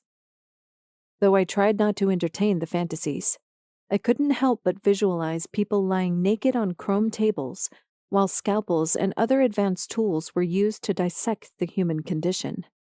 The thoughts, morbid as they were, brought tears to my eyes. Thankfully, my father was dead. I knew this to be true in my heart, only because they would have never kept a human prisoner alive for so long. Those that had been harvested at Fort Hope. They might still be alive, but they wouldn't be for long. The scent of cooked meat wafting into my nose stirred me from my thoughts. "Dinner is served," Jason said, setting the plate of cooked meat on the counter before us. "And you filled our water bottles?" I asked. Asha grabbed the backpack that had contained the peaches and passed me a full bottle, which I took and drank from heartily. The steak wasn't exactly the greatest, given Jason's inexperience with cooking. While burnt in spots, it was still food. Food we otherwise would have never eaten had my friends not gone in search of it. With a semblance of a smile on my face, I bowed my head and ate, knowing, without a doubt in my mind, that we could survive. Chapter 11. The first snow of autumn began to fall that night. It was beautiful, dazzling in its splendor and mesmerizing in that it reflected the moon's light like millions of tiny starbursts falling from the heavens. The only problem was, it couldn't be enjoyed, or savored, or marveled upon, or viewed in all the glory that it should have been. Not with the knowledge that we could be discovered at any moment. "You think we're far enough away to where they won't find us?" I heard Asha ask from the bed. "I'm sure we are," Jason replied. "We're about an hour outside the city. What reason would they have to come here?" No one lived there anymore. No one except us. And though the house on top of the hill seemed too good to be true, I was beginning to let myself believe we were safe here. We hadn't made much of a racket when we arrived, and unless Asha and Jason had been followed while returning under the cover of darkness, I saw no reason we wouldn't be safe. "Anna," Jason said, setting a hand on my shoulder. "Are you okay?" "I'm fine," I replied. "Just watching the snow." "Snow?" Asha asked. I nodded and gestured.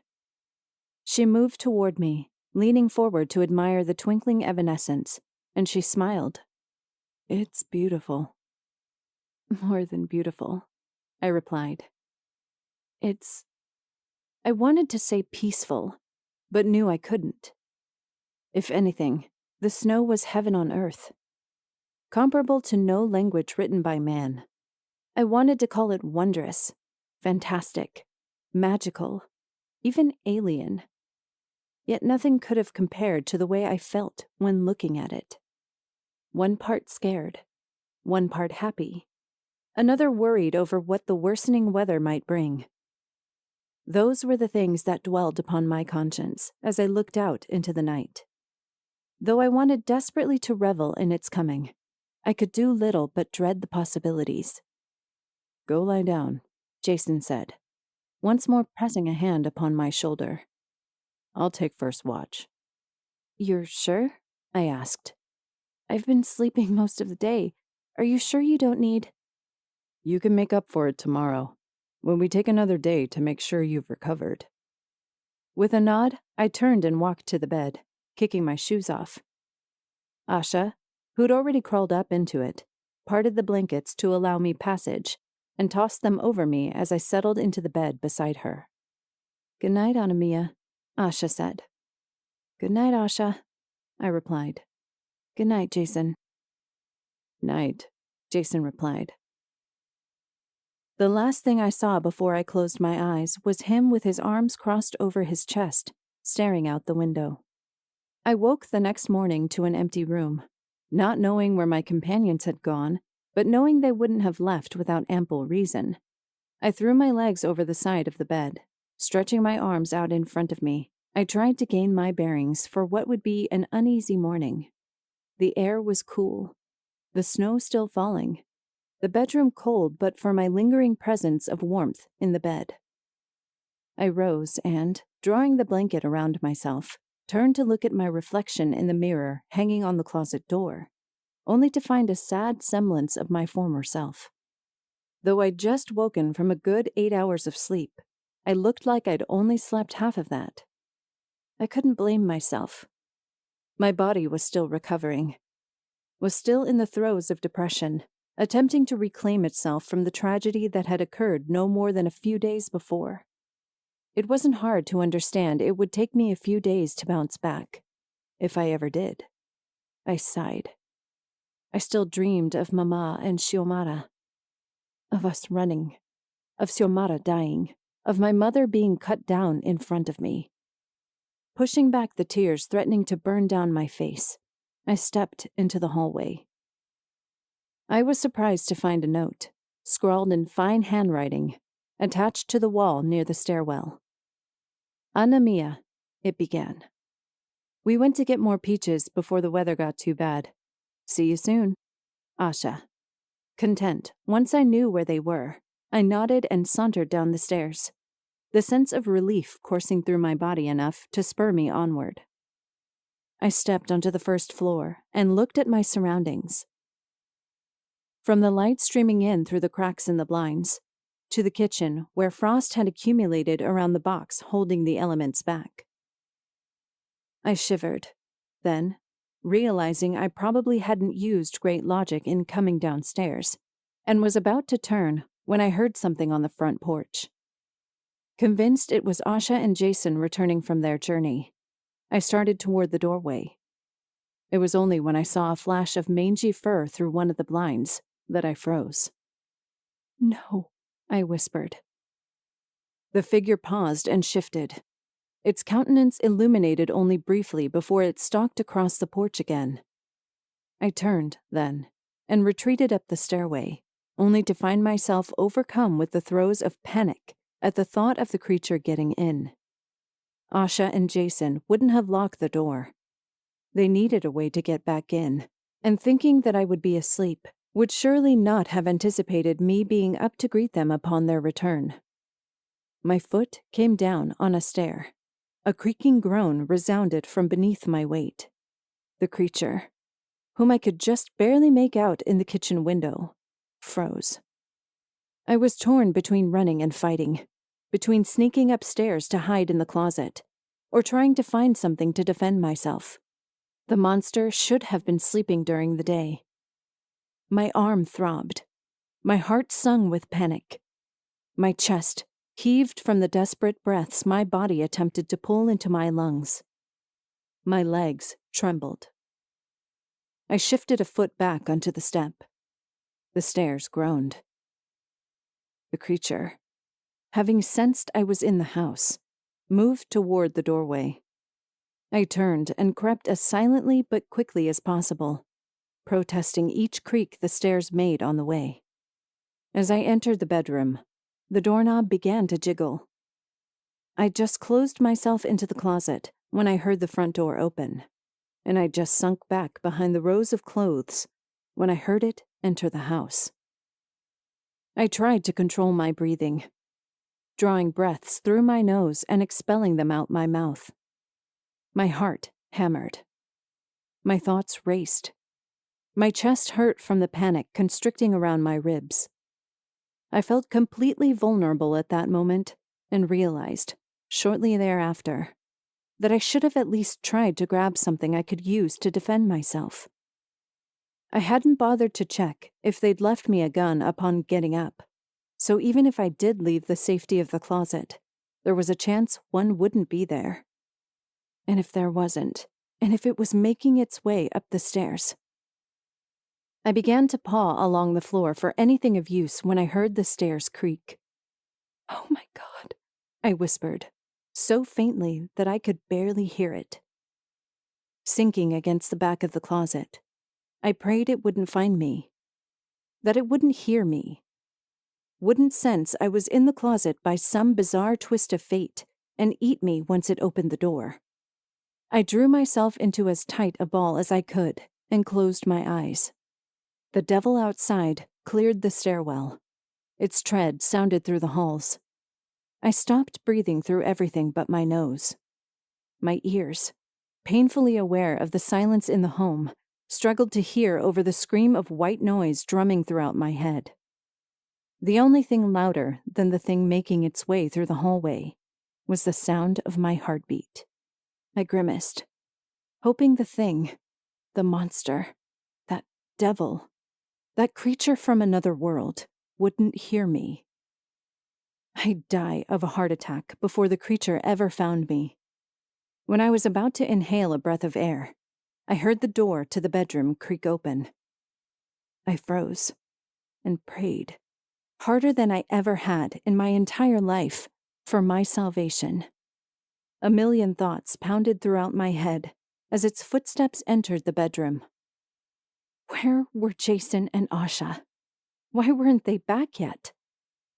Would they see that the door was open? And if they did, would they know something was wrong, that I was in danger, that something had entered our requisitioned home and was lying in wait for them? I heard the sound of its wheezed breathing and felt tears come to my eyes. I didn't want to die. Not like this. Completely defenseless and alone without anyone to see me off. Suddenly, everything came to a pause. No movement, no breathing, no wheezing. "Anamia?" I heard Jason call out. "Is everything all—" "Help!" I screamed. "Help!" It launched itself at the door, struggling to claw at the doorknob as I threw myself opposite it. Its grunts and snarls of protest were enough to raise the hairs on the back of my neck, and its constant assault against the door sent jarring pain throughout my body. I continued to scream, continued to yell for them to help, but knew I wouldn't be able to hold back its assault for long. They needed to run up the stairs. They needed to get in the room. They needed to take their guns, aim, fire, and cut down the creature that was determined to tear me apart. I heard footsteps barreling up the stairs. I threw myself back. The door burst open. The creature, in all its malevolent glory, howled. My arms covered my face just in time for one of the guns to go off. Blood sprayed my figure as the creature fell dead at my feet. I flung myself from the doorway and into the arms of the first person who was there, Asha's. I sobbed as the creature trembled one last time before expiring at my feet. "Anna," Asha said, pushing my head away and taking my face into her hands. "Are you okay? Are you hurt? Did it get you?" "No," I sobbed, trying my hardest not to choke on my own snot and spit as I continued to shake. "I'm okay. "We need to leave," Jason said. "Now." There was no denying that the creatures knew where we were. With the psychic link theory more than possible, we left the house and passed through the bright daylight as fast as we could, running, at times, down the hill, trampling through snow and leaving obvious footprints in our wake. Once we hit the highway, we broke into a full run. I, still recovering from my sickness, struggled to keep up, but managed to regardless of my near-death experience. We ran for what felt like hours, but was likely only a few minutes. When the house on the hill was but a blur upon the hazy horizon, we slowed to a walk and breathed relief for having made it safely away from the house. "I'm sorry we left you," Jason said after a moment's hesitation. "We needed to get more food." "We didn't know there'd be coyotes around," Asha replied. "I swear, Anamia, We'd have never left you if we thought you were in danger. It's all right, I sighed, struggling to fight back the tears that threatened to break from my eyes. It isn't your fault. Yes, it is. You could have died. But you got back before I did. Thank God for that. Did you get what you were going for? I picked as many peaches as the bag could carry, she said, drawing up alongside me to set a hand on my shoulder. She considered me for a moment, her big blue eyes taking me in, my features, and the panic etched along them, before pulling me into a hug. I'm sorry. Don't be, I said, shrugging out of her grasp. We just need to keep moving. Do you know what city's coming up next? Jason asked, leading the group as if we were his pack, and he the triumphant marksman that would shield us from all danger. I think it's called Stonewall, Asha said. How long will it take us to get there? I don't think that long. Then let's go, I said, pushing forward without hesitation. We need to make sure we have enough room between us and them before night falls. We reached the outskirts of Stonewall later that afternoon. Lonely and resembling a ghost town in all shapes and respects, we traveled down the street with Asha and Jason's guns drawn, and my knife-wielding self trailing shortly behind. This is creepy, Jason said, examining the buildings that appeared to be in pristine condition. This place has been maintained. You think there are people here? Asha asked. I don't know, the young man replied. But I wouldn't doubt it. Keep your guard up, guys. We don't know what we might be dealing with. No, we didn't. And that was the scariest part. Back in Fort Hope, we never had to worry about ulterior motives, backstabbing criminals, or wayward vigilantes who wished nothing but harm upon their fellow man. But there, in the wilds of Central Texas, there could be anyone or anything waiting for us. Bandits, murderers, ex-cons, rapists. I dreaded to think what would happen if Asha and I were to get caught, and instinctively drew up beside the girl, knowing, without a shroud of doubt upon my conscience, I needed to stay as close to her as possible. You okay? She asked, turning to regard me. I'm nervous. I am too. She trailed her gun along the buildings, from the rooftops to the storefronts, then to the slim number of houses that flanked the distant roads. Maybe we should go around, I suggested. We're too exposed here in the middle of town. I'd agree, Jason started. But if there's anyone here, they've likely already seen us by now. How do you... I froze as I detected movement in my peripheral. Did you see that? I asked, the breath lost in my throat. See what? He frowned. There, on the rooftops.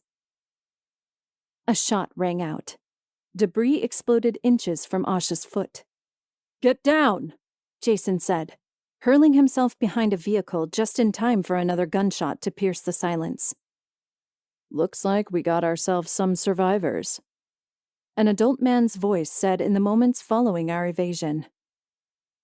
And they're armed, another man offered. 2 girls and a boy, a third said.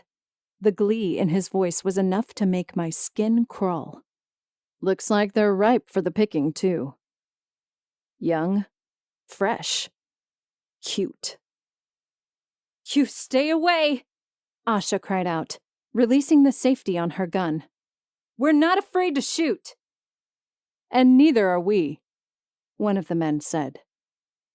I peeked over the side of the overturned car we were behind and saw there were at least 4, if not 5 of them ahead of us, both groups divided along each side of the road and sequestered along the rooftops in ample sniping positions. I gestured Jason and Asha to crane their heads around and look at where I was looking. but grimaced as the sound of a loading gun entered my ears. Drop your weapons and come out. Now. Don't listen to him, Jason whispered, turning his head to look at us. You have no idea what they'll do to you. I think we have an idea, Asha said, tears at the corners of her eyes glistening. We can't just sit here.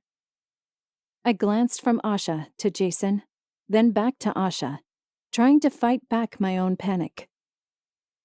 I craned my head back around and grimaced as I saw all of their guns pointed right toward us. Jason, here's what we're going to do, he said, releasing the safety on his gun. There's only 2 of them on the right side of the street. I'm going to step out and cause a diversion. Once they've got their eyes set on me, you run. Jason, Asha started.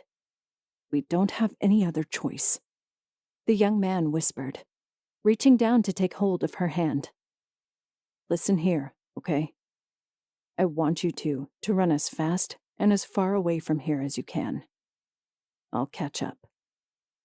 We're not leaving you, I replied. You're not. You're just running ahead, okay? This is crazy, Asha said.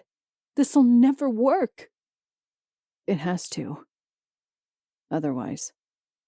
He didn't finish his thought. He didn't need to. My own twisted brain filled in the rest. On the count of 3, Jason said, flexing his calves and rising into a high crouch. 1, 2, 3. He fired. Asha and I bolted. Gunfire sprayed the street as the 3 of us split up. Run! I cried as the gunfire landed at our feet, breaking up the asphalt and sending bits of snow and dirt everywhere. Run, Asha! Run! We tore through the main intersection and into the suburban neighborhoods that covered the southern side of town, passing through front yards, backyards, and alleyways. My lungs ached in protest, and my feet threatened to slip out from under me. Still, I continued to run, tailing Asha to make sure we weren't being followed. I cast a glance over my shoulder and saw no men, but heard nothing but gunfire in the distance. Jason. Poor Jason. He'd potentially sacrificed himself so the 2 of us could get away. I couldn't think that he was dead. Surely he had to have made it out alive. Surely. Out of nowhere, the gunfire stopped. Asha and I halted and looked back to where we'd run from. We have to keep going, I said, taking hold of her sleeve and dragging her along. But what about... I shook my head. We couldn't worry about him. If we slowed down, even for a moment, there was a distinct chance we could get caught. Or worse. I gestured Asha onward. After only a brief moment of hesitation, she took off. I followed suit. Chapter 12. The 2 of us headed away from the small town until we came across the turnoff for a place called Lyndon B. Johnson State Park. Knowing it was as good a place as any to stop and wait for Jason, we walked down the dirt road, hoping, by God's giving grace or the cruel chance of luck, that we hadn't been followed by anyone or anything. Once we reached the parking lot of the visitor center, we paused to catch our breath before looking back. Jason, Asha managed. Do you see him? No. I shook my head. I don't. The young woman didn't reply. Rather, she leaned down, braced a hand against one knee, and drew in several long, laborious breaths. Sweat lined her brow, and the desperate rise and fall of her chest belied her exhaustion, but there was little I could do to help her. All I could think about was Jason, and the way he'd helped us. I shivered as the realization that the temperature could continue to plummet settled upon me. and I turned to look at the center. "We should go inside," I said, gesturing with a jut of my chin. "It's going to be dark soon." "You really think so?" Asha asked. "Look," I said, and pointed. Storm clouds were fast approaching, blanketing the eastern sky like a blight upon humanity far worse than any alien invasion. If it happened to be as bad as it looked, we were in for a long, cold night. With a nod, she walked with me, her eyes scanning for anything that might be lurking in the trees. Simple wooden and barbed wire fences cordoned off sections of land that surrounded us. But at only waist height, they would do little to stop anything truly determined to reach us. As we approached the center, I looked back at the road and hoped Jason would be wise enough to consider looking at the center first. "You think he'll find us?" Asha asked, as if reading my thoughts. "I think he will." I refused to pose the alternative. Given the way the gunfire had stopped so abruptly, I wondered, and still continued to dread, the possibility he'd been killed. It wouldn't be unlikely, considering most of their fire had been trained on him. But I didn't want to think that a friend of ours was dead. Not now. Not after everything he'd done to make sure we were safe. With a sigh, I gestured for Asha to open the door and exhaled when it parted without resistance.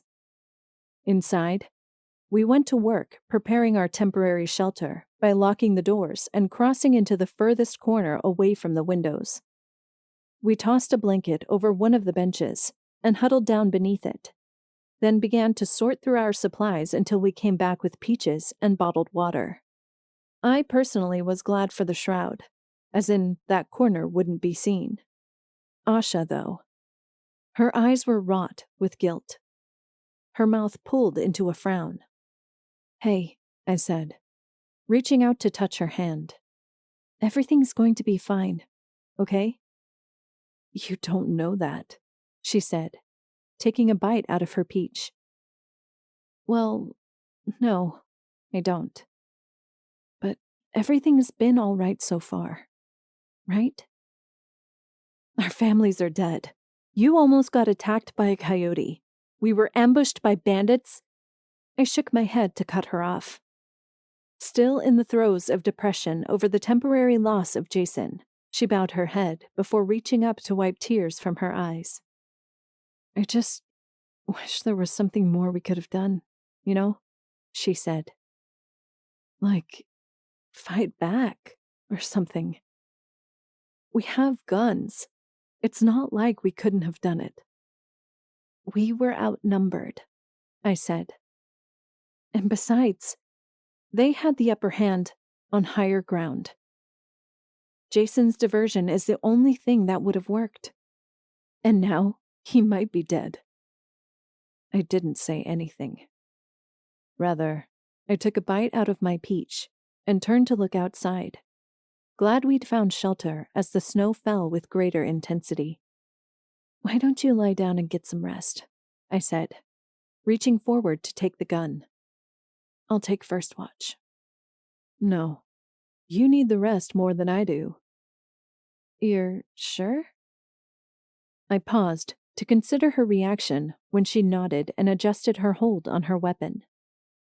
"Will you promise to at least wake me up when you get tired?" "I promise," Asha said. With one last nod, I scooted under the bench, curled into a tight ball, and closed my eyes. I knew sleep would not come easy, especially with Jason still gone. The storm that blew in chilled me to the bone. Without any source of external warmth, and with no second blanket to cover me, I shivered as the temperature continued to plummet. Teeth chattering, body trembling, fingers digging into my underarms, and feet tucked under one another, I opened my eyes to look out at Asha. Pity filled me for the girl who shivered openly in a place far colder than mine. "Asha?" I asked, through chattering teeth. "Do you want to lie down with me? I need to keep watch, she managed through her staccato of breaths. I don't think anything's going to bother us in this weather. I didn't want to risk moving, lest I make myself even colder than I already was, so instead gestured with a few brief tilts of my head. She took the hint, crawling under the bench and settling down in front of me. That okay? She asked, instinctively scooting her body next to mine to share the warmth between us. That's fine, I replied. I reached out, pressed my arm over her side, and squeezed her hand, scared over the fact that her fingers felt chilled to the bone. As I massaged her digits, I found myself nodding off, even as I shivered. You can let go now, Asha said. Sorry. I'm already feeling warmer now that I'm under here with you. I'm sorry I didn't offer you a spot sooner. It's fine, she said. Are you going to be okay where you are? I mean, on the outside of the tent. I need something to keep me awake, so I can hear what's going on, the young woman replied. I can deal with a little chill. If you're sure, I said, closing my eyes. I wanted so desperately to reach out to touch her, to draw her closer so she wouldn't suffer, but knew that it wouldn't be worth it. Asha, stubborn as she was determined to remain awake for the duration of her watch. Whether she'd wake me up was debatable, but regardless, I couldn't dwell on it. Sighing, I closed my eyes and huddled in for the long night. With a second person's warmth, I fell asleep almost instantly. I rose the following morning to shivers. Asha? I asked, reaching out to shake my companion. Are you awake? She started, then jolted into a sitting position, nearly slamming her head against the bench above our heads. Sheesh. Anna, you scared the daylights out of me. More like the nighttime, I offered, with a short laugh. Crap. She lifted her head. The interior of the center was dappled with sunlight and resembled little more than an illuminated white room. I didn't mean to fall asleep. It doesn't matter, I said. We're both fine. I guess we're getting up then? With a nod, I waited for her to scoot out from under the bench. I took note of the snow that had accumulated along the windows, creating banks that would shield us from outside view. I'd never seen snow get so high in this part of Texas. Then again, I'd grown up in San Antonio, where it rarely, if ever, snowed. At least on the outskirts of Stonewall, we were safely secluded from anyone or anything that might be wandering around outside. But still, there was no sign of Jason. Frowning, I crossed my arms under my breasts and shivered as Asha pulled peaches out from her backpack. When she offered one, I took it and bit into the juicy morsel with thanks. We're not going to be able to survive off peaches for long, I offered, glancing back at the backpack that lay propped up against the wall. I know, Asha sighed, taking a bite out of her own peach. Did you hear anything during the night? Other than the snowstorm? No. Did you? No, I replied. Which worries me. Jason should have been here by now. Maybe he had to lay low for the night. I mean, it did start storming not long after we got here. Maybe he'll show up this afternoon. I hoped so, because I wasn't sure how long we could wait for the third member of our party. Our food was diminishing, and as much as I liked eating wild Texas peaches, I knew they wouldn't sustain us. We'd start getting sick without protein before the day was up. And running off sugar for days? That wasn't good for someone who was sedentary, much less two girls who still had to make a several-day trip. I finished my peach, palmed the core, and stepped toward the doorway. Where are you going? I need to pee, I said, turning to face her. Besides, we should probably consider what we're going to do about food. You mean hunting? Yeah. Do you know how to skin a rabbit? My dad taught me growing up, Asha said. He figured it'd come in handy someday. But, Anna, we can't shoot a rabbit with these rifles. It'll blow them to pieces.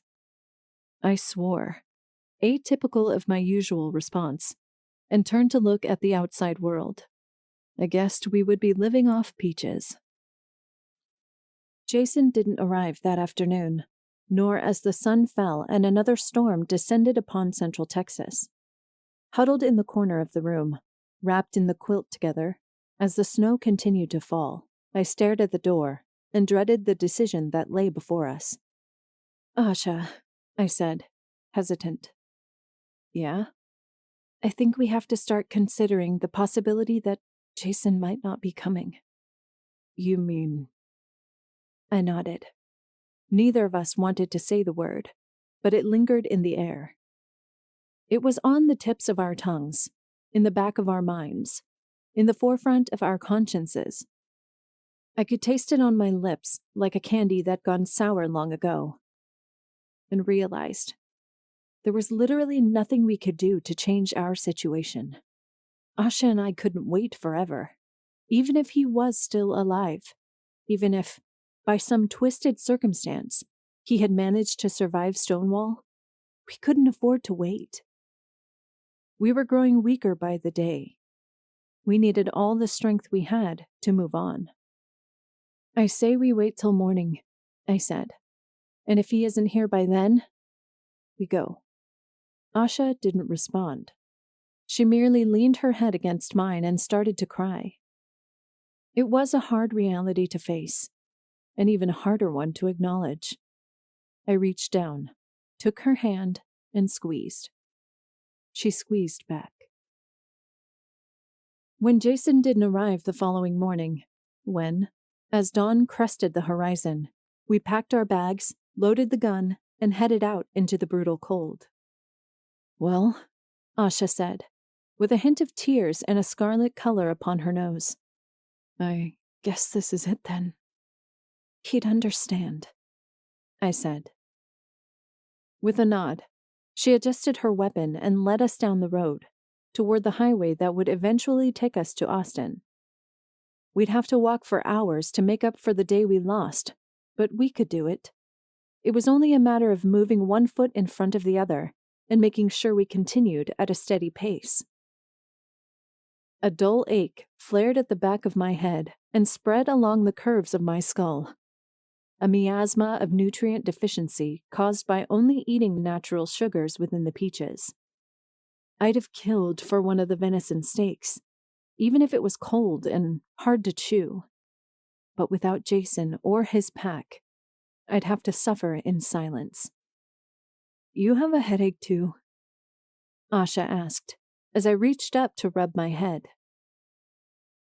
It's because we haven't been eating properly, I replied, massaging my temple and lifting my head to view the frozen landscape. I tried my hardest not to imagine how the weather might progress. As snow parted and gravel crunched beneath our feet, I began to entertain the nightmare that we would get caught out in the open, that a storm, the greatest of the century, would descend upon us, leaving two simple girls from Texas in the worst predicament possible. We had little more than jackets upon our backs, jeans on our legs, shirts on our chests, and though our boots were thick and insulated, they'd do nothing to protect us if the weather truly worsened. Fact of the matter was, we'd die out in the cold if we didn't find a place to take shelter by the time night fell. Hey, Asha said, reaching to take hold of my arm. You okay? I'm fine, I lied. Don't worry about me. My tone, as callous as it happened to be, was enough to make her draw her hand away. And though initially guilty over the feelings I might have caused, I didn't dwell on them. With a sigh, she turned her head and continued to lead us onward. We arrived at Johnson City that following night. After breaking into a gas station and finding most of the interior in decent shape, we scrounged through what remained of the supplies until we found and ate years-stale peanut butter candy bars. Then we retired in the employees' lounge. That candy tasted so bad, Asha said, gagging as she removed the peanut and almond mixture from her teeth with a disposable toothbrush. I know, I replied, not in the least bit thrilled myself. But at least our headaches are going away, right? I guess. Yay for artificial preservatives, right? We can load up on the stuff here and continue, I said. You still have that map you pulled from the front door? Asha unfolded the sprawling map of Texas and set it down, gesturing to where we were in Johnson City, and then to where Austin lay. It seemed like an unfathomable amount of miles away. We still have a ways to go, she said. I say we push ourselves tomorrow, so we can get there the following day. By push? You mean walking during the night, if possible. Sheesh, I said, running a hand through my short hair. I returned my attention to the map in front of us. We decided that we would leave the small towns and cities behind and divert onto a county road, which, undoubtedly, would provide its own sets of challenges. Though I imagined it would be paved like the rest of the roads, I couldn't see how we would find shelter. We could walk for hours without finding any sign of habitation. If the weather continued to deteriorate like it had been. Asha, I said, after a moment's consideration. Yeah? We need to find coats and maybe a few extra blankets before we leave Johnson City. You're scared about the county road shortcut, aren't you?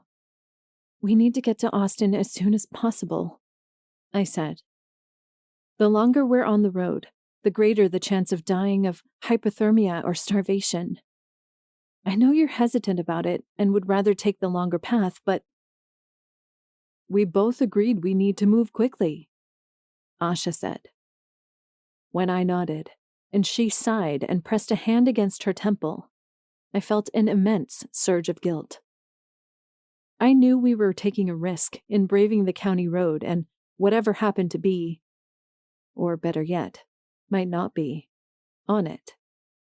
But I also knew we couldn't afford to waste time. We'd lost an entire day waiting for Jason to appear.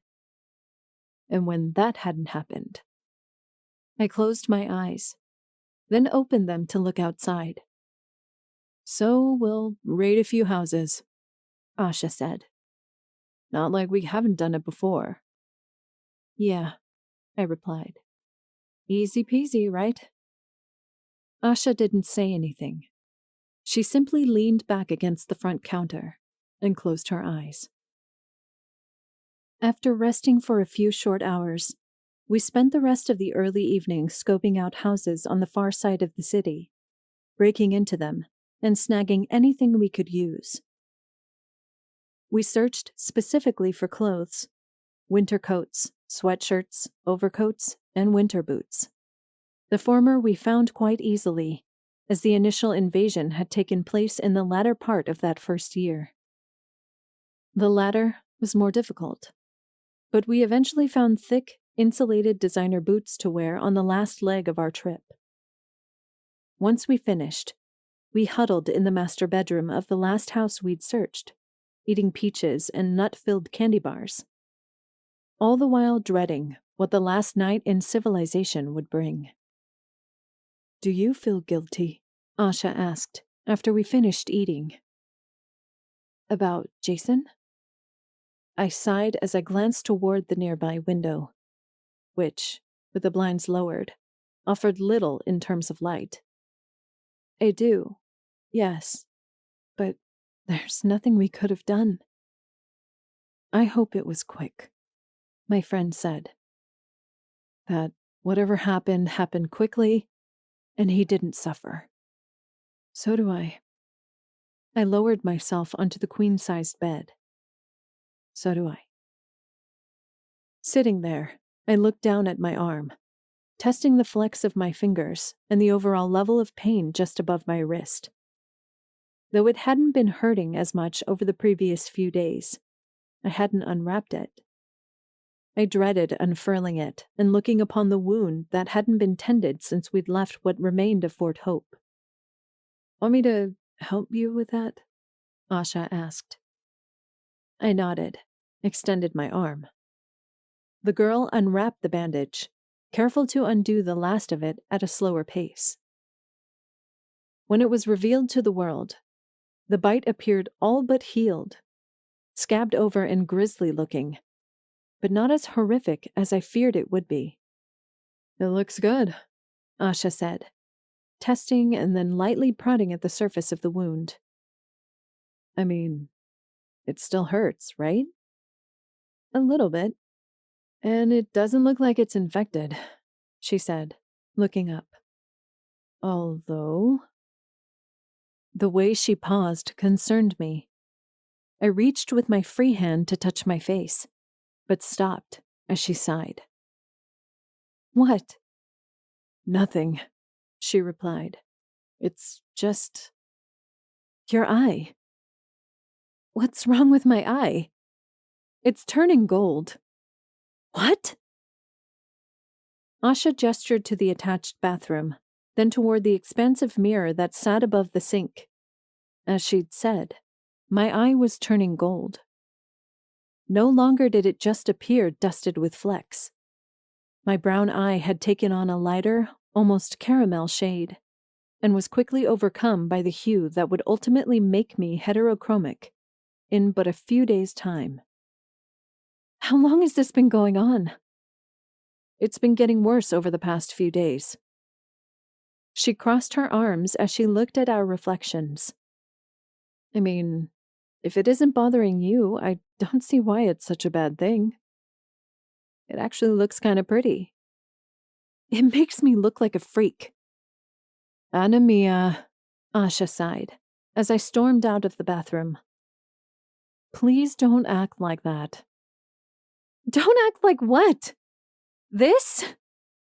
I laughed. My eyes changing color and I'm not supposed to freak out? Is that what you're saying? All I'm saying is that you're healthy, she replied, raising her hands as if to surrender. I swear, Anna, I meant nothing when I mentioned your eye. After collapsing onto the bed and kicking off my shoes, I rolled onto my side. I stared at the wall, not wanting to look at the friend who had reminded me my world was changing. I hadn't had any visions, at least, none that I could remember. And as far as I was aware, nothing had been following us. So why was I mad? Was it because I was scared of what might happen? Or was it because I didn't like the new me? I was still the same person, at least, mostly. And though my eye was changing color, it wasn't like I was hideously grotesque. I guess it could be worse, I offered. It could have become a hunchback or something. Or have lumps growing out of your face, or zits, or moles, or lesions. Hey, I laughed, rolling to face her. Let's not make this a contest or anything. I'm just saying, it could be worse. I know. Outside, a bright light cut through the darkness and illuminated the homes beyond the one we were in. Asha swore. I rolled off the bed and burrowed beneath the frame as deeply as I could before facing Asha, who scrambled to follow my lead. You okay? I whispered. I'm fine. Asha peered out beyond the mattress, where light could be seen streaming in through the cracks in the blinds. How many do you think there are? You mean aliens? I asked, looking out to find the light was fading, and the harvester departing with it. I don't know. I mean, I imagine there's probably just as many of them as there used to be us, if not more. So you're talking 10, maybe 20 billion? Something like that. I guess it makes sense, then, that there'd be more of them patrolling these lonely parts of the country. You think most people who've gotten used to them just hide out during the night? I mean, that's the time they come out. That we can see, I pointed out. Yeah. Asha bowed her head. You think we should just stay under the bed tonight? It might be safer. Under the bed it is, then, she said, then laughed when she added, We'll pretend we're having a slumber party and this is our fort. Yeah, I smiled, then sighed. Our fort. It was the only thing keeping us out of sight. With that in mind, I propped my head on my arm and closed my eyes. We would be safe for the night. I had no doubts of that. Chapter 13. The county road we journeyed on was long and arduous, flanked on both sides by pine trees that stretched to the heavens. They looked as though they could hide any and everything that wished to kill us. As we walked, taking extra care to remain vigilant of our surroundings, I considered the fact that we still had 1, if not 2 days' worth of travel, and wondered if we would find a home to hide in come nightfall. My thought, as warranted as it was, didn't need an immediate answer. At sunrise, the world was beginning to brighten, and with it, our hopes for making it to the city. You feeling okay this morning? Asha asked, as if sensing my discomfort. Yeah, I said, swallowing a lump in my throat. This road just makes me nervous, is all. I know, right? It's like we're on the road to hell or something. Hell wasn't the word I would have used, but it was fitting, considering its deathly presence at this early hour of the morning. There was no bird song, no snowfall, no wind rustling the pine needles, nor was there any sign of wildlife to indicate we were in a place inhabited by anything but the norm. If anything, it reminded me of a cemetery, of a place where death reigned, and nothing in its right mind would ever set foot, unless it was absolutely necessary. With a sigh, I reached down and fingered the knife attached to my waist. I practiced drawing it from its sheath several times before leaving it be. Though it was nothing compared to the semi-automatic in Asha's arms, it would at least provide some level of protection if we were to get attacked by anything. If being the key word. I dreaded being out there at night, of being forced to stay in the woods, of being made to be amongst the potential coyotes, of having to remain beneath the copse of trees as harvesters took flight above us. We wouldn't hear them at all, would only see them as their lights came beaming down from above. And once we were caught in their crosshairs, surely that could only mean... I stopped. Asha turned. Anamia? I'm all right, I said, waving her off as I began to walk again. Just scared, is all. I'm scared too, she offered. But at least we have each other. And at least this is the last road we have to travel on before we get to Austin, right? Right, I said, then nodded. I didn't want to confide in her at that moment, to share fear I knew she couldn't handle. It was obvious that she was scared too. I could see it in her eyes, her lips, in the way she shuffled her feet through the snow. We were terrified, yet neither of us wanted to admit that. After all this time, it could be the one night we were caught out in the open. That scared me senseless. With a sigh, I shuffled forward and took my place beside my friend. Regardless of what happened, we at least had each other. We didn't find a house by the time the sun set. With no other way to seek shelter, we angled ourselves beneath the trunk of a massive pine and covered up with a pair of blankets as we watched the sun fall. "You okay?" Asha asked. "Yeah," I replied, scooting closer to her. "Are you?" "I'm scared out of my mind, but yeah, I think I'll be okay. We could always keep walking, See if we find anything else." "I'm too tired to walk anymore." I couldn't blame her. Though I couldn't tell time by the way the sun fell, I knew, based solely on the fact that we'd risen at dawn. We'd been walking for 10, if not 11 hours. My body ached. My feet throbbed. My bones screamed bloody murder. It felt like someone had tried to drive a nail into the base of my heel. Such was the pain I endured. Rather than think on it, I opened the pack at my feet and pulled out a pair of bottled waters. "Thanks," Asha said, as I passed hers over. "No problem," I said, taking a sip of my water as she popped the cap on her own. "So, how are we going to do this?" "You mean the watch?" Asha asked. She capped her water, settling it between her knees and taking a hold of the gun across her lap. "I'll go first, then you can go until you start feeling tired. We'll keep alternating until the sun comes up." "You really think that'll work?" I asked. She nodded. "But what if we both fall asleep?" "Then just go as long as you can," Asha offered. "All I know is that I'm ready to pass out, but I'll force myself to stay awake if I have to." Maybe it wouldn't be so bad for the two of us to fall asleep at the same time. I mean, we were hours away from civilization.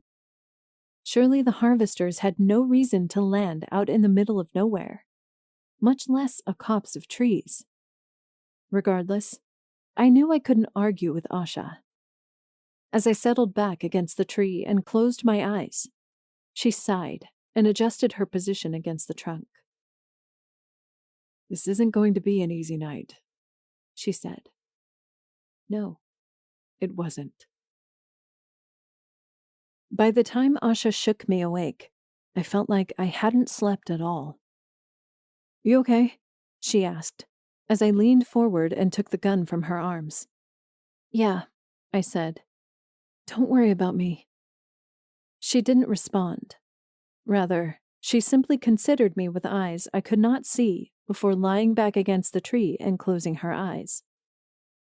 It took her much less time to fall asleep than it had, and by the time her soft breaths pierced the silence of the night, I felt ready to fall back asleep myself. But I couldn't. Once again, I was a guardsman, guarding against the night and the horrors within it. Out there, I knew we had much more than just coyotes and harvesters to worry about. Though I didn't think there were bears or wolves in Texas, I knew for a fact there were jackals and foxes. I was also aware of the reality that we were coming upon the outskirts of Austin, which meant the Austin Zoo, which meant wild animals that could have gotten out of or have been freed from their cages. I swallowed. The closer we walked toward town, the more dangers we were likely to face. I lifted the gun as I heard a snap in the distance and aimed the weapon into the darkness, unsure where the noise had come from. I imagined it was just a rabbit or an owl hunting a rabbit. Either way, it'd been the first noise I'd heard since waking up. I didn't want to chance it. With a shrug, I shifted the blankets from my shoulders, stood, and flexed the muscles in my legs. I didn't want to reach for the flashlight. I really didn't. If there did happen to be a wild animal in the woods, then I didn't want to see it. But if it saw me before I it, what would happen? Would I get attacked? Bitten again? Killed? And what of Asha, all prone and defenseless? I reached down for the pack just in time to hear another snap. I jolted back into a standing position. It came again, closer that time. "Whoever you are," I said, trying to make my voice deep and intimidating.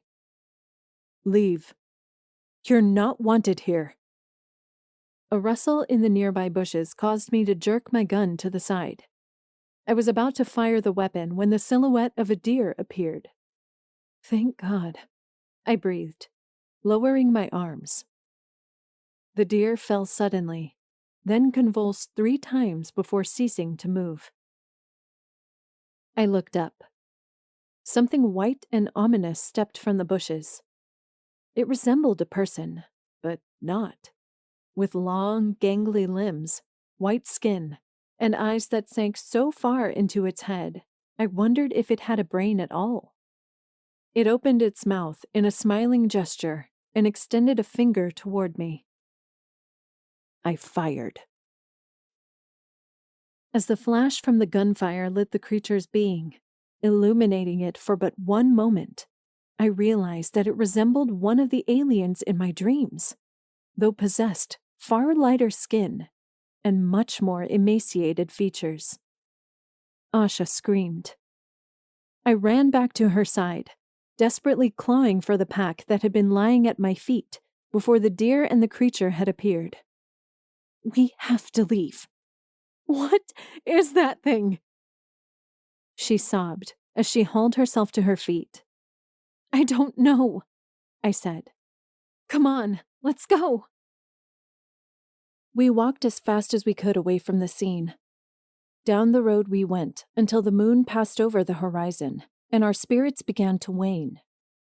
Always, Asha questioned what had happened, where it had come from, why it had appeared, what it had wanted, and why it had killed the deer.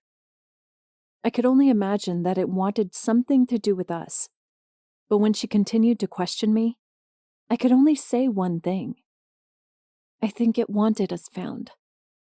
To this, Asha had no reply.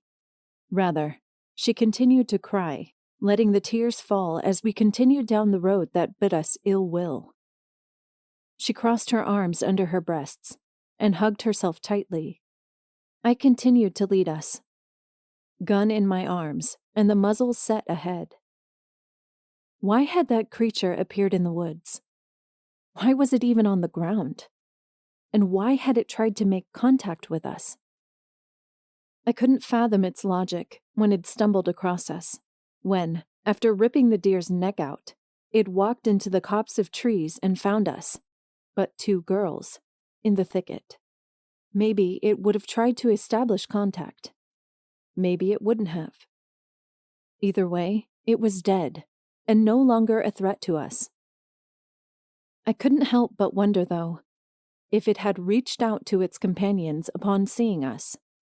"It's been proposed that they can communicate through telepathy," Captain Henshaw once said. If that was true, Asha and I were screwed. If not, then who knew what was to come? I reached out and brushed a hand along her arm, only for her to instinctively jerk away. "Hey," I said. "It's just me." "I know," she managed, reaching up to rub the tears from her eyes. "You gotta stop crying. We're fine.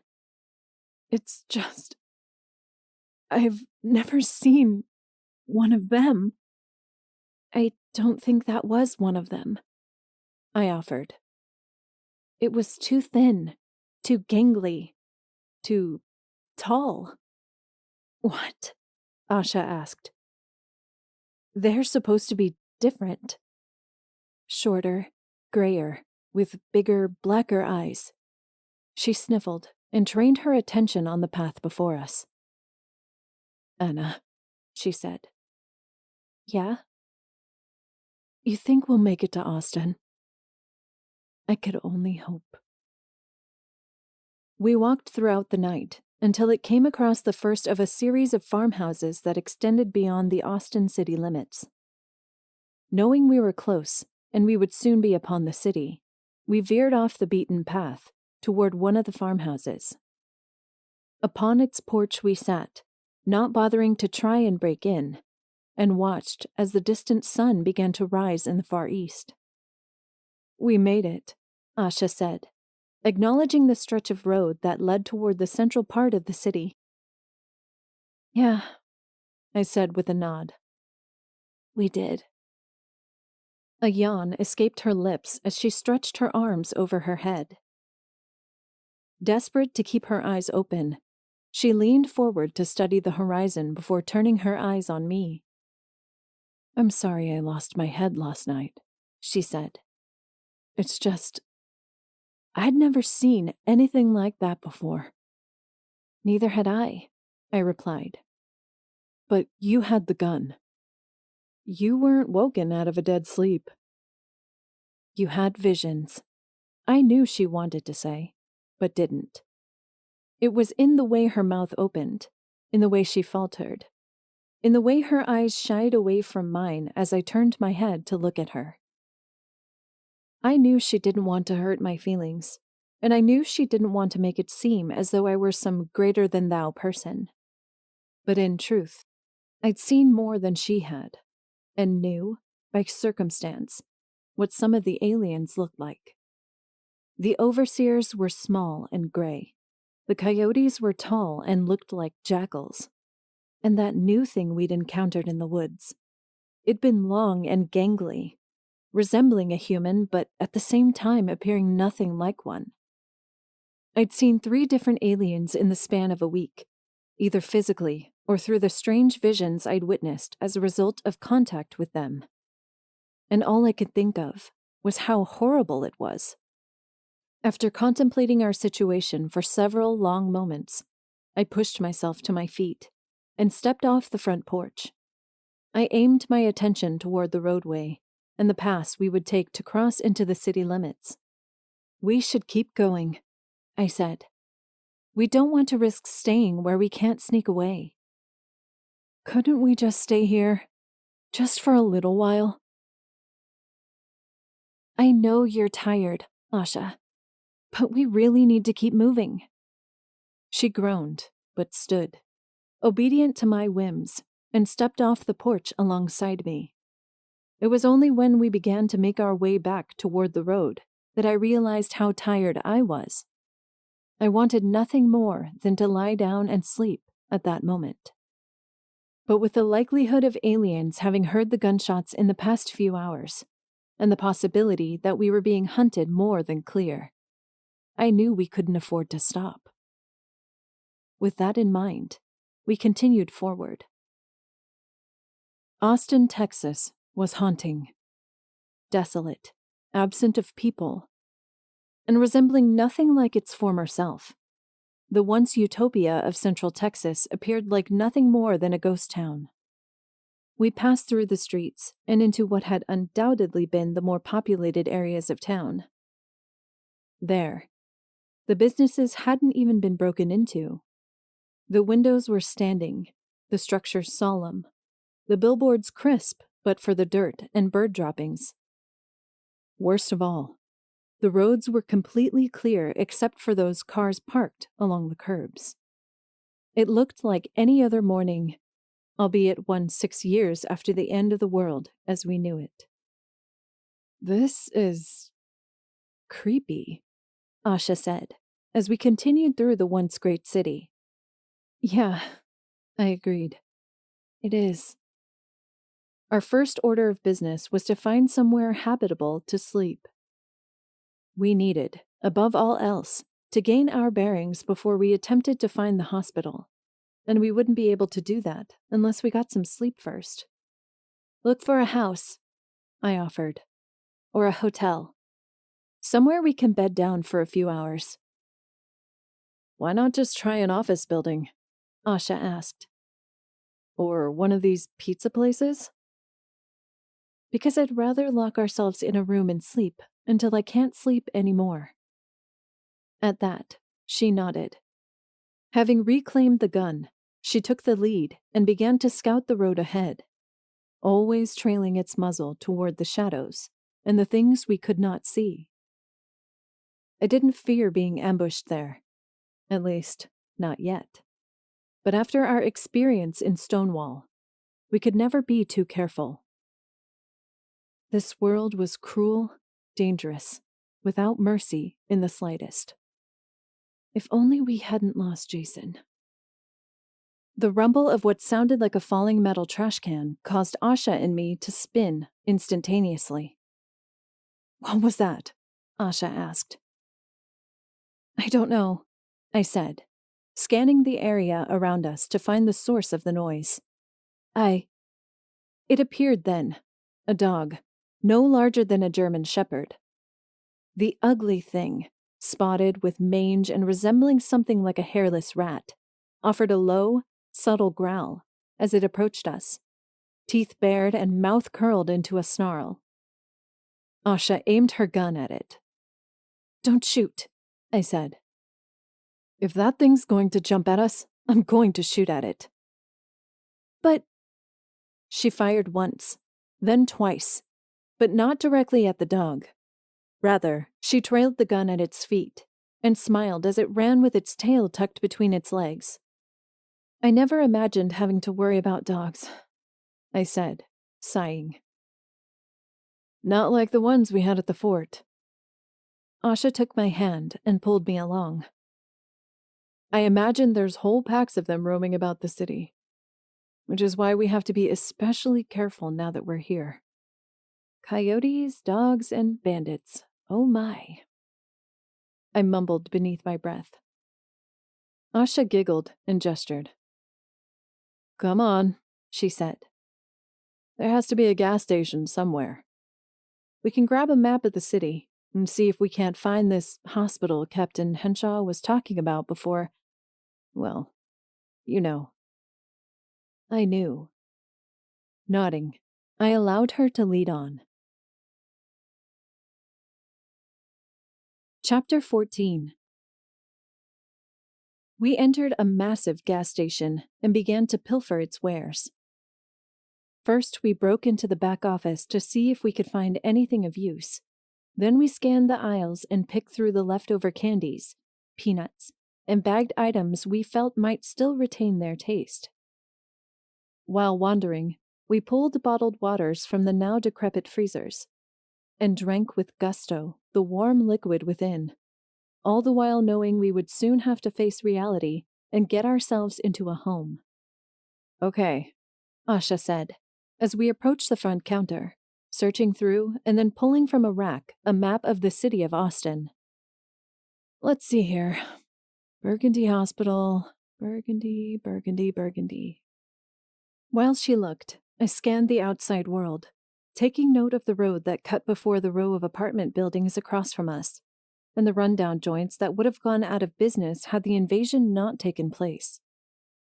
I saw a sign for pizza and immediately craved it, then looked toward a small boutique and longed to have my nails and hair done. But as much as I wanted those things, that world was gone, and with it, all the creature comforts it had once held. "Here we are," Asha said, jarring me from my thoughts. "Find it?" She tapped a section of the city, due northwest, and nodded. "It'll be across the nearby river," she said. "It looks like we go over a bridge and just keep following the road until we're there." "And that's it?" I asked, skeptical. "It seems a bit, well, too easy." "Well, this is if the city hasn't been wrecked," Asha added, folding the map and tucking it into her pants pocket. "There's no telling what the harvester ships did to Austin once they began abducting people in the streets." "You think they'd have taken parts out of the city, like they did Fort Hope?" "They did there. Why not here?" Sighing, I ran a hand through my short hair and considered the small pile of supplies at our feet. My vision blurred from lack of sleep, and my muscles ached from the extended periods of exertion. "I say we pack up," I said. "Get ourselves into a house and have a nice, long nap." "I figured you'd say that." Asha frowned. Come on, Ash. We've been going for over a day now. Don't we deserve a little rest and relaxation? I don't know how you can relax when we're so close to finding out what's going on with you. It's called not sleeping, I said, scooping the items into my bag and lugging it over my shoulder. Come on, let's go. We traveled due north for a half hour, per Asha's request to move deeper into the city, before we entered a suburban neighborhood. It was quiet, shrouded with greenery, and slowly being overtaken by the vegetation that had been allowed to grow rampant. The grass was tall, the bushes unkempt, the trees resembling spiderwebs in places where branches hadn't punctured through homes or collapsed on top of roofs. The sight, while somewhat mystifying, was also unsettling, as when we approached a home we could barely see anything inside it. You think it's safe? Asha asked, as I tried the door, but to no avail. I don't see why it wouldn't be, I said, casting a glance behind us. Why? Are you worried about all the bushes? It just seems, well, I don't know. Too easy for something to hide until we're walking out of here to leave. We'll be fine, I said, taking the butt of the rifle and, with one hard blow, knocking the glass out of the front door. Let's just go inside, board up, and get some rest, okay? Okay. I broke away the last bits of glass before snaring my arm through the small indentation and unlocking the door. Once inside, I turned, gestured for Asha to retrieve the duct tape we'd grabbed from the gas station, and taped off what sections of the glass we'd broken to get into the house. This is nice, Asha said, as she spun to examine the house. Small, homey, just big enough for the two of us. If we were staying, I said, then swayed as a wave of exhaustion began to overwhelm me. Whoa there, Asha said, catching me before I could stumble and fall. You okay, Anamia? I just need to lie down. That's all. Let's go then. Given the size of the house, it wasn't difficult to find the largest bedroom, located at the end of the main hallway. We locked the door, pushed the dresser in front of it, and drew the curtains on the windows before we both collapsed onto the bed. I managed to remain awake while I took note of our surroundings. The door was locked, the lone dresser barricading entry, the curtains drawn, the room dark. We were, as anyone would have been fit to say, safe as could be. But why did I feel as though we were lying under the constant presence of a drawn knife? Was it because we were finally in the city? Asha, I said, struggling to remain awake. Do you feel that? Feel what? Asha asked. Like something's wrong. You're just tired, Anamia. Go to sleep. But The gun. That was it. The gun. I rolled out of the bed, stumbled to my feet, then rounded the bed until I grabbed the gun from Asha's side. I positioned it on the nightside table next to me before crawling back onto the bed and closing my eyes. Thinking, for some bizarre reason, I would be the one to wake up should something attempt to break in. Outside, thunder rumbled, which was shortly followed by the rain. They always said the weather could change so quickly in Austin. One minute it'd be hot, the next cold, the next raining, and then, maybe that night, snowing. I closed my eyes, wanting and willing my body to collapse from the material world and all that was in it. I wanted nothing more than to sleep, to be taken from a place that offered little more than absolute misery, but found that I couldn't. Asha, on the other hand, had already passed out, breathing contentedly while I struggled to maintain focus on the wall directly in front of me. I knew it was because I was on edge, that I was just struggling to calm down after running on adrenaline for so long. But that didn't help that my body refused to budge. "Come on," I mumbled, tears breaking the surface of my eyes. "Just go to sleep. Just go to—" I stopped. Outside, a small bird sung, a pleasant sound that instantly reminded me of happier times in Fort Hope.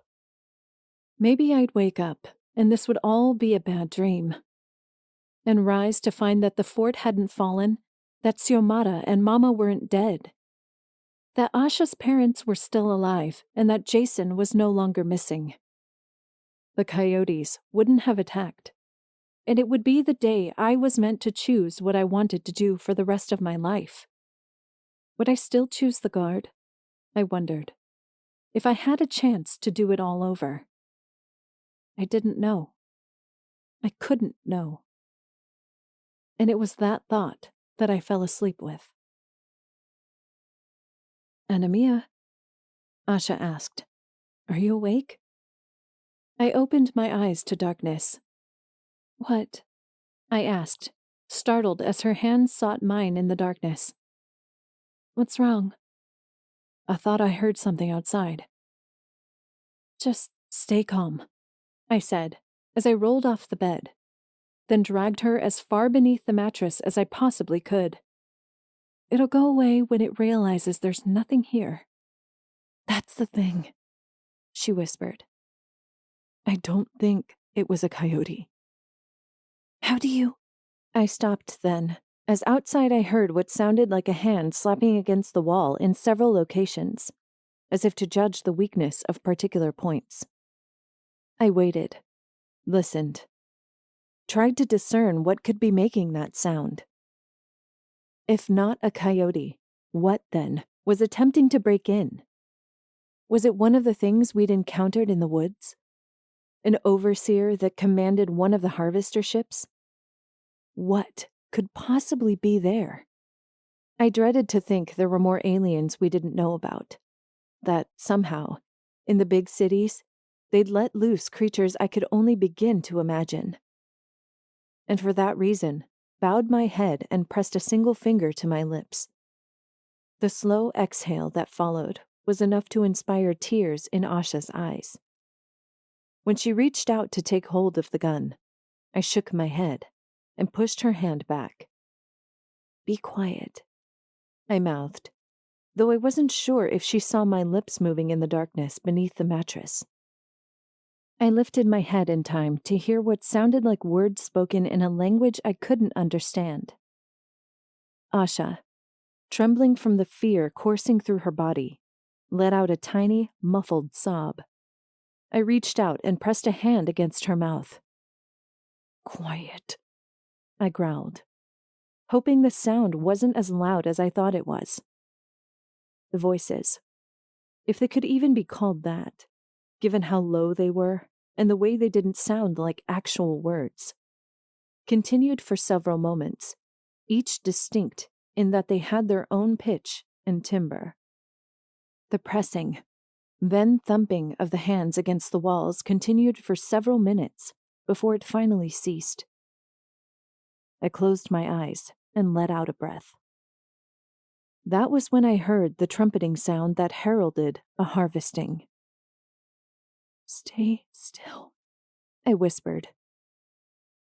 The house shook, violently at that.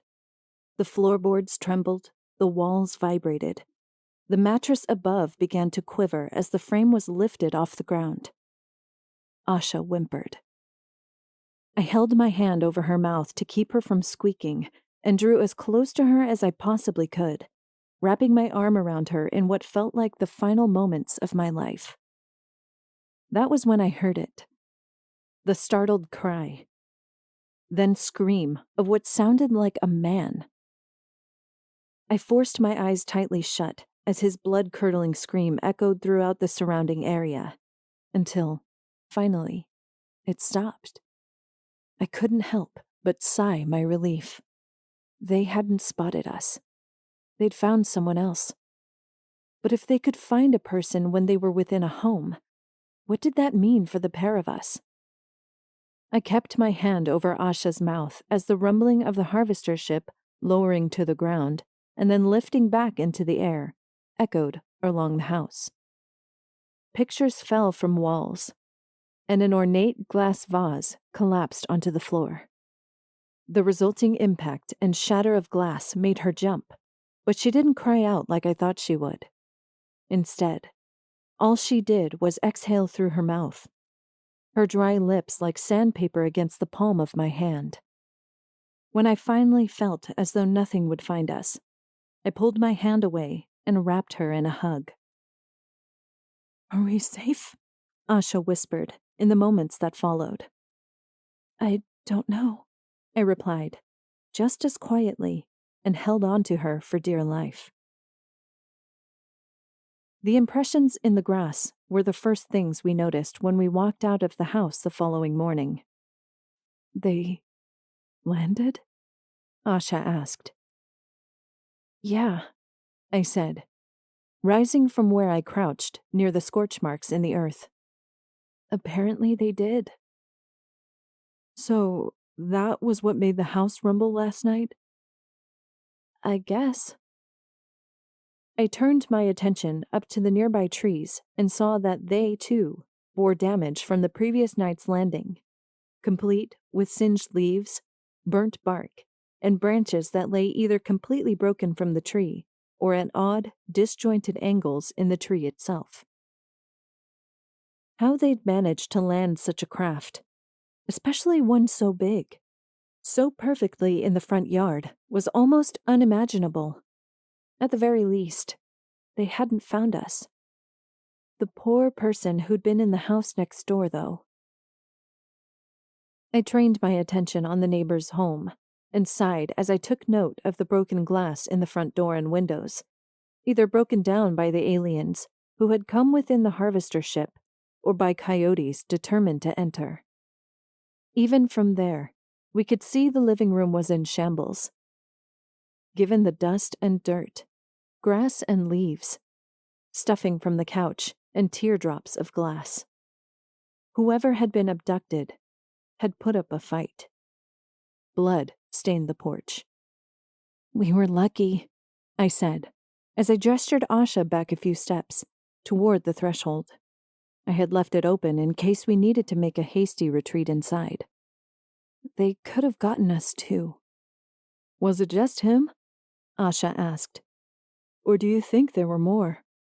"I think it was just him," I said, unable to refrain from shivering as I thought of what would have happened had they known we were in that house. "What we need is a game plan for today." "I'd say we consult the map and go from there," Asha replied, turning and walking back into the living room. Asha waited for me to shut and lock the door before making her way into the kitchen, then stood beside me as she began to search for the map. Once it was unfurled, she traced our trajectory, straight up the highway and across the river, until her finger landed on Burgundy Hospital. "I'd say this would take us no more than, 4 hours to get to?" "I don't know," I replied. "You're better at math than I am." "I think it's 10 or so miles away. Maybe 15, 20 at the most." "We can walk that in a few hours," I nodded, shrugging my pack further up my shoulder. "I say we leave now, though just in case, well, you know, they come back." Asha agreed, rolling the map and sliding it into her pants pocket. "Yeah. Okay. I'm ready when you are." I didn't want to tell her I wasn't ready. Considering what had happened the previous night, I wasn't sure I could face any more of the city's dangers. The river's beauty was nearly indescribable as we passed over the bridge and began the last stretch of our journey. Large, immaculate, with reeds growing near the edges and the water a crisp, clean blue. I imagined it would be warm on a day like that. I looked out at the majesty that had once been a grand and fortuitous place, and sighed when I realized people would no longer grace its beauty atop kayaks or in small, recreational boats. "It's pretty," Asha said, as she stopped to sip some water. "Isn't it?" "Yeah," I replied. "It is." The stretch of running trails which lay before us resembled nothing of their former selves. Overgrown, they appeared to be jungles in an urban wasteland, nature reclaiming what was rightfully hers. Already, the bridge showed sign of disrepair. Cracks in the road were widening, the plants within spreading them further apart. The fact that it was still standing was something of a miracle. If I were an alien and wanting to prevent people from entering or leaving the city, I would have simply destroyed it. Considering that hadn't happened, and that we could still stand upon it, was a blessing. Before us loomed the variety of businesses and small homes we would pass on our way to Burgundy Hospital. "We'll be there soon," I said, looking out at the trees and apartment buildings that loomed in the distance. "Are you ready for this?" Asha asked. "Safety? Or what they might do to me once we arrive?" "Both," my friend said. I wasn't sure how to respond. Instead, I began walking again, sliding my hands into my pockets and considering the distance between me and her before pacing myself accordingly. When Asha ran up alongside me and readjusted her grip on the gun, I sighed. I could just imagine it. Us, arriving, taken in by complete strangers. Me, prodded by scientists, my blood drawn, my urine taken, possibly other bodily fluids removed. They'd subject me to tests, I knew. That would be both grueling and painful, and though I knew it would be for my own good, they would perform them with the knowledge that somehow, some way, I was different from the rest of them. All because I'd been bitten by a coyote and survived. Were I able to see my face, I'd imagined it'd resemble a portrait of shock, of numb betrayal, for the fact that Fort Hope had fallen and given me no choice but to make my way there. "I'm sorry I brought it up," Asha said, after a moment's hesitation. "It's okay," I replied. "It isn't your fault that I'm scared." "I'd be scared too if I were you," she said. "But hey, if they start doing anything you don't want them to when we get there, we'll leave. Simple as that." "And go where?" "I don't know. A farmhouse? A place on the lake? Somewhere away from the people we wouldn't want to be around." "We're safer as a group," I said. "Besides, it doesn't matter what happens to me as long as you're safe." Asha paused. I too stopped, but only when I realized she wasn't following anymore. "You really mean that, don't you?" "I do," I replied, forcing a smile even though I didn't want to make one. "I already failed Jason. I'm not going to fail you." "Anna Mia," Asha said. I shook my head, turned, and started on again. When she began to follow, I knew I'd made the right decision. I could rest well at night, torturous medical procedures or not, so long as I knew she was safe. At that moment, that was all I cared about. Chapter 15. The hospital rose in the distance like a testament to our journey, survival, and loss that had come with it. At least 5 stories tall, with brick accenting its lower portions and sterling silver siding on its upper half, it shone like a beacon of hope on a day that otherwise would have been miserable during the end of the world. Though habitation was not clear, it didn't appear decrepit, like the other buildings around it. If anything, it seemed maintained and guarded, I would have added, had I been able to see the ground level from where we were. We just have to take this off-ramp, Asha said, as she looked up from the map and gestured to the nearby road. And we'll be able to walk straight there. You're sure? I asked. She nodded and stuck the map back into her pocket. You ready? We descended the ramp cautiously, careful to navigate around the vehicles that appeared purposely parked to make maneuvering that much more difficult, and avoided any debris created as a result of the initial invasion. There, bullet casings lay everywhere, along with speckles of dried blood, where birds and other animals hadn't gotten to it. A quick look, once we stepped off the landing, was enough to confirm that, yes, that place was sanctuary, and yes, it was likely inhabited by the very people Captain Henshaw had said it would be.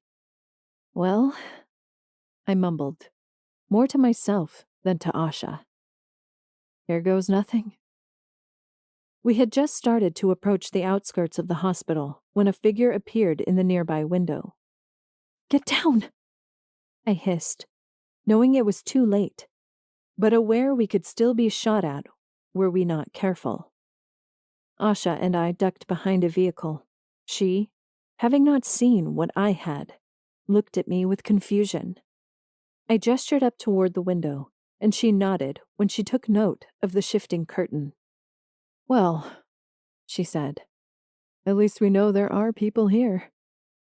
But do we know if they're the right people? I questioned. She shook her head and waited a moment before peeking out from behind the car we were crouched behind. She stared into the distance for several minutes before standing and saying, Let's go. Are you? A shot rang out, narrowly missing Asha's head. Halt! A woman with a commanding voice yelled from somewhere above us. Don't move! I raised my head to find the woman standing upon the roof, adorned in heavy black SWAT armor and wielding a military-grade sniper rifle.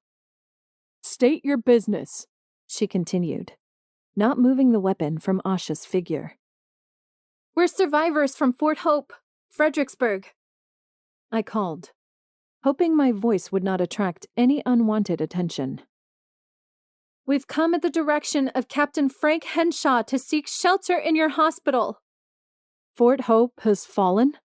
The woman called down, lowering her gun when she, assumedly, realized we were not a threat.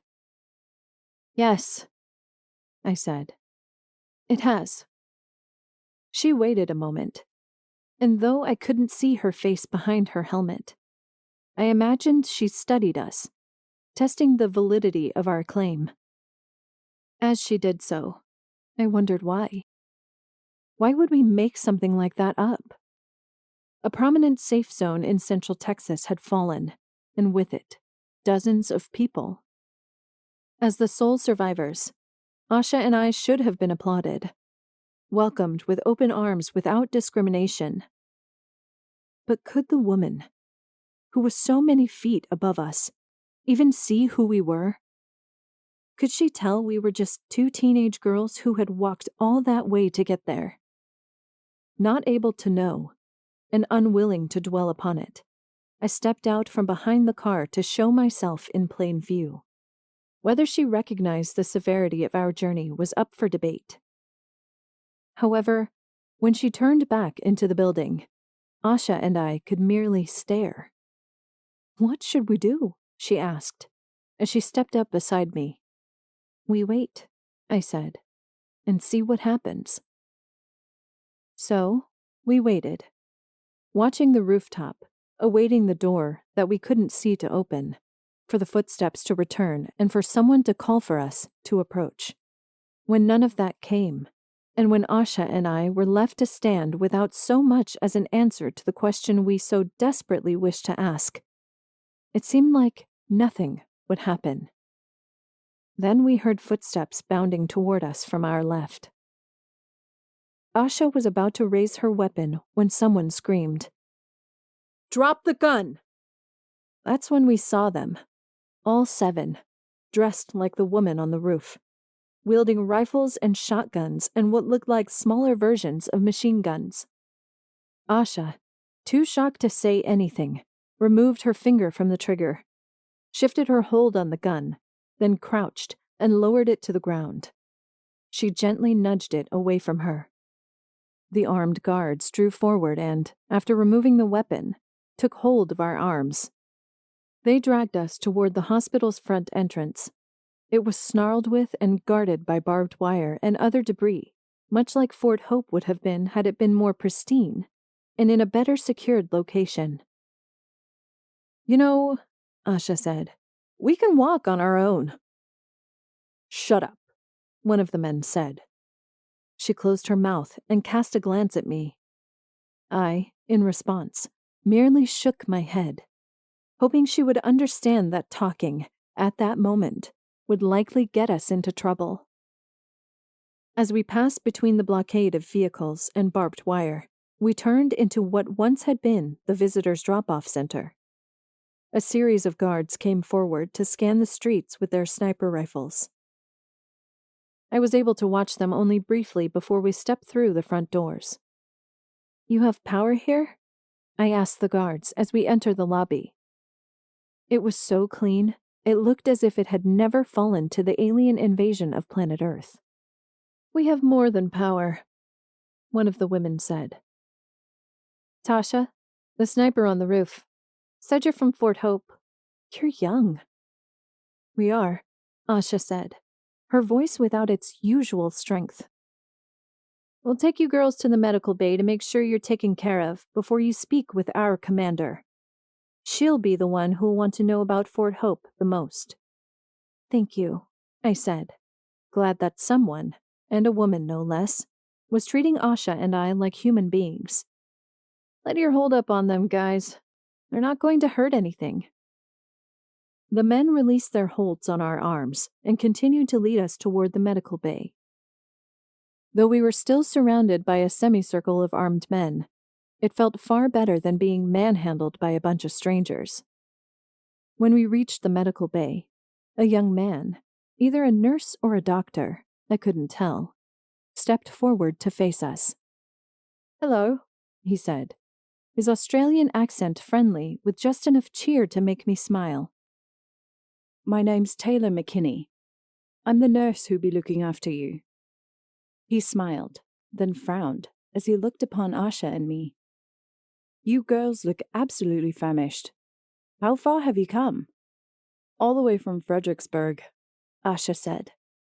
"And on foot, no less." "Dear God." He gestured the men and women surrounding us to back off, as he placed a hand on both of our upper backs. "Come along, then. We'll get you both a bath, some fresh clothes, and some food. I doubt you've been eating much along the way." "Just peaches," I said. "Not good at all," the nurse said, as he continued to lead us away. "Can't have the two of you dropping dead from starvation before we hear your tale of heroism." "Heroism?" He thought we were heroes? I looked up at the man, at his beautiful white smile, and found myself able to smile back in turn. We'd finally made it to Burgundy Hospital. Now the true tests would begin. I could have never imagined what difference a fresh change of clothes and food that was not peaches or years-old candy bars could feel like. Fresh and clean, changed, and full from a meal of military rations, which had not tasted amazing, but had still been filling. I lay in bed, trying to doze, and found myself more at peace than I'd ever thought possible. After nearly a week's worth of travel, Asha and I could finally rest in relative peace. But for how long? I tried not to question that logic, as the sound of approaching footsteps entered my ears, their echoes like judgment arriving on swift wings or fine cloven hooves. I tried to feign sleep, tried, without success, to make my body relax. But when a knock came outside the cubicle and the curtain was drawn back sharply, I jerked and exposed my ruse. "Miss Berrios?" The nurse named Taylor McKinney asked. "Yeah?" I managed. "Our commander-in-chief would like to see you and Miss Dawson now." I wanted to resign myself to defeat, to simply lie there, refuse his declaration, and fall asleep without so much as a word in response. Knowing I couldn't, I threw my legs over the side of the bed, tested the rigidity of the studded socks upon my feet, then nodded as I followed both him and Asha away from the medical bay and down a series of winding halls. "I never did ask about your eyes," the male nurse said. "Have they always been like that, or—" "It was an accident," I said, casting a glance at Asha from the corner of my eye. "And part of the reason the two of us came here." "I see," the man said, then looked down to take note of my arm. "We'll have someone examine you once you're done speaking with Commander Dubois. She'll want to know everything that's happened at Fort Hope, and all you've gone through on your journey to Austin."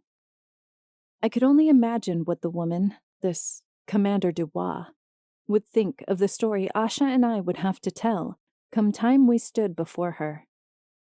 Even I, having experienced it, could hardly believe what we had gone through. Such was the shock I'd experienced, and the sheer adrenaline I'd been forced to run on. The attack, the escape, Mama, Xiomara, Jason. I closed my eyes and swallowed the developing lump in my throat as we took a flight of stairs and stepped off at the next landing. There, we walked down the hall only briefly before Taylor McKinney came to a halt beside the door with an empty name placard. "We're here," he said, knocking on the door once, then twice. He leaned forward. "Commander Dubois, the girls from Fort Hope are ready to speak with you." "Send them in," a firm female voice said. After allowing Asha and me a moment to compose ourselves, the man opened the door and led us inside. A very tall, intimidating, and authoritative white woman with a blonde bun, blue eyes, and glasses looked on us as we entered the room. When the door closed, effectively securing whatever fate we would be destined for within the coming minutes, the commander leaned forward to study us. "Have a seat, girls." We pulled the chairs out before the desk and settled into them. "Now," she said, leaning back to examine us in more detail, "tell me everything that's happened." So we did. I helmed the story, first stating that, after becoming a member of Fort Hope's Midnight Guard, I had been bitten by one of the coyotes. I survived, only to experience dreams in which I was watched by the alien invaders who existed within our skies and lands. Asha then followed up by saying the fort was attacked one lonely night, and she, along with a young man named Jason, had holed up in his apartment complex until the following morning. "Which was when I arrived," I said. I then detailed our trip, from leaving the outskirts of Fredericksburg to being ambushed in Stonewall, to having to leave Jason behind and losing him shortly thereafter. By the time we finished, I was emotionally exhausted. I could tell that Asha was, too, by the way tears glistened in her eyes. "It sounds like you girls have gone through a lot," Commander Dubois said. "I applaud your efforts on getting here, and admire the fact you survived, regardless of everything you've gone through." "Is there any way you could send a search party out for Jason?" I asked, leaning forward, but shrinking back as the woman turned her hawkish gaze upon me. "It's just, he's out there all alone, and if he's still alive—" "Why should I expend manpower to search for an individual who may not even be alive?" the commander replied. "If, as you said, you were ambushed by armed thugs, It's highly likely that he perished while the pair of you escaped. I know. I sighed. But it's the unknown that gives me concern. I suppose we could do something for your friend, but it would come at a price. A price? What price? At that moment, I'd have done anything to try and find Jason. Anything at all. Name it, I said. The two of you have obviously been familiarized with weapons, she said, turning her attention to Asha. And you have some sense of survival, whether it's ingrained, practiced, or just some sheer dumb luck. We could use people like the pair of you protecting this establishment. Do you deal with coyotes often? Asha asked. The commander snorted. Coyotes? She asked. They are the least of our worries, Miss Dawson. How do you know my... Asha started. I know everything that goes on in Burgundy Hospital. Don't think otherwise. The way she said it implied a certain threat, though whether it was strictly meant for the two of us, I couldn't be sure. That, however, wasn't my primary concern. With the opportunity to submit to service in exchange for sending men to look for Jason, I had little to worry about in terms of anonymity. We'll do it, I said. We will? Asha asked. You won't? I replied. Well, no, it's just, you never let me finish. And so it's settled then, the commander said. The two of you will join my armed militia and help to protect the civilian and medical population that has established itself within this facility, just like you did at Fort Hope.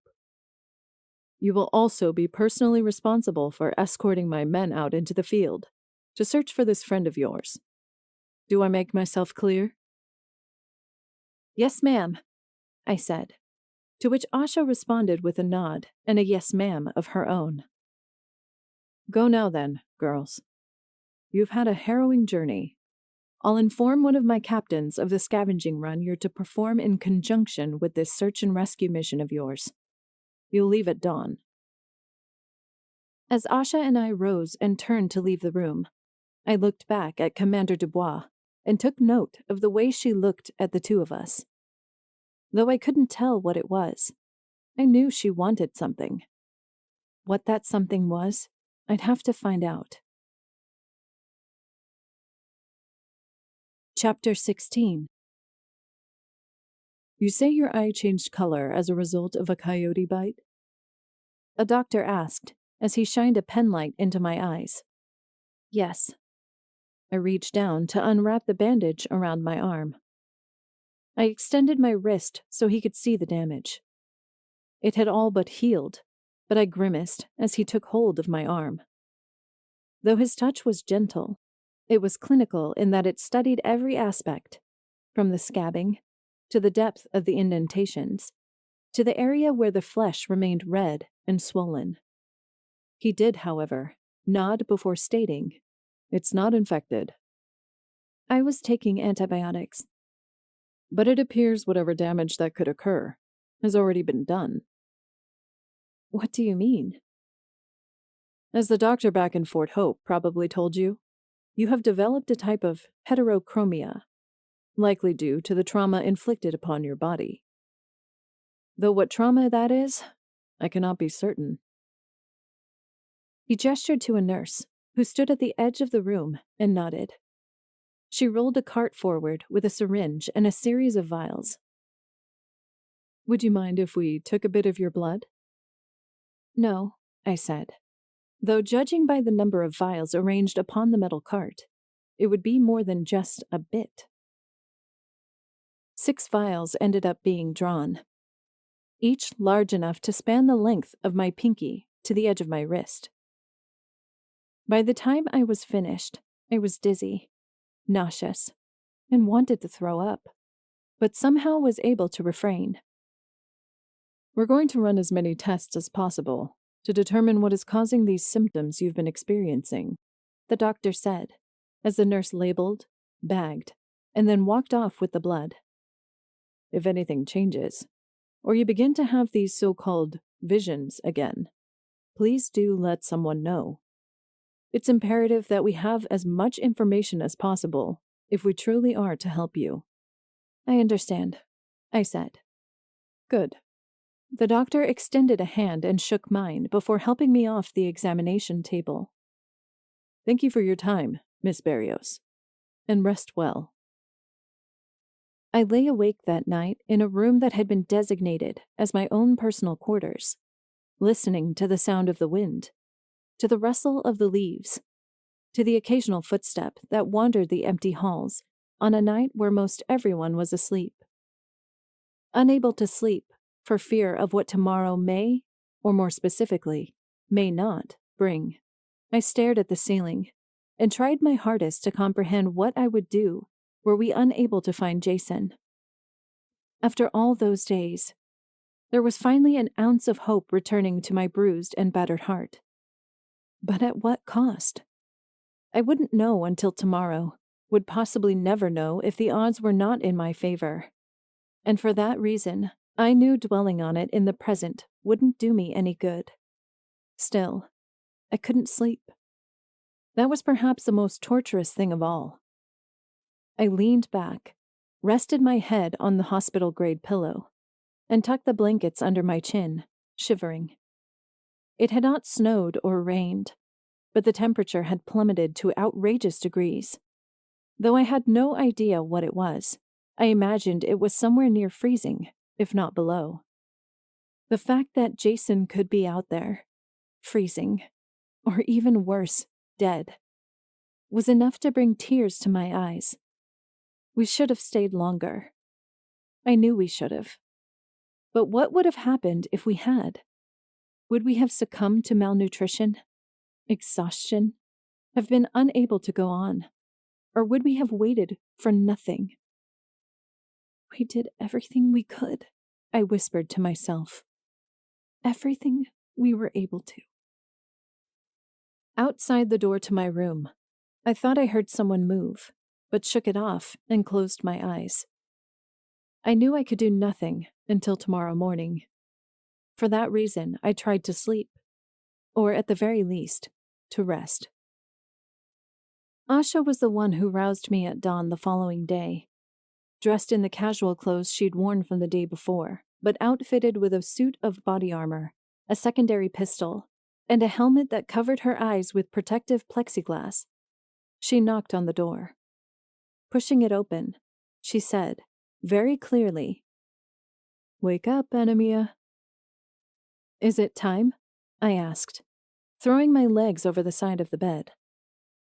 "It's time," my friend said. I set my feet on the floor and didn't hesitate to slide them into the winter boots I had liberated from one of the homes in Johnson City.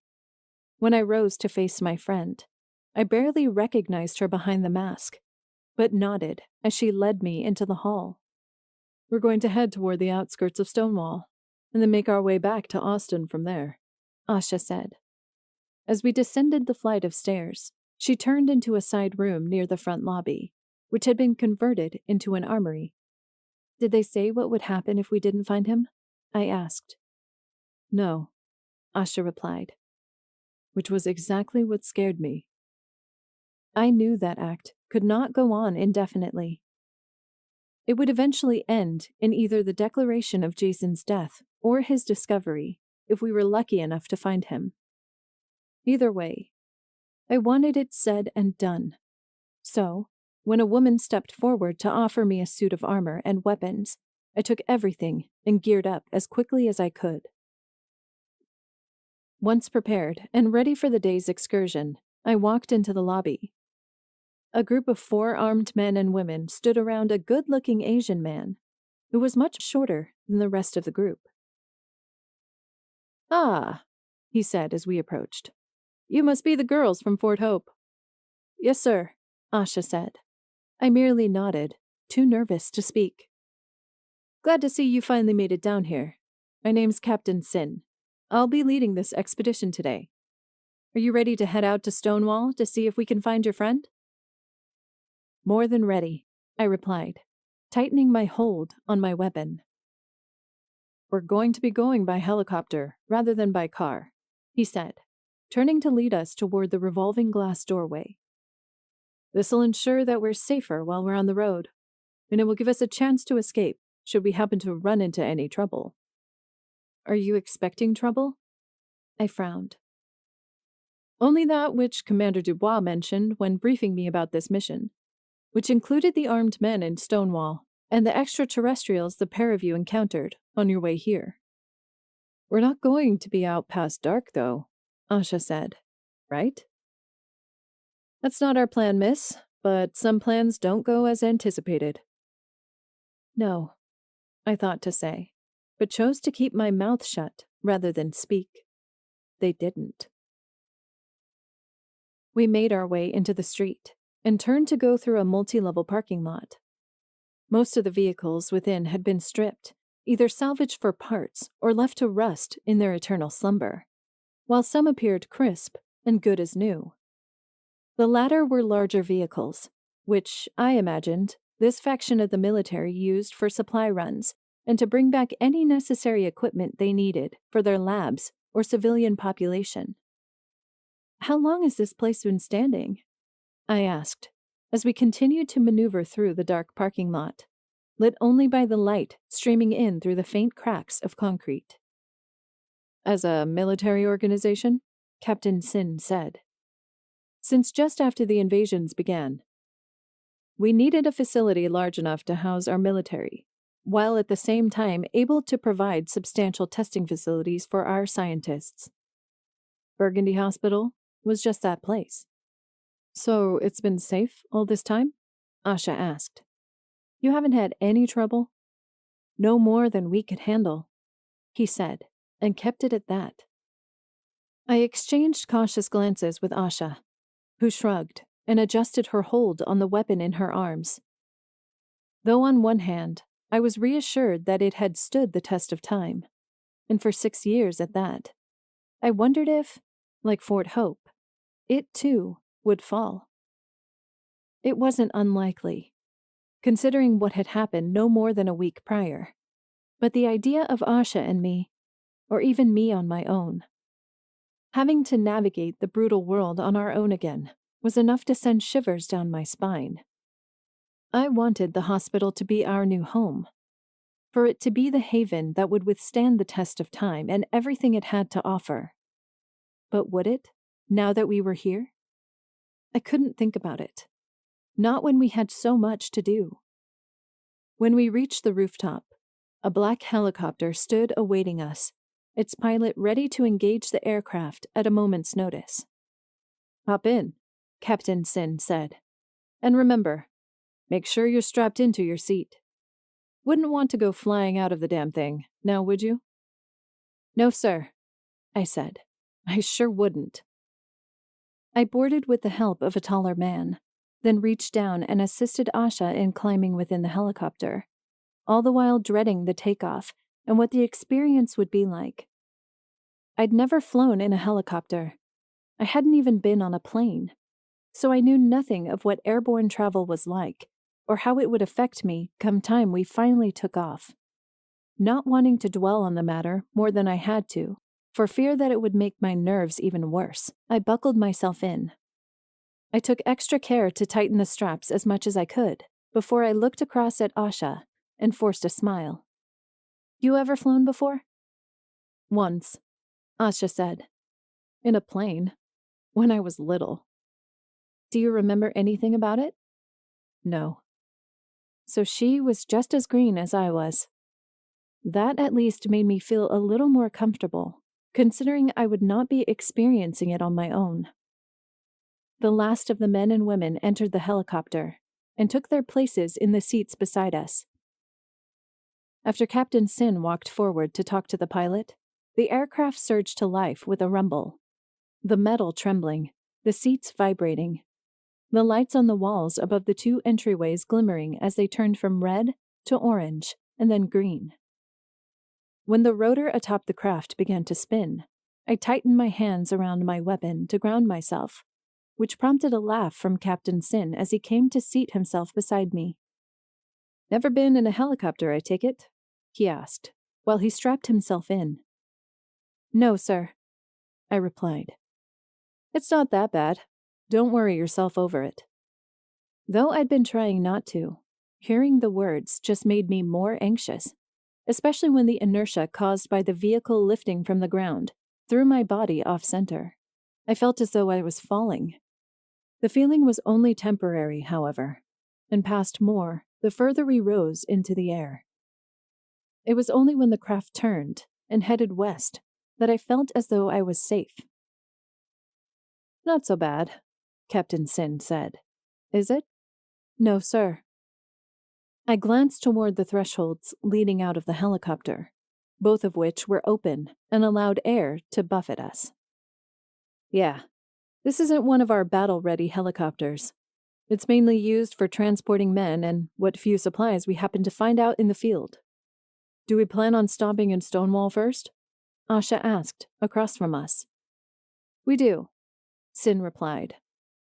"What about the armed men?" I asked. A man with a sniper rifle slapped his weapon stock and flashed a grin beneath his heavy helmet. "I've got us covered." "Josh is the best shot we've got," another man said. "Well, besides Tasha, anyhow." "Hey!" the sniper named Josh said. "Well, it's true," a female soldier, whose uniform stated her last name was Ramirez, said. "Don't leave a man to do a woman's job. Ain't that right, girls?" "I don't know," I shrugged, which prompted laughs from everyone, including Asha and Captain Sin. I turned my attention to the greenery beneath us and realized we would shortly be out of the Austin city limits. Soon we would be back in Stonewall and, hopefully, would find Jason. The helicopter came to rest at the junction near where we'd encountered the armed bandits on our initial entry into the small town of Stonewall. Scared out of my mind that we would come under fire, and knowing there was a distinct possibility those men could still be around, I filed out along Captain Sin and Asha and waited for orders to be given. "Listen up," the man said, in his commanding voice, drawing all eyes to his short but imposing stature. "We're here for 2 reasons: to gather supplies, and to hopefully recover the last known survivor of the Fort Hope massacre. Given that there's a chance we would be sieged by the bandits Anamia and Asha spoke of, I want us to split into 2 groups of 3. Asha, Anamia, and myself will make our way north, while Cindy, Clay, and Easton will scout this area. Josh, I want you to remain with our pilot, and make sure nothing that isn't us gets close to him." "Roger that," Josh said, chambering a bullet and raising his gun to scan the high rooftops. "We're to announce ourselves as plainly as possible in the hopes that our survivor will come out of hiding, if he still happens to be here. By this, I mean to walk down the roads, make your presence known, and address anyone whom you may happen to see. If you do happen to encounter the boy, state that Asha and Anamia are with you, but in a separate party. Understand?" "Yes, sir," the men and women said one by one. Captain Sin nodded and gestured Asha and me along the road. "Come on," he said, hefting his weapon into his arm. "Let's go." We followed the captain while the other group began to scout the area behind us, disappearing down a side street. While walking, I took note of how nothing had changed, and was thankful to see, at least by absence of scorch marks along the ground, that the harvesters had not been there. "They don't tend to land in smaller cities and towns," I said after a moment's hesitation. "Do they?" "They're interested in where they know populations of people are," Sin replied, turning his head to look at me before he waved his hand toward the area around us. "Here, though, you could probably live out most of your life and never be found." "But that's the thing," Asha said. "The supplies are so limited and the food so scarce." Sin snorted, a sound that, while dismissive, was obviously meant to distract her from the point she was trying to make. "Are you kidding, recruit? Food? Scarce? It's all over these hills." But only if you know how to hunt, she said. We'll teach you, in time. The commander pointed up the road. Any of this familiar to you? The series of vehicles we'd hidden behind were still there, but were pockmarked with bullet holes from where the bandits had fired upon Jason. Blood smeared the pavement. And it wasn't a little bit either. It was a lot. Oh no, Asha said. We knew this could be a possibility, I said, trying my hardest not to look at the blood, nor the trail that extended from the middle of the road toward a nearby alleyway. Sir, I said, turning my attention to Captain Sin. Would you... The Asian man disappeared into the alleyway without a response. While waiting, Asha and I huddled close, shoulders bumping, hands almost touching from where they dangled at our sides. I wanted so desperately to reach out and touch her, to have some sort of assurance that I was not completely alone in the world, but knew I shouldn't. Contact, at this point, would prove futile, especially with the cascade of emotions I was sure would follow. When Captain Sin finally reappeared from the alleyway, it was with a somber look on his face. I'm sorry, he said. Your friend didn't make it. Asha fell to her knees and sobbed. I merely closed my eyes and tilted my head back. I'd expected it. I knew I had. But hearing it was enough to drive me insane. Jason had died so we could live. No greater sacrifice could have ever been made. Chapter 17. Asha and I didn't want to see Jason's body, nor did we want to assist in removing his personal effects. For that reason, Captain Sin returned to the alley while my friend and I kept watch, constantly on alert for the men who had taken not only Jason's life, but a part of ours as well. How desperately I wanted to get my hands on them, to stab them, shoot them, to wrap my hands around their necks and squeeze the life right out of them. I knew, however, that I wouldn't be able to do it. By that point, the men were probably gone. To Fredericksburg, where nothing lay, or to Johnson City, where they would likely meet their own cruel demise. Because of that, I could do nothing but sigh. You okay? I asked Asha when I realized she hadn't spoken for a long time. I think so, she replied, swallowing, then turning her head to hide tears I'd already seen. I didn't expect it, you know. I thought maybe he'd gotten away. He sacrificed himself so that we could live, I said. I know. That's what makes me feel so much worse. Rather than say anything, I simply leaned over, wrapped my arm around her shoulder, and waited until Captain Sin reappeared with Jason's backpack and semi-automatic rifle. He put up a good fight, the man said, ejecting the cartridge to show that it was empty.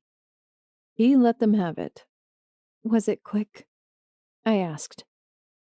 I mean, after he crawled into the alleyway, was it? I think so, Anna. With a nod, I turned and started back toward where the helicopter lay in the near distance. Josh looked through his scope to acknowledge my presence, then raised a hand to beckon to me.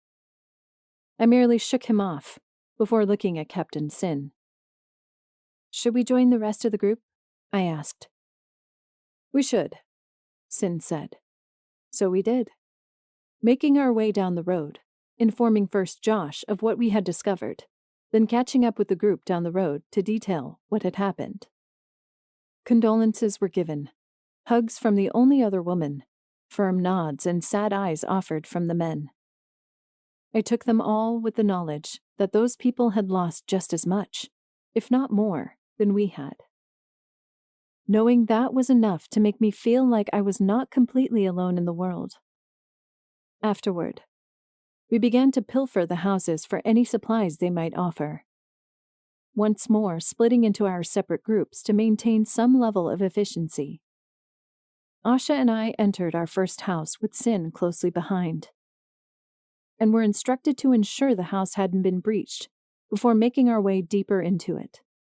I got bit by a coyote when we made that mistake, I said, as Asha turned to give us a thumbs up and a nod. Is that why your eye is that color? Sin asked. When I nodded, he frowned. His handsome features darkened by the expression. I've heard rumors, I guess you could say, from when the doctors at Burgundy were first contacted by the people from Fort Hope. What kind of rumors? I asked, opening a cupboard and sorting through the bowls and other contents within. That you claim to have seen things. That your mere presence was enough to draw the creatures to you. I don't think my presence alone is enough to draw them, I said. I don't think the two of us would have made it this far if that were the case. As to the visions, I paused, then considered what I was about to say before turning toward him. I've seen things. Like what? Coyotes dancing beneath black monoliths. Harvesters traveling beyond the speed of light to make it to Earth. My family, the night it all began. So you think you formed some kind of bond with them? I don't know. Have you had any more dreams or visions since you left Fort Hope? No, I said, hoping that my declaration, as abrupt as it was, didn't sound like a lie. I haven't. Sin watched me for a moment, likely considering my motives and possibly judging the truth of my statement, before nodding. Good.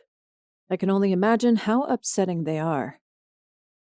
With that out of the way, we went to work securing supplies for the hospital, grabbing blankets, pillows, pots and pans, extra silverware, candles, and other items of worth. When Asha returned from upstairs with a shotgun in her opposite hand, Sin beamed and accepted it with a smile on his face, all the while praising us for our hard and steady work. At that particular moment, I didn't care for praise, nor for the falsehoods that came with it.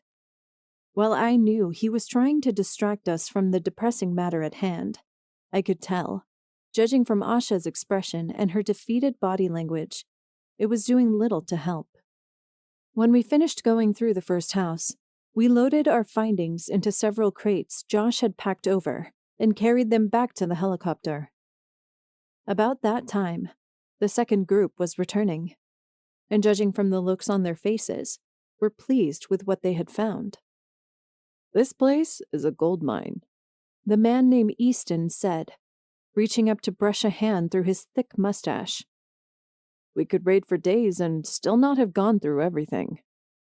Right now, we're focusing on the essentials, Sin said, casting a glance to the sky. The sun was quickly crossing the horizon and threatening to become obscured by storm clouds drifting in from the east. We'll continue to work for a few more hours, then head back to Austin if the weather allows. Do you think it won't? Asha asked.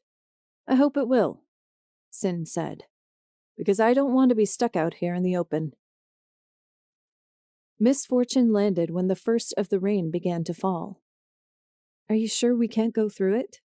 I asked, over the rumble of thunder that echoed across the horizon. It's too dangerous to fly during storms, our pilot said. We run the risk of getting struck by lightning. And getting shot out of the sky, Sin said. Which is why we're going to wait here and ride it out. I looked out the nearby window and was thankful the home we'd managed to secure ourselves in hadn't sustained any major weather damage over the previous 6 years. Other homes had suffered from hail or snow or even torrential rain. At least in there, the walls were keeping the elements at bay. That was the only thing I could ask for.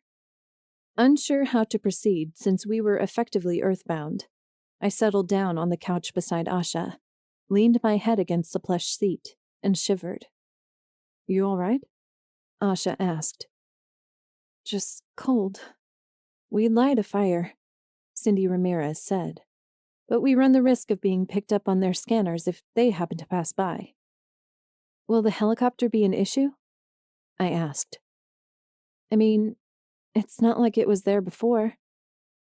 I don't think they like to fly in the rain either, Josh said. I mean, I've never seen one flying about in the rain during all these years I've been at Burgundy, so I don't see why they'd start now. I didn't want to comment on how quickly things could change. Just because it hadn't happened didn't mean it couldn't happen out of the blue. The aliens weren't stupid. That much I already knew.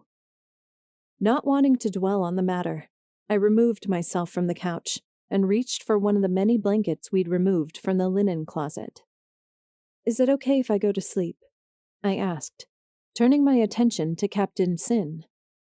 You and Asha have had a rough day, the captain said. Don't worry about taking watch tonight. Just get some rest and be ready to work in the morning. We will, I said, turning to face Asha. Shall we? After she rose, we spread the thick quilt out on the floor, plopped some pillows onto our designated sleeping positions, then settled down and covered ourselves with a single sheet. The shared warmth beneath the covers was enough to put me at ease. Good night, Asha whispered. Night, I said. The last thing I saw before I closed my eyes was the slight smile on her lips. I woke to the sound of feverish whispers. Are you sure you saw them? Cindy asked. I'm sure I did, Josh replied. We need to remain calm, Captain Sin said. Panicking isn't going to do us any good. What's going on? I asked, as I pushed myself into a sitting position.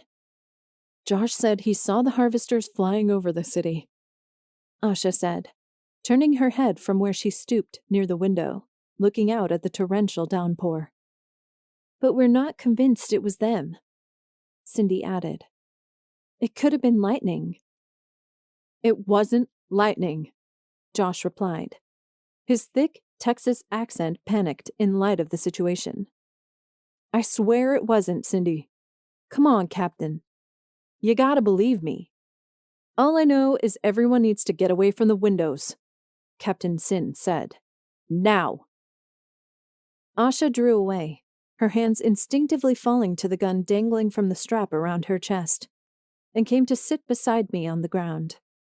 I, meanwhile, drew the sheet around my body and stared into the distant edge of the living room, where, looming like sentinels, were two long windows, though covered by curtains, could offer easy access to anyone willing to breach entry.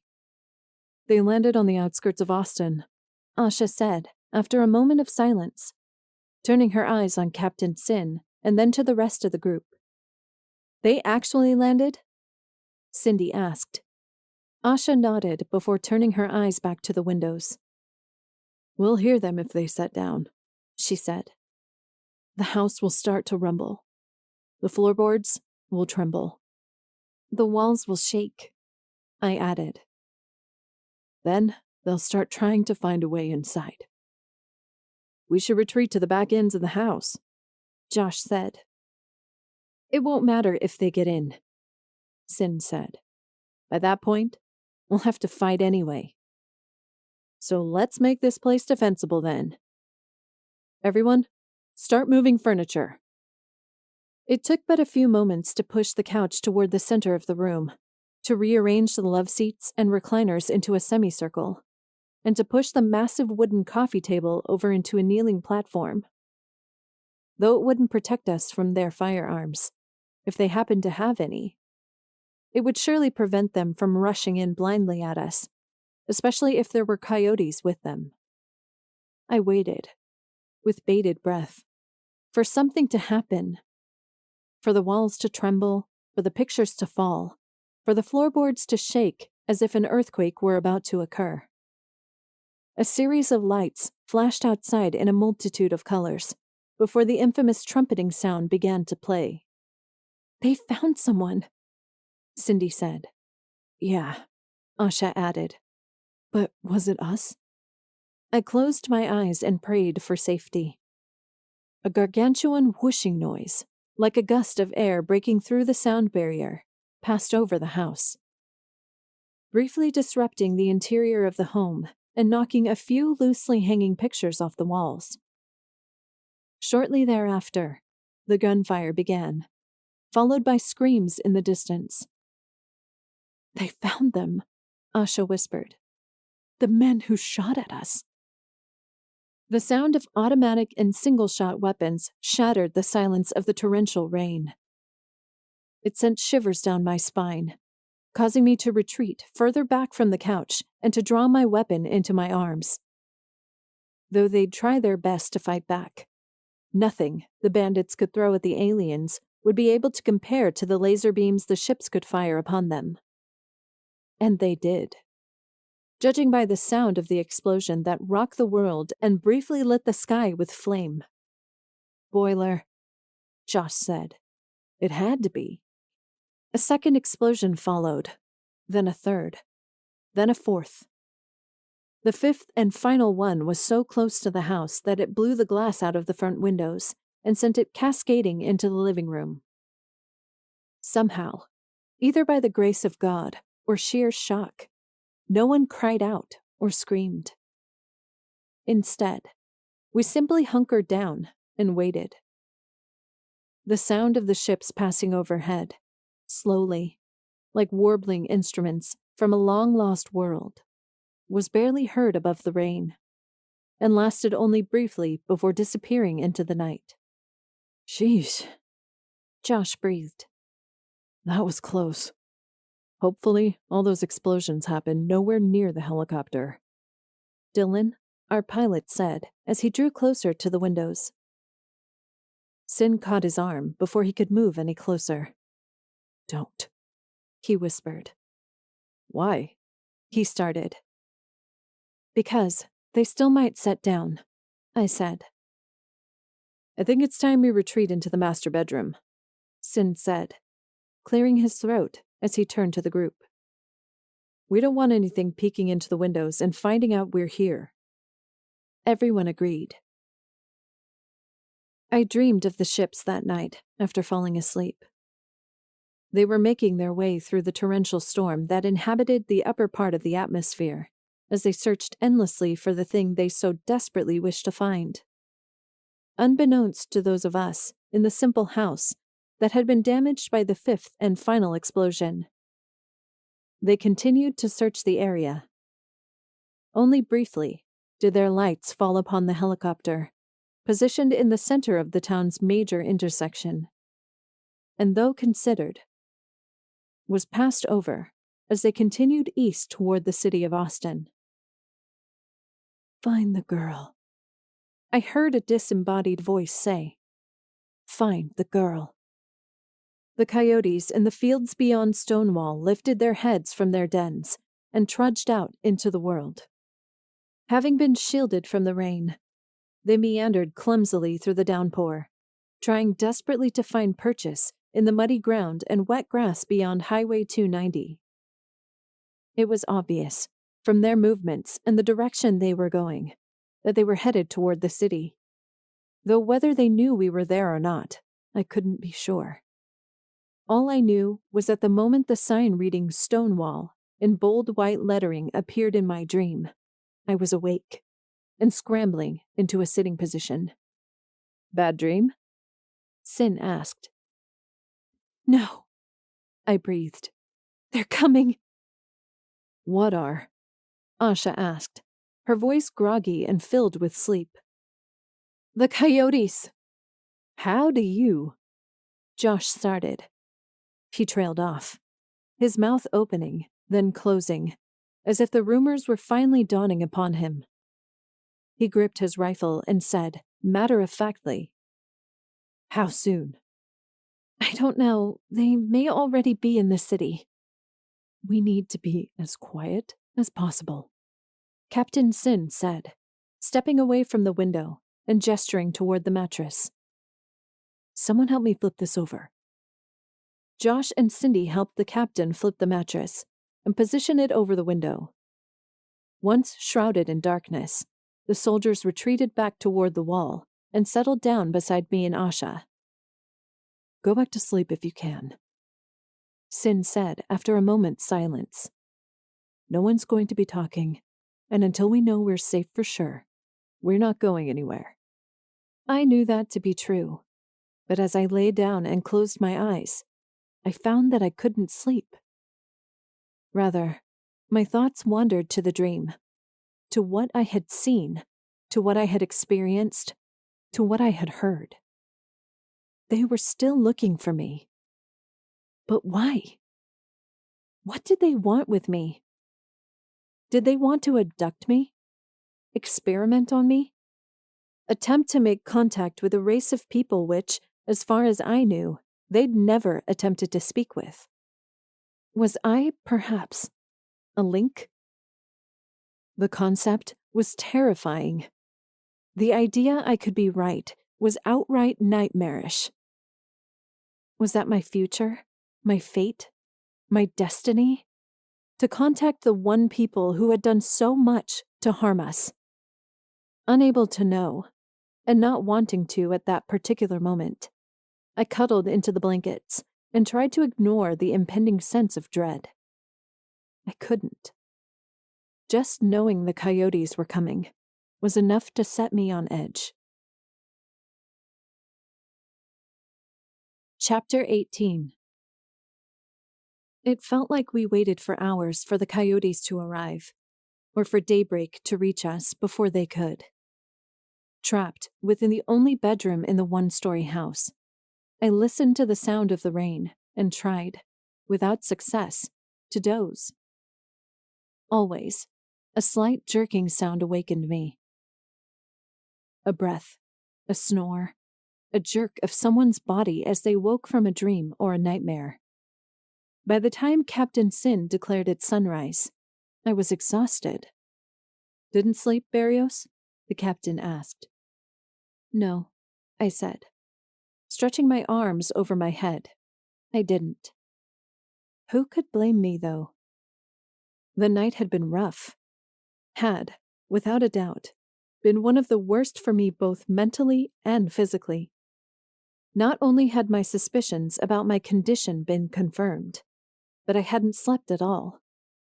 My body was weary, my mind threatening to collapse, my heart thundering in my chest any time I tried to breathe.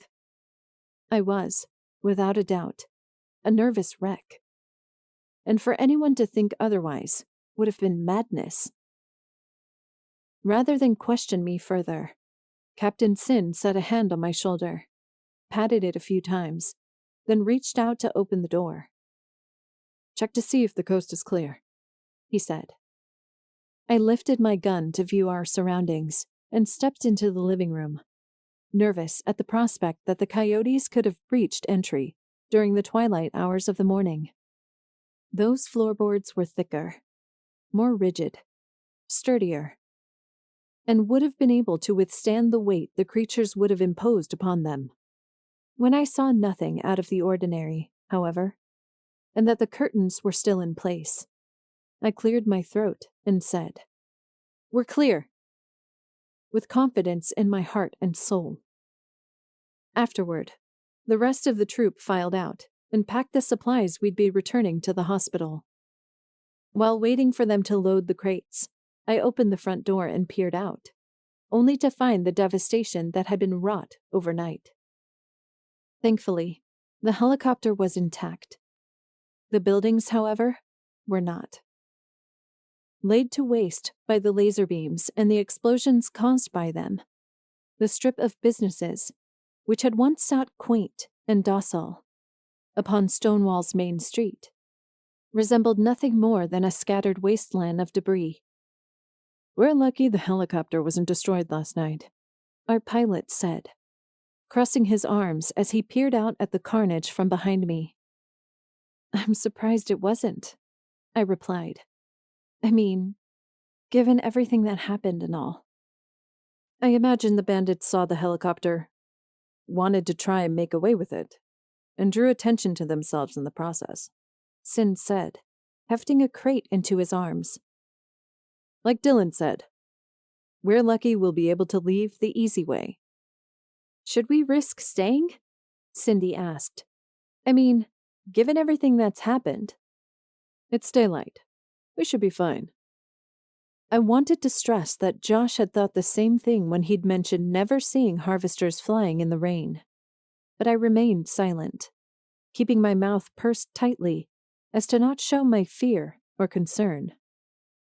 Instead, I stepped out of the house and led our group forward. The smell of smoke and spilled gas filled the air as we relocated from the suburban street into the main part of town, clogging my nostrils and making my eyes weep hot tears. While Dylan hopped into the helicopter to test its faculties, I trained my gun upon the horizon. I tried to find some trace, anything, that would alert me to what we might be dealing with. Nothing appeared. No men, no coyotes, no harvesters. Absolutely nothing could be seen within the distance, proving that, at least for the time being, we were safe. Let's raid a few more houses and get on out of here, Sin said. Once more, split up into groups. Check to make sure the homes haven't been breached. And if they have been, don't go into them. We don't need any more surprises before the day is up. Leaving Stonewall, while painful without Jason to accompany us, filled me with far more relief than I could have possibly imagined. The sky was clear, the clouds non-existent, the ever-extending plain of blue beautiful in that it appeared untouched by any calamity, alien or not. I shifted in my seat to look out into the distance and found Asha's hand falling atop mine. You okay? I asked, lifting my head. I was just going to ask you the same thing, she said, then drew her hand away. I can only imagine how you're feeling right now. Lost, confused, a bit hopeless. This is about your dreams again, isn't it? I looked at the people around me, studying their faces to see if they were listening or if they even cared. If they did, they didn't show it. Or at least were decent enough to not visibly pry into our conversation. I imagined it was almost impossible to hear us over the whirling rotor and the gust of wind, and for that reason I offered Asha a firm, resolute nod. It instantly sobered her expression and forced her lips into a frown. I'm convinced they want something from me. Why? I keep hearing the phrase, find the girl, in my dreams. If that doesn't mean something, I don't know. Have you ever tried speaking back to them? In my dreams, you mean? Yeah. Or your visions. Whatever they are. I said, then stopped, unsure how to respond. Even the idea of attempting to open communication was maddening. But to actually attempt it? That was on another level of insanity entirely, and for that reason, I could only stare.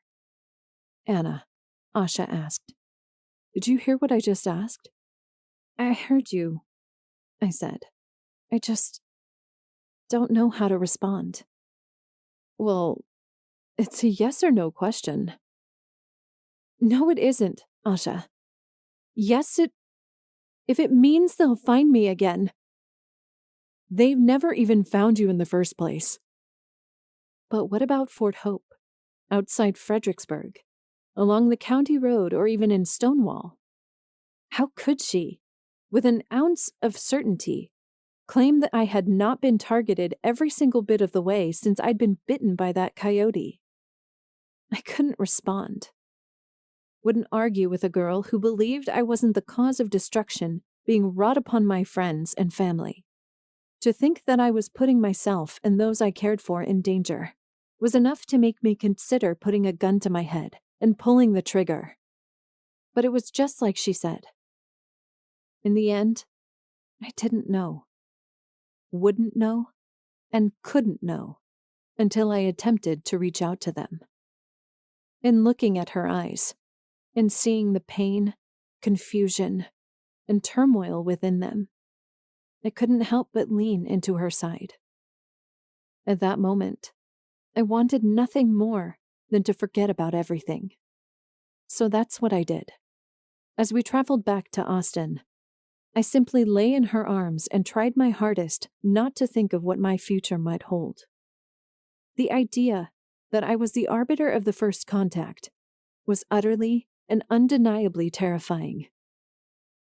We landed upon the roof of Burgundy Hospital's parking garage later that afternoon and unloaded supplies shortly thereafter. Joined by several other volunteers, the work was quick and easygoing, with casual banter exchanged throughout and the spirits of the men high and mighty. Most seemed to have forgotten the potential near-death experience we had faced the night before. Such was their demeanor. I, meanwhile, had only one thing on my mind. "Sir," I said, turning to face Captain Sin as thoughts on how I could further test my theory came to mind. "Permission to leave early and seek medical treatment, sir." "You're asking for it?" the man asked, to which I responded with only a nod. "I suppose so, Barrios. Is this about what happened last night? You're..." He leaned forward and whispered, "Vision?" I nodded. "We didn't see any signs of coyotes on our way back from Stonewall," the man said, "but that doesn't mean they weren't around. We didn't particularly check the area, and we did avoid the houses that appeared to be tampered with. I just want to know if there's anything the doctor can tell me," I said. "Understood. You're dismissed, soldier." "Thank you." I bade Asha goodbye with a simple wave and strode through the parking garage, taking extra care to avoid obstacles. Once free of the garage, I stepped into the lobby, and once there, I relieved myself of my arms and armor before I walked toward the medical bay, where I hoped to find Taylor McKinney and the doctor who had requested my blood the day before. "Hello?" I asked as I entered the bay, looking around to see if anyone was in the vicinity. "Is anyone here?" When no one answered, I waited, hopeful that someone had heard me and was just finishing up on whatever task they were working on. When no one came, though, and when I found it fruitless to wait any longer, I turned and passed through the side halls until I came to the room designated as mine. Once inside, I collapsed upon the bed without bothering to remove my boots. The soft mattress below my body was bliss, the cool temperature sating to my fried nerves and frazzled conscience. I would have fallen asleep then and there had a knock not sounded at the door and startled me from my thoughts. I groaned, rolling over to face the would-be intruder, and found Commander Dubois standing outside my room. "Commander," I asked, sitting up in my bed. She entered without being invited and closed the door behind her. "Anna Mia."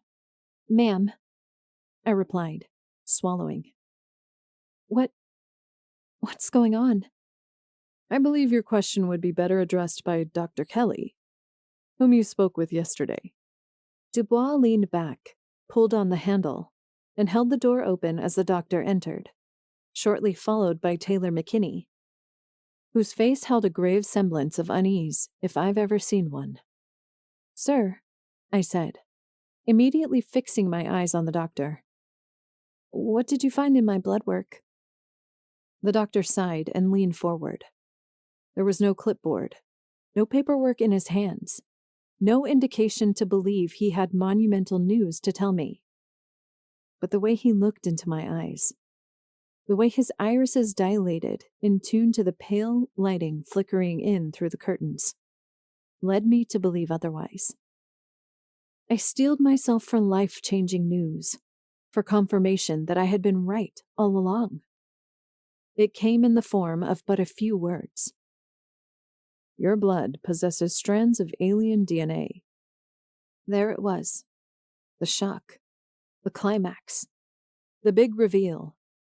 The plot twist in the ever-expanding drama of my life, revealed in but a moment. So shocked was I by the revelation that I could barely move, could hardly breathe, could not even speak. I merely stared, dumbfounded, as I looked at the man and tried to comprehend what he had just said. "What does this?" I started, but stopped before I could finish. "It means," Dr. Kelly said, "that the human body is capable of reacting to, replicating, and accepting the DNA of our extraterrestrials now inhabiting our atmosphere." "How is that possible?" I asked. "It's hard to say. Maybe we are what they call a panspermic species. A fraction of DNA that crossed space and time until it landed on Earth and began to flourish.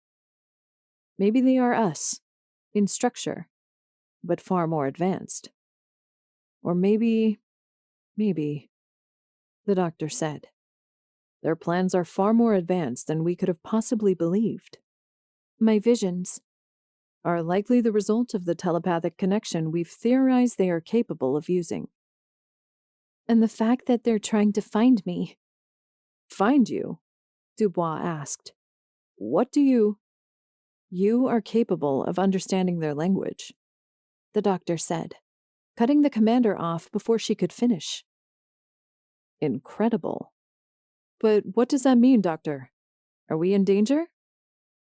"There's no way to know," the doctor replied. "Not unless—" The three turned their eyes upon me the moment the doctor trailed off. "What?" I asked, startled. "Why are you looking at me like that?" "I think what he means to say," the nurse named Taylor McKinney began, "is that he wants you to speak with them." the commander finished. No greater bombshell could have been dropped upon my person at that moment. No greater threat hovering at the back of my neck. I felt, in that instance, as though I was dangling over a pool of hungry piranha, and slowly being lowered, piece by little piece. In staring at them, and in realizing the declaration of truth on Dubois' face, I knew that there was no way I could get out of it. "This is our one chance to know what it is they truly want," the commander said. "This is our chance to change the tide of this war." "Or to get me killed," I said. "Why should we barter with these monsters, when all they've done is kill and abduct our people?" "It's called a treaty, young lady." "Those people killed my family. How can you expect me to ever barter with them with a clear conscience?" "Just because one person killed your family does not mean they are all bad." "They abducted my father, killed my mother, slaughtered my sister." I shook my head. "No, you can't make me do this."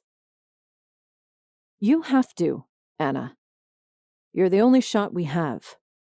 "Let someone else get bitten by a coyote," I said, standing. "Now are you going to leave, or am I going to have to?"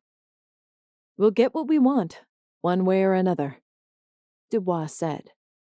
"You've already promised your service in exchange for your friend. Going back on your deal could have consequences." "Wait," I said, starting toward the door as Dubois, McKinney, and Dr. Kelly began to leave the room. The two medical professionals left first, and I was almost to the door when it closed behind Dubois. The sound of a lock clicking into place answered whatever question I may have had next. "Don't you dare hurt Asha! Don't you dare!" "We'll get what we want, one way or another, Anna." The woman peered through the glass to look at me. "Decide before nightfall. Otherwise, your friend might not live to see another day." I slammed my fist into the door and screamed as they walked away. "Leave her alone!" I cried, slamming my fist against the door again and again. "You leave her alone! Leave her alone! Leave!"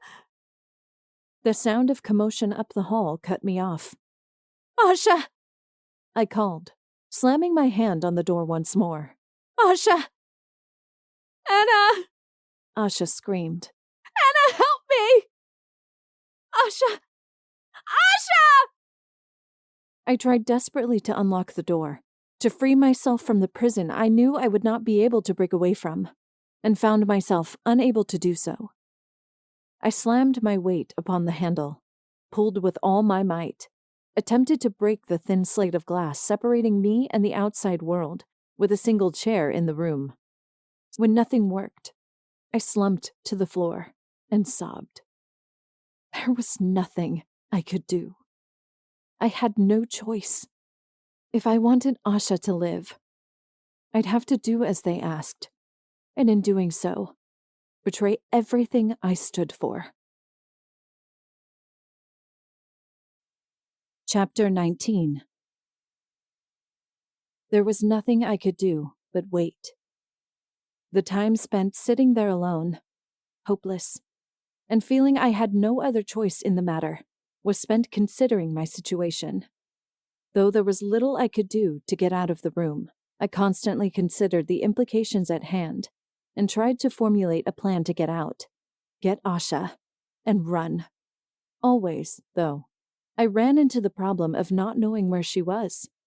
In a hospital this size, she could be anywhere. And with armed guards around every corner, it would be nearly impossible for me to get anywhere without being shot, which meant having to disarm someone, which meant having to kill in cold blood, which meant potentially having to mow down innocent lives to save yet one more person I felt I had become personally responsible for. You're the one who brought her here. My consciousness was quick to remind me.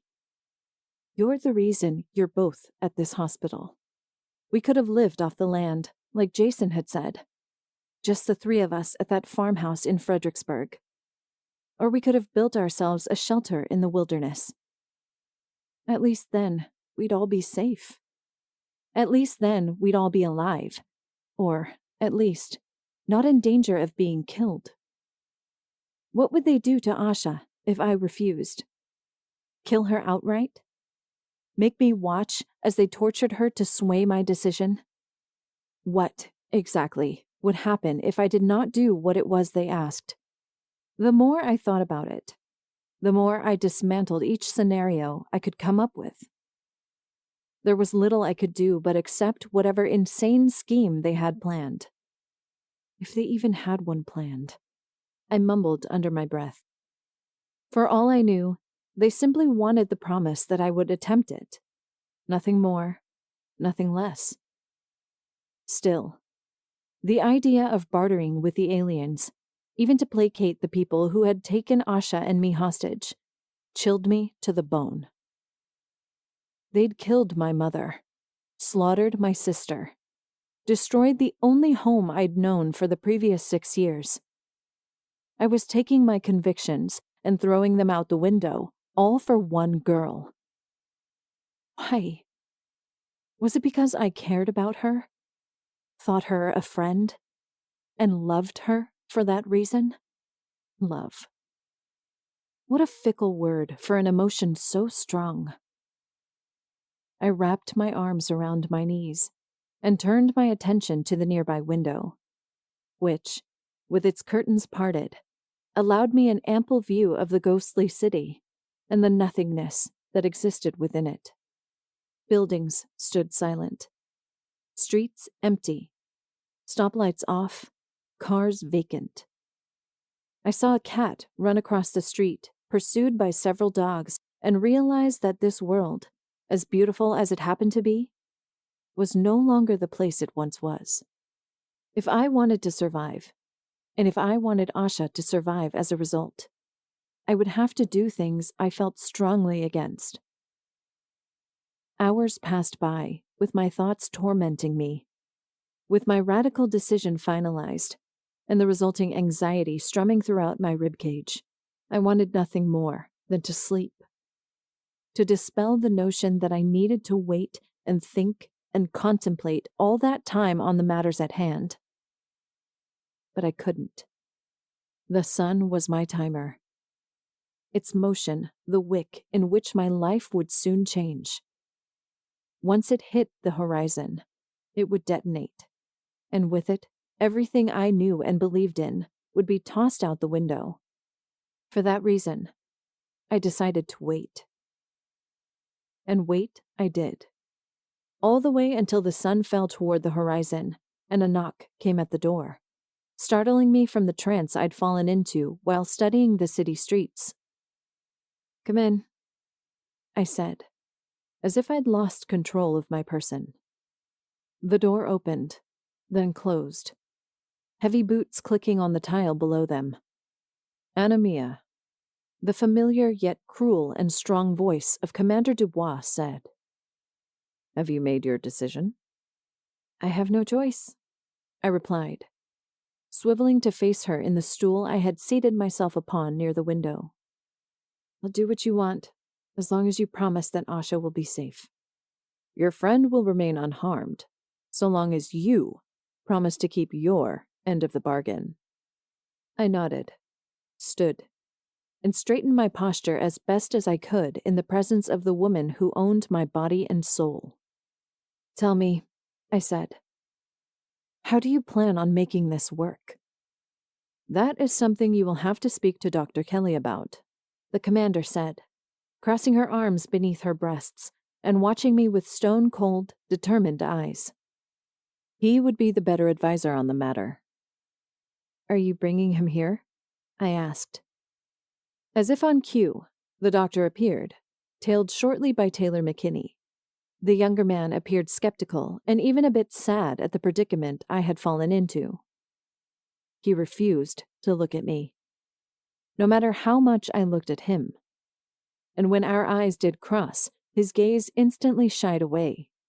His attention deferred to the doctor and the commander who stood at his side. "Anamia," Dr. Kelly said.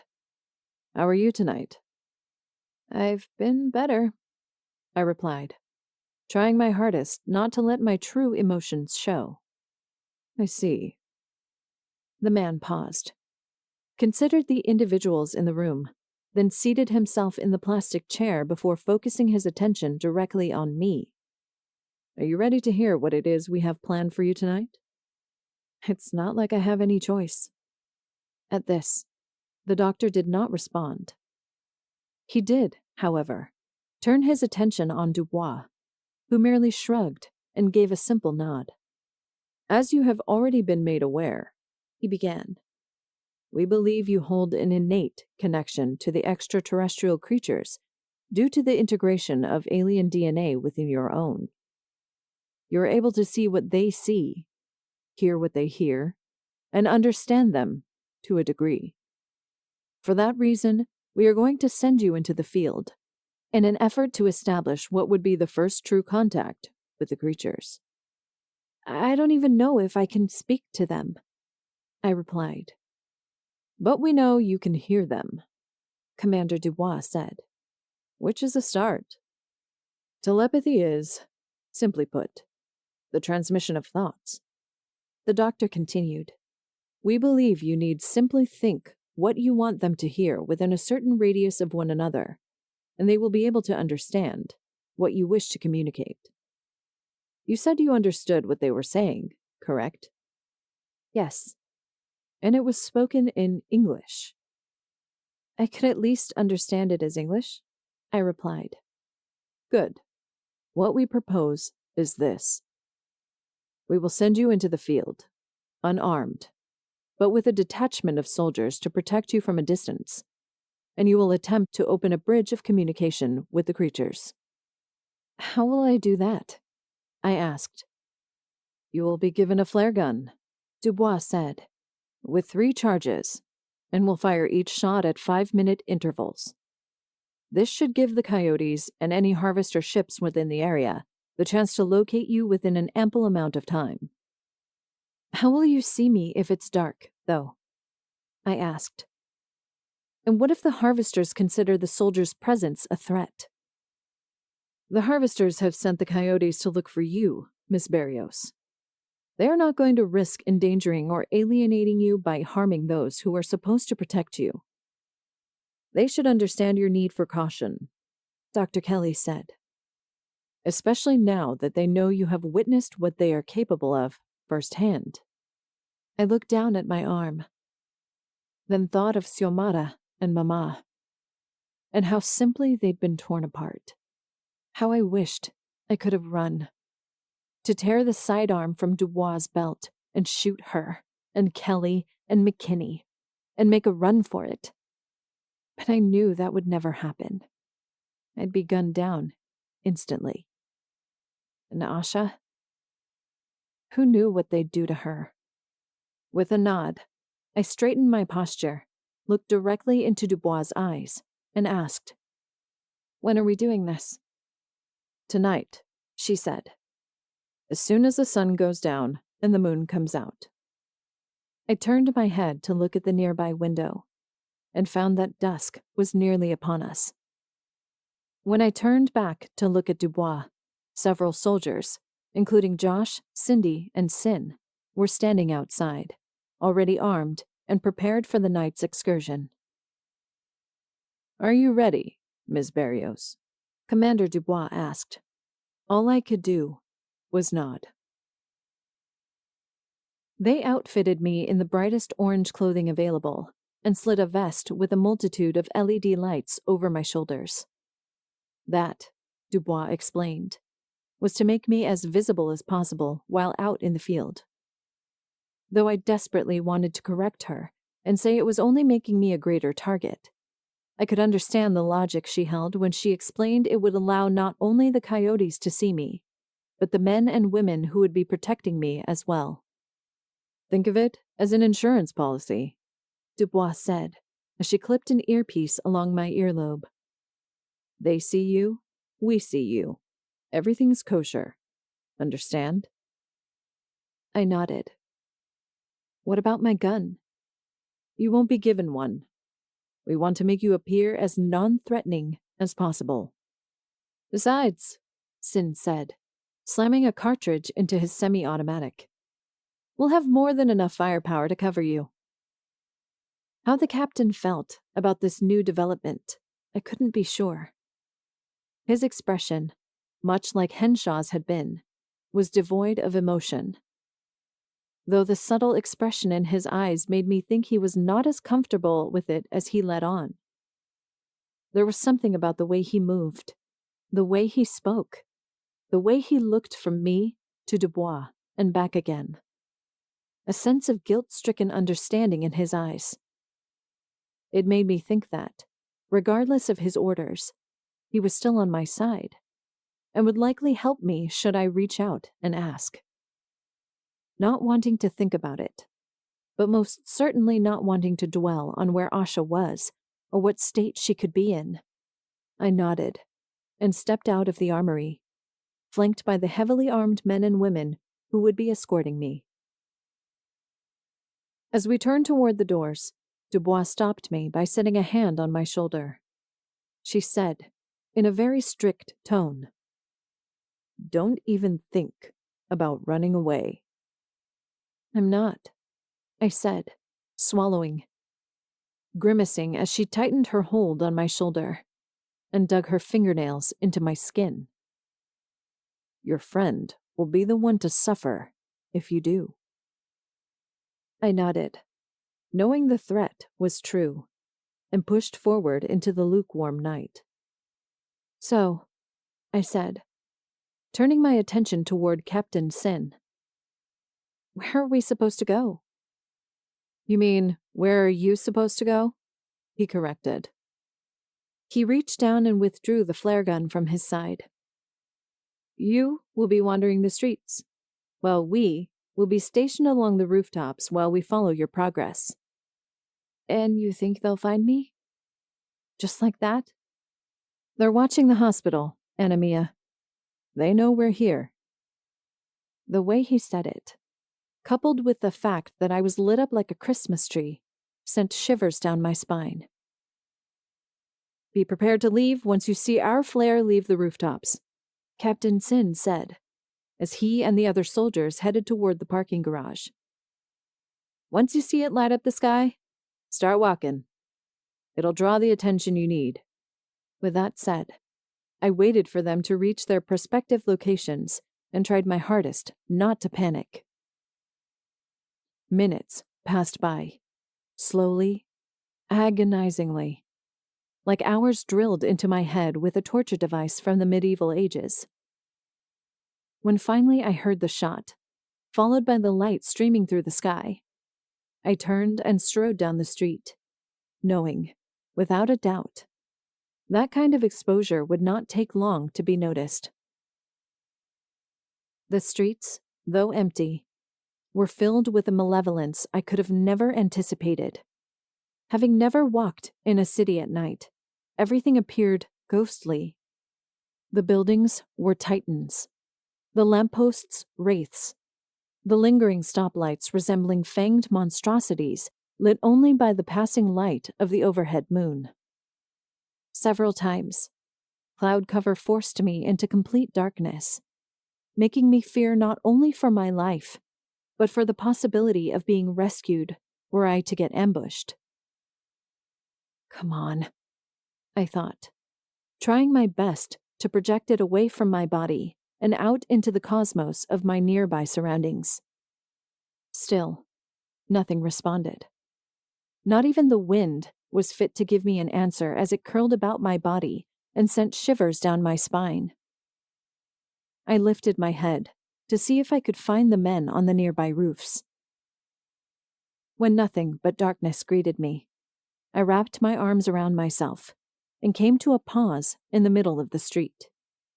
Flare gun held in one hand, I briefly considered lifting it and firing, but stopped. I narrowed my eyes to look down the street. They appeared, one by one, little by little, their eyes illuminating the dark scheme of night, like fog lights directed toward the sea. I heard them laughing, then, as they considered my presence, the distinct notion that I was being laughed at more than clear upon my consciousness. I lifted the flare gun and fired it once. The arc of red light went soaring through the air. "Barrios," Sin said, "you weren't supposed to fire that shot." "I know," I replied, steeling myself for whatever reprimand was to come. A feeling of something swimming beneath my skull entered my head and slid its tendrils around the outer edges of my brain. "Found the girl," I heard a voice said. "Found the girl."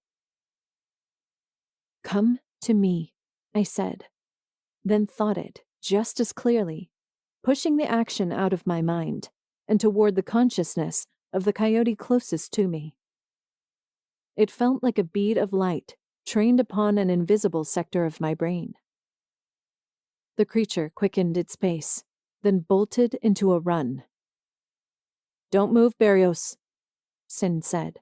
"Tasha's got you covered."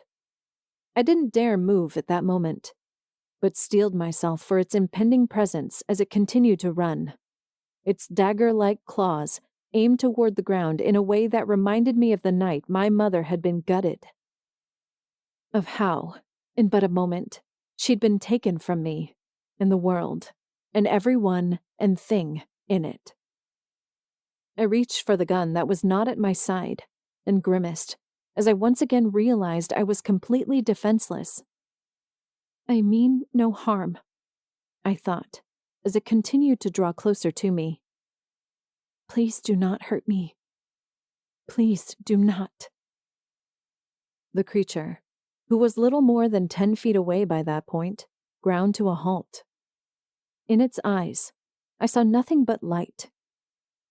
The glowing consciousness of a creature who did not completely comprehend the magnitude of what it was doing. "Found the girl," I heard a voice say. I lifted the flare gun into the air and fired. The approaching coyotes drew back, but realized I was not firing at them and did not charge. The one standing in front of me grinned. its mouth parting to reveal 2 rows of ghastly and razor-sharp teeth. "Where is your leader?" I asked, mentally rather than physically. "I wish to speak with them." "Here," the creature said. A trumpeting noise filled the air, and a series of lights appeared upon the distant horizon. A beam of light, blue in color, but soft like a glowing nightlight, cut through the darkness until it fell directly upon me. The windows rumbled. The ground shook. The spherical harvester ship began to descend as its light continued to hover upon me. I looked up and into its depths, into the white nirvana that was its seemingly molten core, and stared. "Take me to your leader," I said, resigned to the fate I knew was coming. My body began to rise then, as from the ground I was taken into the air. Slowly, surely, with efficiency that had been mastered from dozens, hundreds, thousands, possibly even millions of people, I was lifted toward the nexus that was its being. I saw, briefly, the panels upon the underside of the ship open then, as the light brightened in intensity. "Anemia?" I heard Sin say into my ear. Anemia! Anemia! "Tell Asha. I'm sorry I couldn't do more for her," I whispered. A bright light filled my eyes.